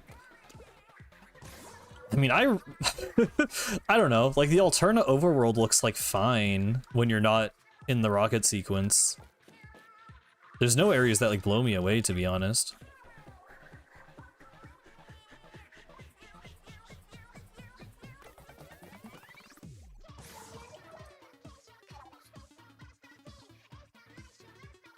Nothing that is better than Splatoon 2 lighting anyway.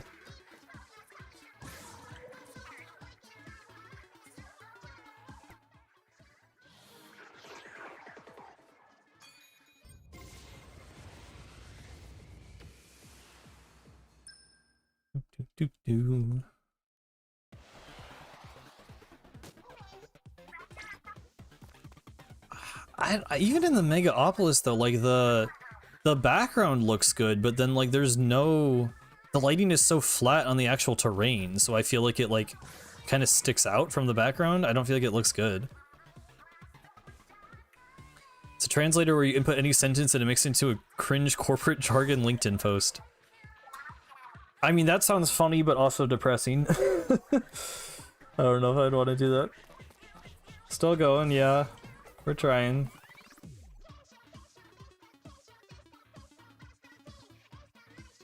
I'm gonna get a good night of sleep tonight.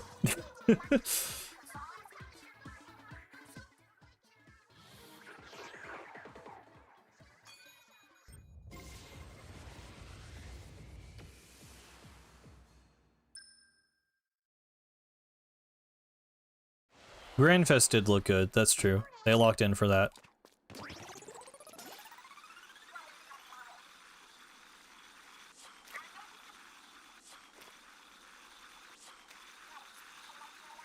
The crater looks pretty good too, in general.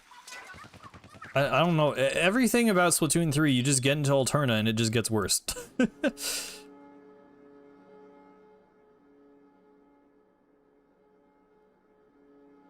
I don't know, I think you asked that before, Rules. I mean, I don't really know.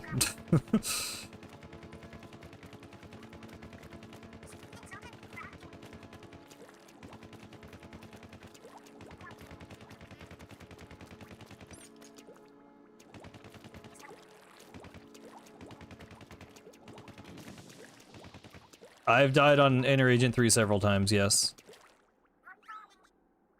Outer Agent 3 time.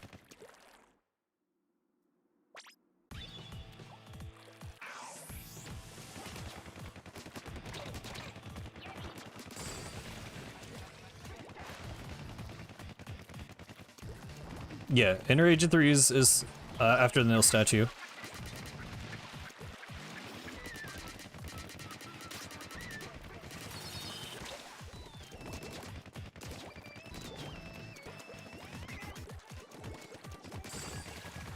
I've never died on this fight.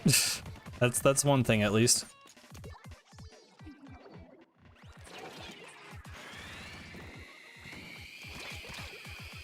Come on.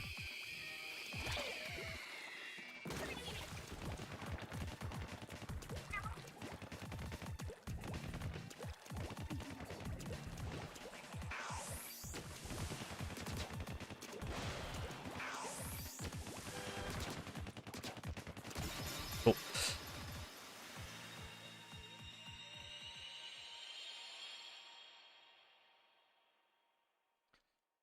Yeah, I'd like to learn more about the limiter. That's something that could be explored in Raiders, maybe.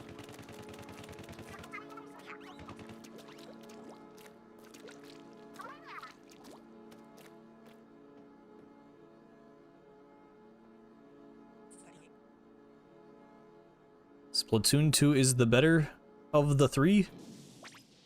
In some ways, yes, in some ways, no, in my opinion.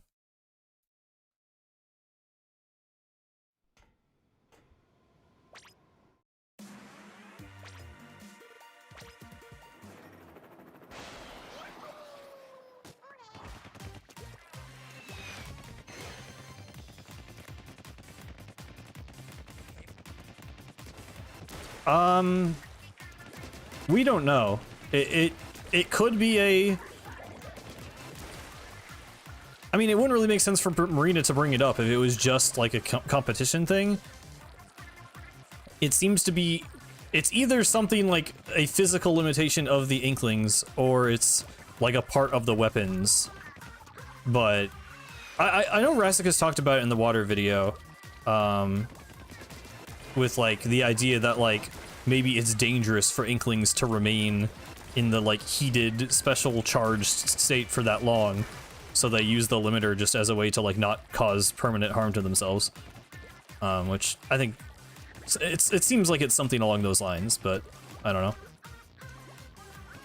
Yeah, I count this as a boss, otherwise we would not be doing it.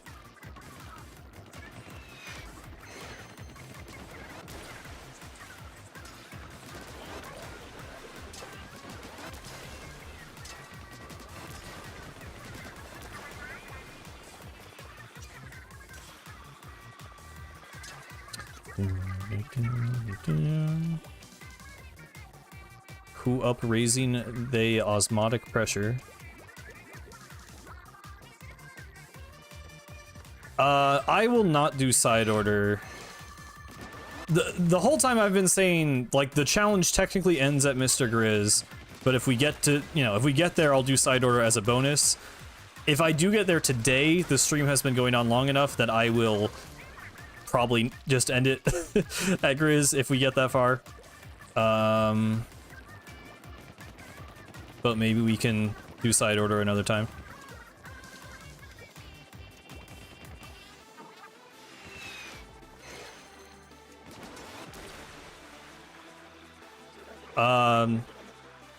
Well, I just answered. I don't know if you heard the answer to the side order question, but I'm not doing the non-boss stages. I'm just doing the bosses. I'm just like using a completed save.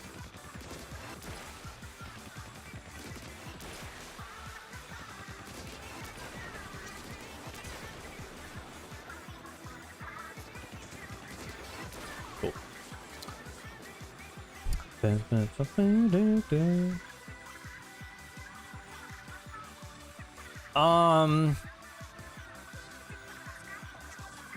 I don't know what weapon I would use. I haven't really thought that far ahead. I think of side order as like not really a part of the challenge. That would, like, it would just be a bonus thing.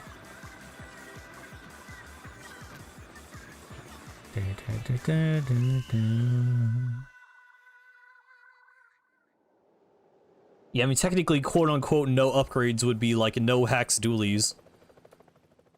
I don't know if I don't know if I got another no hack run in me, if I'm being honest.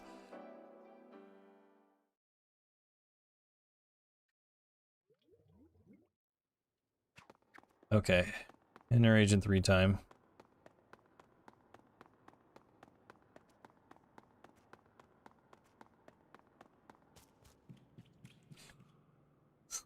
Okay, gotta sit up.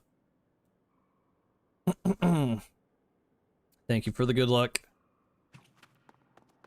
Let's go.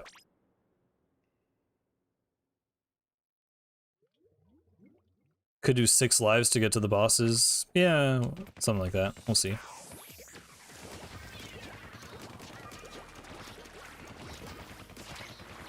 Okay, that was a messy phase 1, but we got through it. The bomb was like, I don't know what happened there. I got like stun locked. My brain was not comprehending.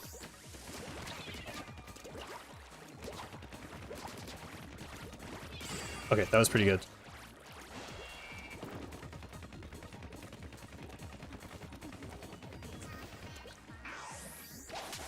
That was terrifying. But that was very good. The bombs painted under me, or the bubbles painting under me jump scared me because I thought they exploded and dealt damage to me, but they did not, so that's fine. Cool. Cool, cool, cool. Here we go.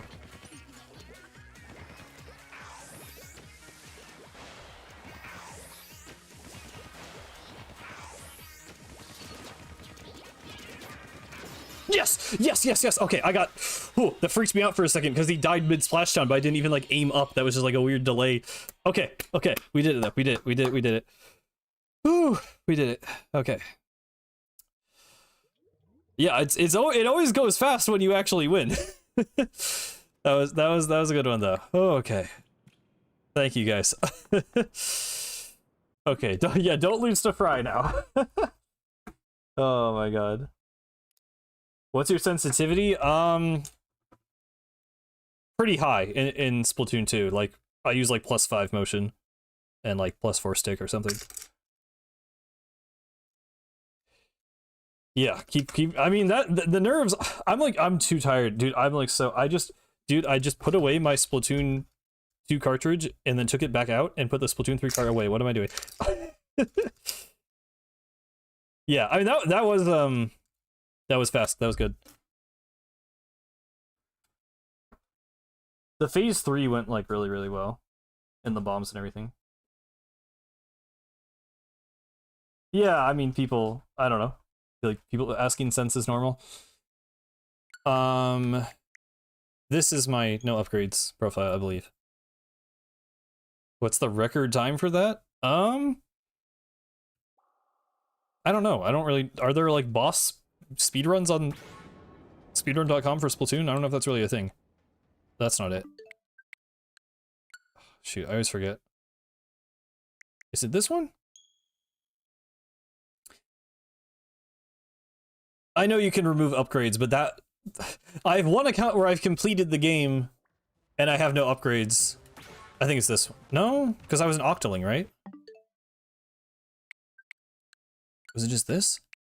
There's one account where I have the whole game completed and removed upgrades, and I don't want to remove the upgrades on my main save if I can help it.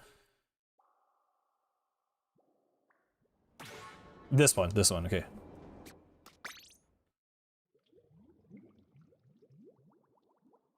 Yeah, it confused me too with the Angopolis square.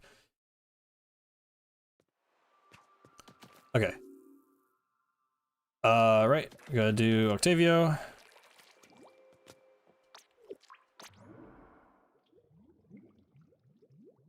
The furthest I've ever gone is Fry. On this stream, this is the furthest I've ever gone right here, so we will see.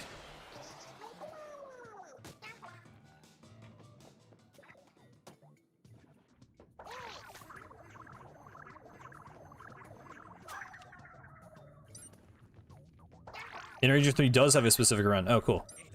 Why can I not hit the fuzzball right now? I'm trying to not get too close to the edge. Yeah, Octavio counts.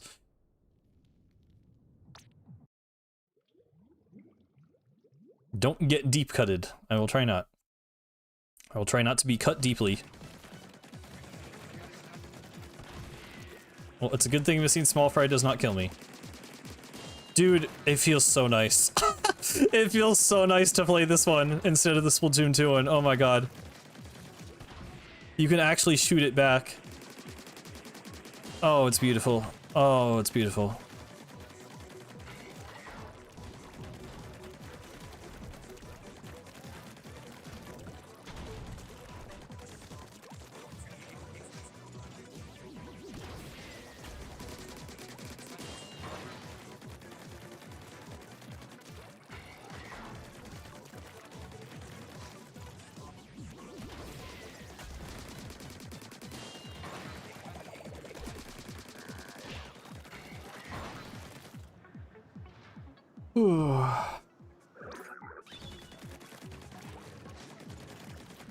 Say it didn't deep, say it didn't cut.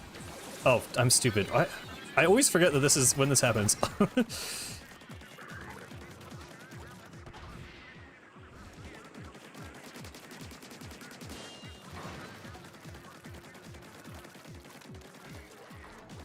Me when the tutorial weapon lets me complete the tutorial more smoothly? I mean, in Splatoon 2 it literally doesn't. It literally makes everything harder.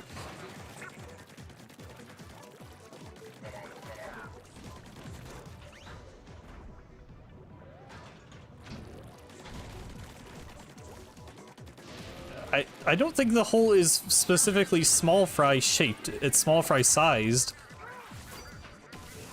I was too late on that. I just gotta start shooting things. What am I doing?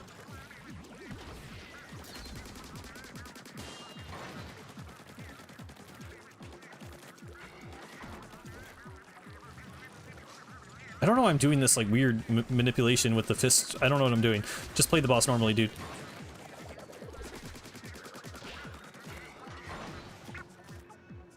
Because he has an ink... I mean, an ink vacuum seems like a pretty practical tool for a giant weapon to have in the Splatoon world.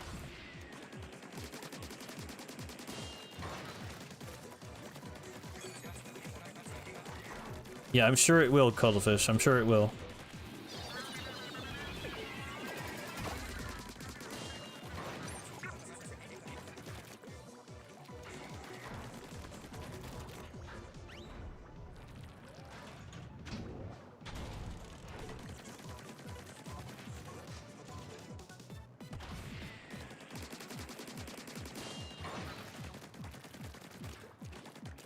What would I do if I died to this fight?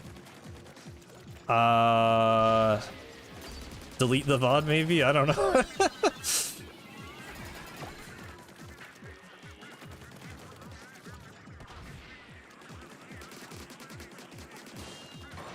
There we go.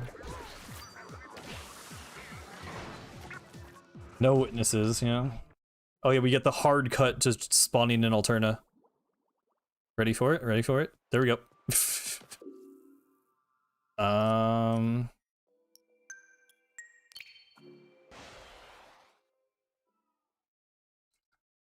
No, I'm clipping all of this? Okay. Okay. The spiral attack is scary. The swarm attack, I just need to avoid and just not even try to interact with.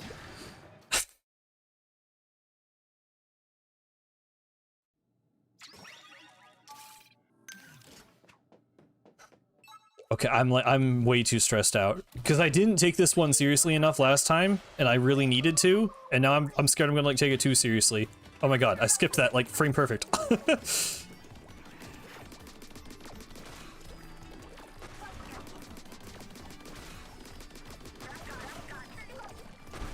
Okay.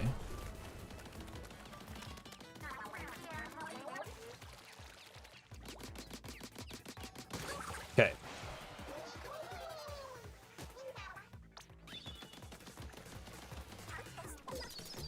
Oh, you're moving. You're moving. Oh my god. I thought we were doing this already. Okay.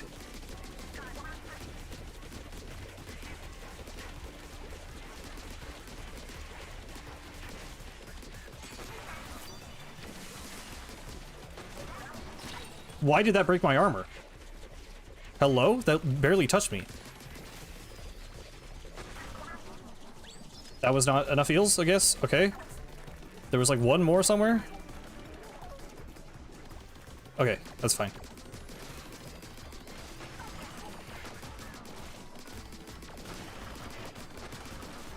I don't like that spiral attack, dude. I don't like that spiral attack. It scares me.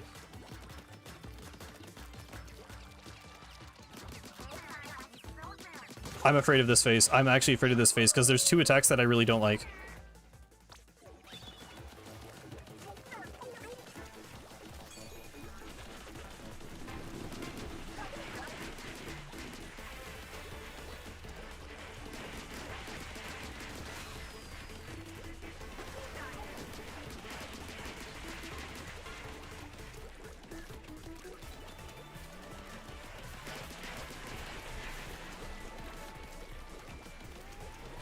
This lasts for so long.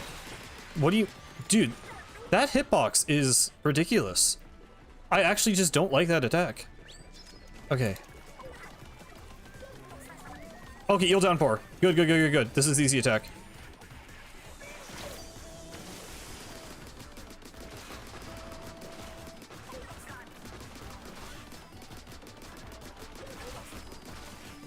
Okay. I was hoping to get all of them there, but that's fine. I don't know if you even can with level 1 hero shot. Okay, whirlpool. That's alright.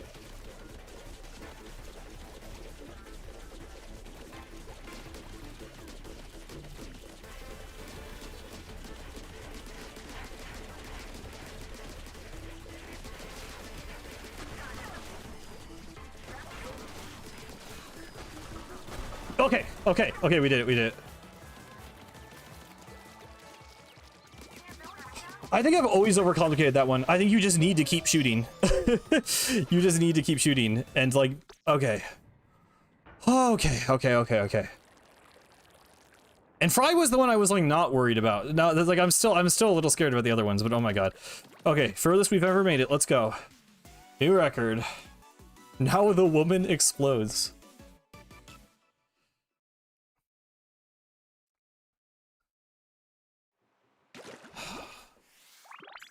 Shiver with level 1, by the way, is like actually kind of scary. Like I'm a little worried.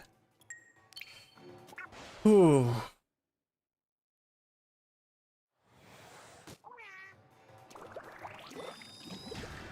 I just got to be really, really safe. I really need to. Yeah, Big Man. I just need to like focus the torpedoes. I really, really need to avoid the slash, the like splatling type tail slash thing. That is very scary here. And I might just play it safe and like just go for stuns and not even like try and shoot the shark normally. Well, it might be safer sometimes to actually deal a little bit of damage. I don't know. I don't know if it is. It might be safer to just... Yeah, do this. And then splash down.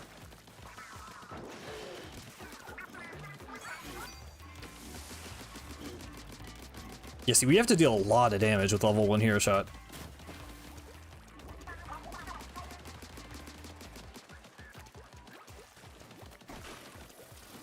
I'm a little scared of like the charge attack though, because it's a bit harder to counter. There we go. Oh no, it's not, because I can just throw small fry. There we go, there we go. Is that really not enough still? Oh my god, there we go, there we go. But literally everything is scary this far in, I guess that's true.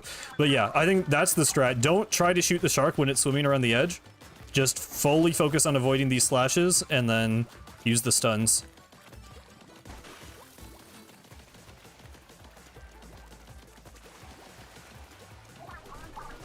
Someone you said you can... I don't know. I'm just gonna play it safe. You can really throw the bomb in then? That's what people in the comments were telling me.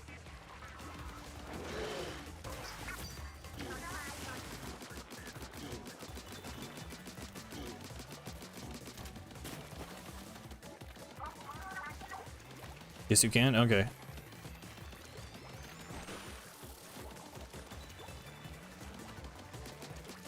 I don't even feel like there's a tell for that. I'm not sticking to my strat. Hang on.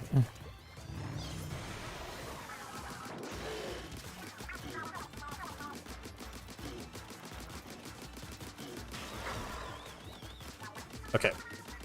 Strat is working. Just stick to it. Be careful of the laser attack.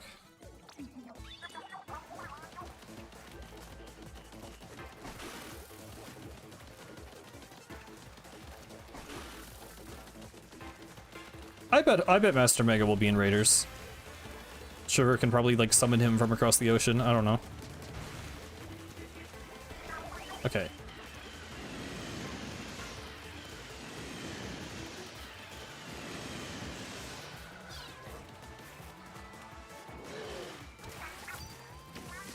This fight is really fun with level 1, I will say. I don't know. Everyone was shitting on me for putting this in top 3. I think this is a good boss fight. I think this is a damn good boss fight.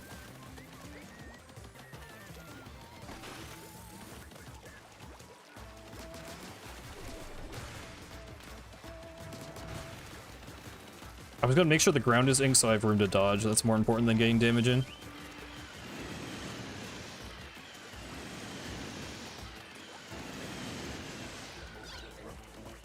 Wish I could get a splash down here, but there's not really time. Better to just shoot. I thought Shiver just said unk for a second in that text box.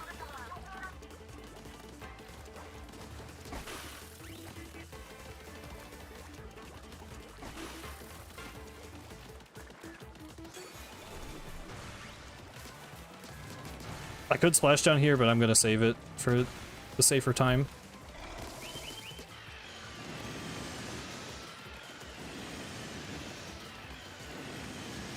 That should do it.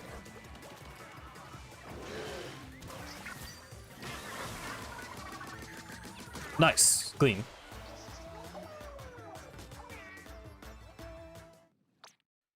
Yeah, I'm surprised more people weren't mad about Grizz, low-key. But I guess people agree that mechanically Phase 2 is kind of whatever. Okay. Pursuit of the Precious. Ba-dum, ba-dum, ba-da-bum.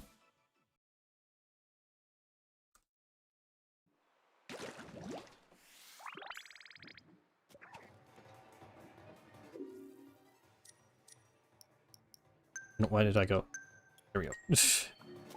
Just don't miss it. Ah, yeah, I'm big man with level 1 is scary too. It's this, I will really have to focus here. There's actually a very solid chance because big man can just out of nowhere spawn a bunch of shit on you and instantly kill you. Like, it's I'm afraid Cosmic is gonna be the big man in this situation. I guess so. Okay. Yeah, focus torpedoes. Focus just like moving, like keep moving always, rather than like targeting on the shadows too much. And get splashdowns when I can.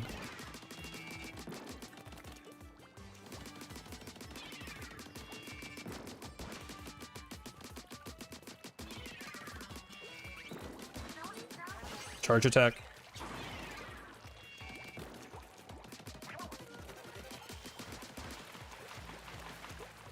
Oh my god. I don't think I knew he could even do ink strikes in Phase 1.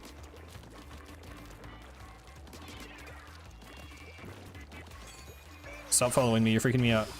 Okay. Okay, Phase 1. Can little buddy help? I honestly don't know.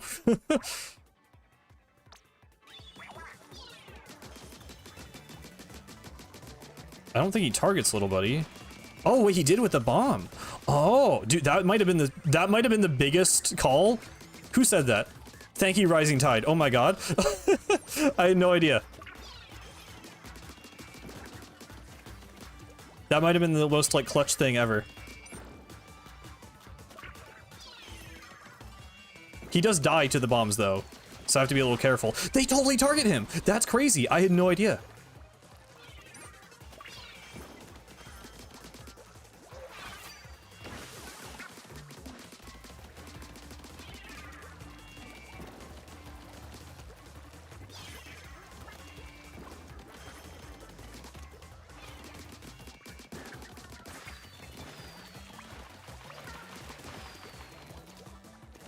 I'm not used to hearing Vimo in Return of the Mammalians.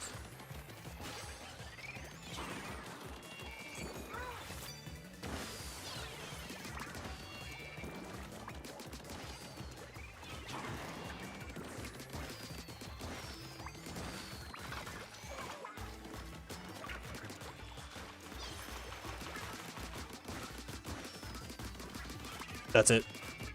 Yep. Okay, Phase 2. Phase 3 is scary. It's when a lot of stuff starts happening, but now we have the little buddy strat. Yeah, I'm so glad you suggested that. I really did not think that was even a thing. That's so helpful for the torpedoes, dude. That's actually crazy. Okay, so they killed him though. So back away, wait for the respawn.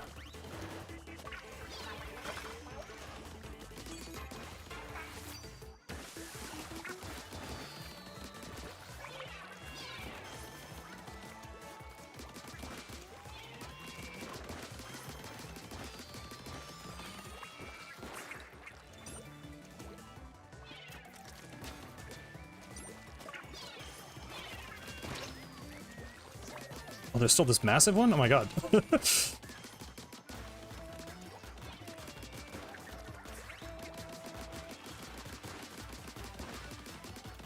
Sorry.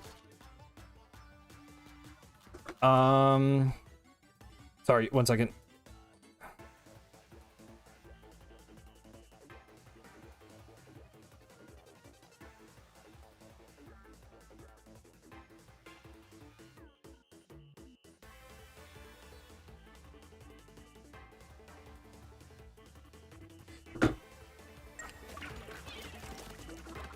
Sorry, I'm back. Okay.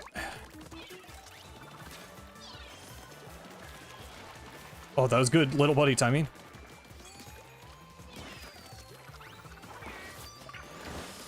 Oh my god. Get him out.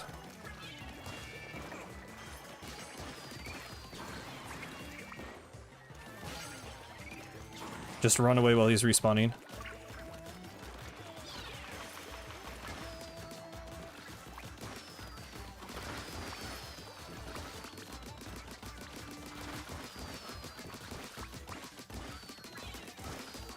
It's this. Oh my god.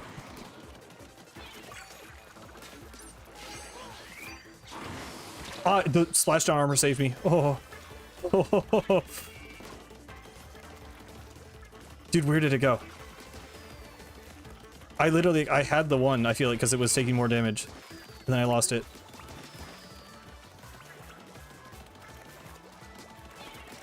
It's that one.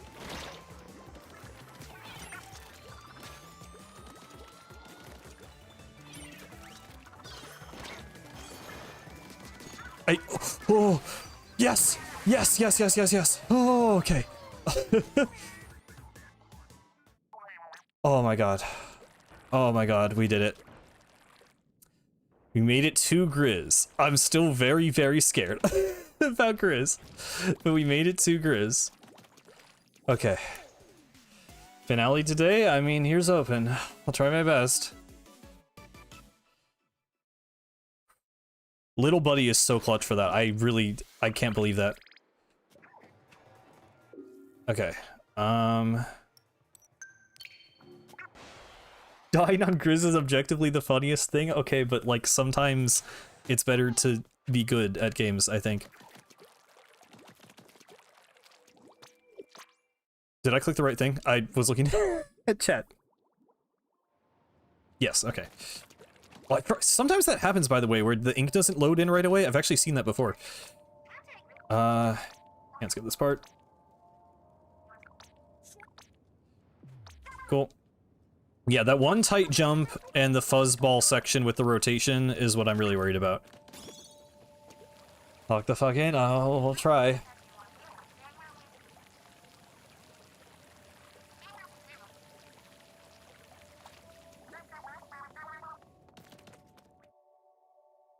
Yeah, we don't get the cool dark sky from the rando.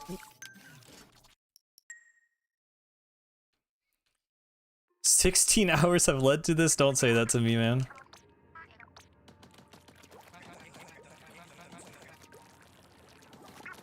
I know there's like the speedrun skip. I don't know how to do it. We'll just go through this normally.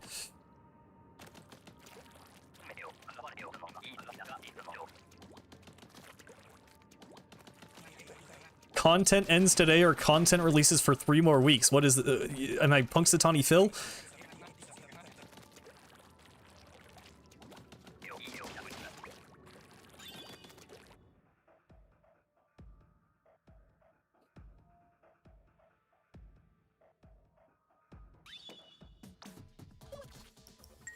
Dude, imagine dying to the final phase. You're able to skip the rocket levels once you get into them, but you have to do these parts.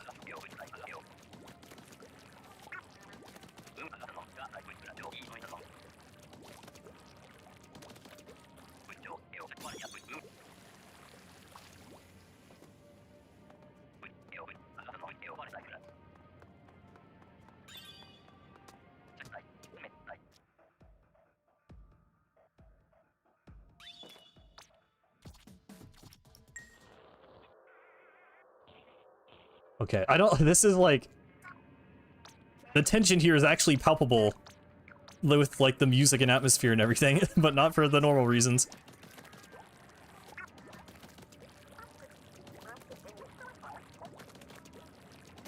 Our favorite Splatoon antagonist, yeah.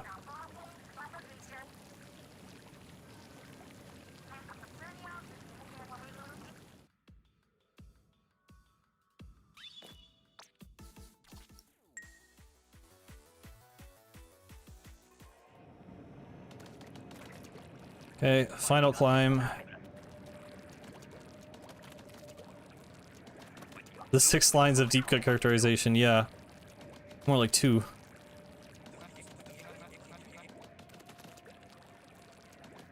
No curling. Truly this is the worst part of no upgrades, is having to ink this part manually. Grizz uses LinkedIn. I imagine he does.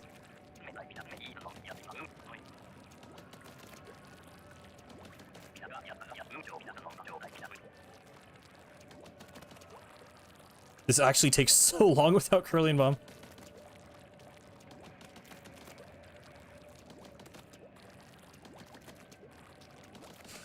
Okay. Here we go, here we go, here we go, here we go, here we go. I know there's Occ Torpedoes and Ink Strikes in phase 1. I just gotta get to the 2 eggs, clear the path.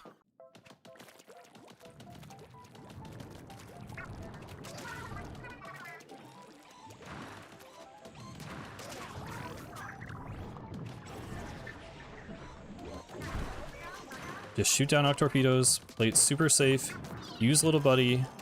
I don't know why I went back to- I've been calling him Small Fry since 2022. I don't know why I'm calling him Little Buddy all of a sudden.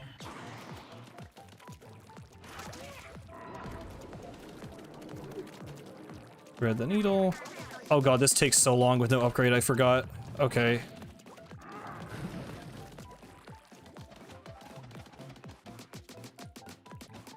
Just play this extremely safe. We're gonna be here for a while. It takes forever to shoot this.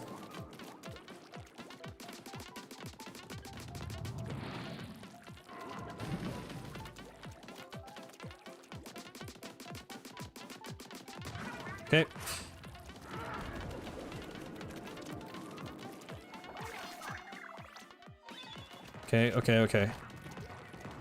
Play it very safe with the rotation. I'm not taking any risks here.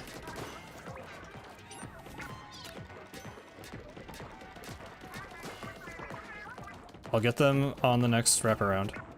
Don't go too fast. Don't hog the fuzzy ooze like that.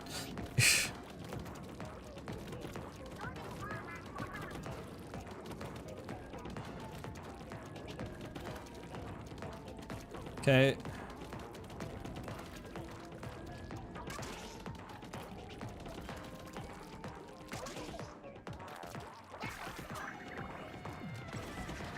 Okay.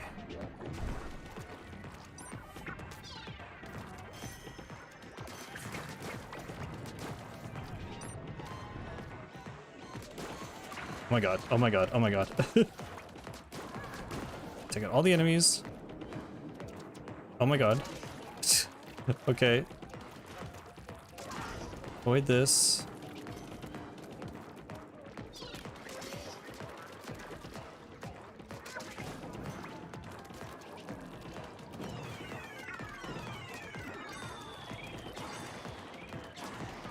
Can you die? Thanks. Oh my god, oh my god, oh my god.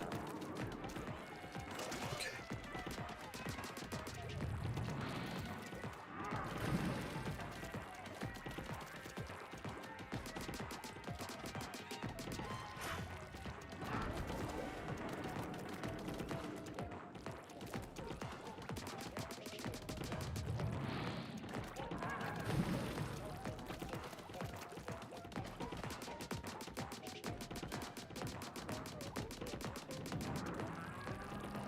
What are you doing? Oh, that's an ink strike.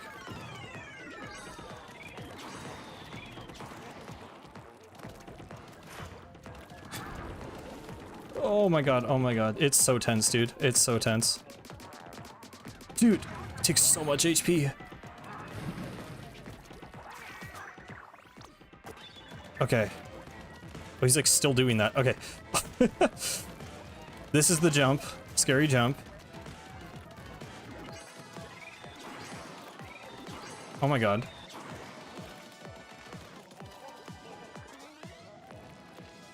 I actually... That was so scary. We did the jump, we did the jump, we did the jump. That's huge. I need to go back over there to hit this, don't I? No, I don't. No, I don't. Wait, oh my god. There we go, thank god. Okay. Twenticles. This is the scariest fuzzy ooze dodging section. He's gonna rotate again.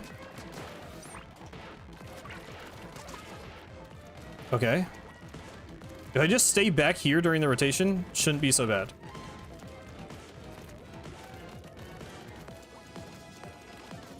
Okay, yeah, basically just a straight line here.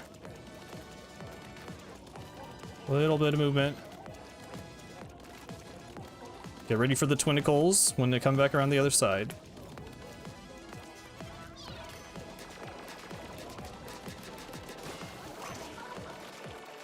Do we have to do another rotation? I'm not sure if that actually happens again if you take too long. It might, but I'm gonna be ready for it if it does.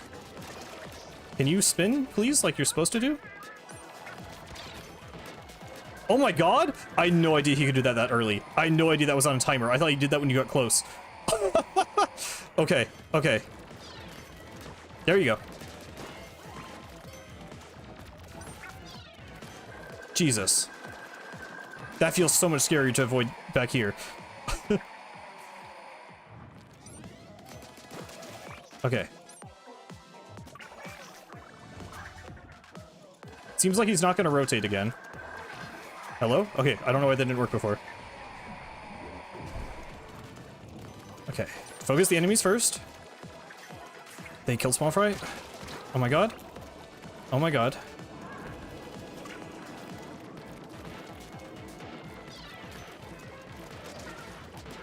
Enemy's dead.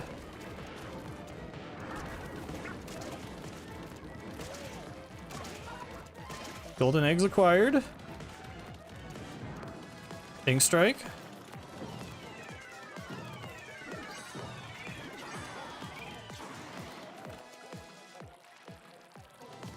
Oh my god.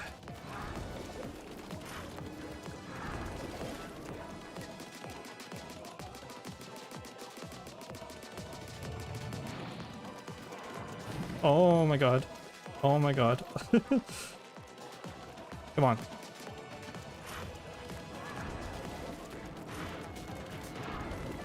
Come on, come on, come on. Getting as much damage as possible. Back up, back up, back up. As long as they get launched straight back and not into the ooze, that's not a problem. That's an ink strike.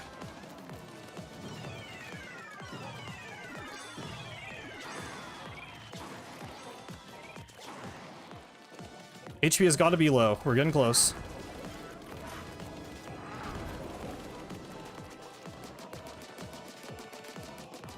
Jesus, not as close as I thought. There we go, there we go, there we go. Okay, no knockback. Yes! Yes, yes, yes, yes, yes, yes, yes, yes, yes, yes, yes, yes, yes, yes, yes. Okay. Oh my god. Oh my god. Okay, I mean, I'm not jinxing anything. It's possible to lose this phase. It is physically possible to lose this phase. Oh my god. Ooh. Okay, okay, okay. One more Octavio. True, true. This is the last Octavio. Oh, okay, okay, okay. No, I've done this a lot of times. I'm confident, but I won't jinx anything. If you lose here, Raiders gets delayed to next year. Okay, okay. Lock in, lock in, lock in. I don't have upgraded shot. I think I'm probably used to upgraded shot in this fight, so I'll have to be aware of that when I'm fighting the enemies. Besides that, sucking the fuzzball shouldn't be an issue.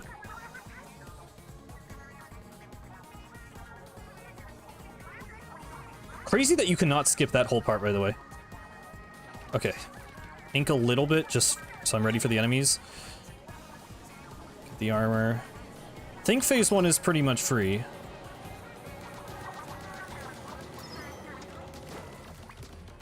Okay, that's fine.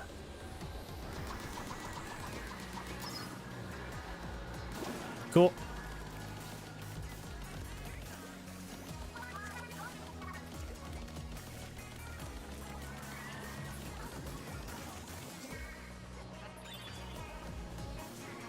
Okay.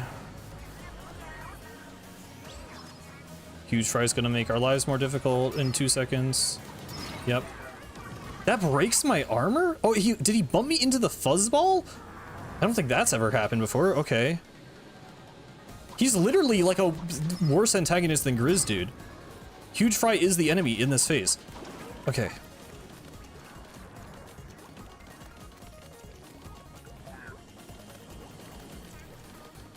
I wish I could have a splashdown ready. This is actually slightly difficult. Buzzball phase. Normally, that was actually... don't jinx it. There we go.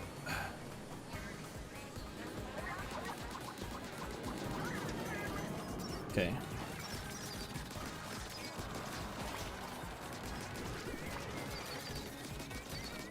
Okay. It definitely takes longer. Like, the timer is, like, slightly more of a threat here because it's taking a little bit longer to kill the enemies than normal. Okay, one more to go, one more to go. We have 2 minutes, we're fine. The enemies are the scary part here. Just play it extremely safe. I don't have a small fry for this, right? And I unfortunately don't have a splashdown at the moment.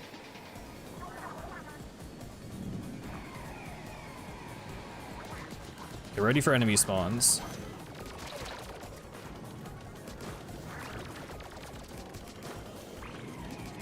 Okay. I know there's a shielded Twinsicle at the end, which is the scariest part, probably. Oh, right here.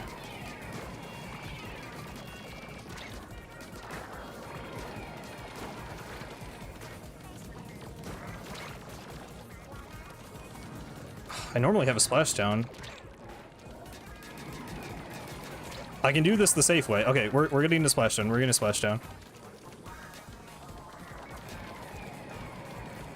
Time is a little bit scary. Okay.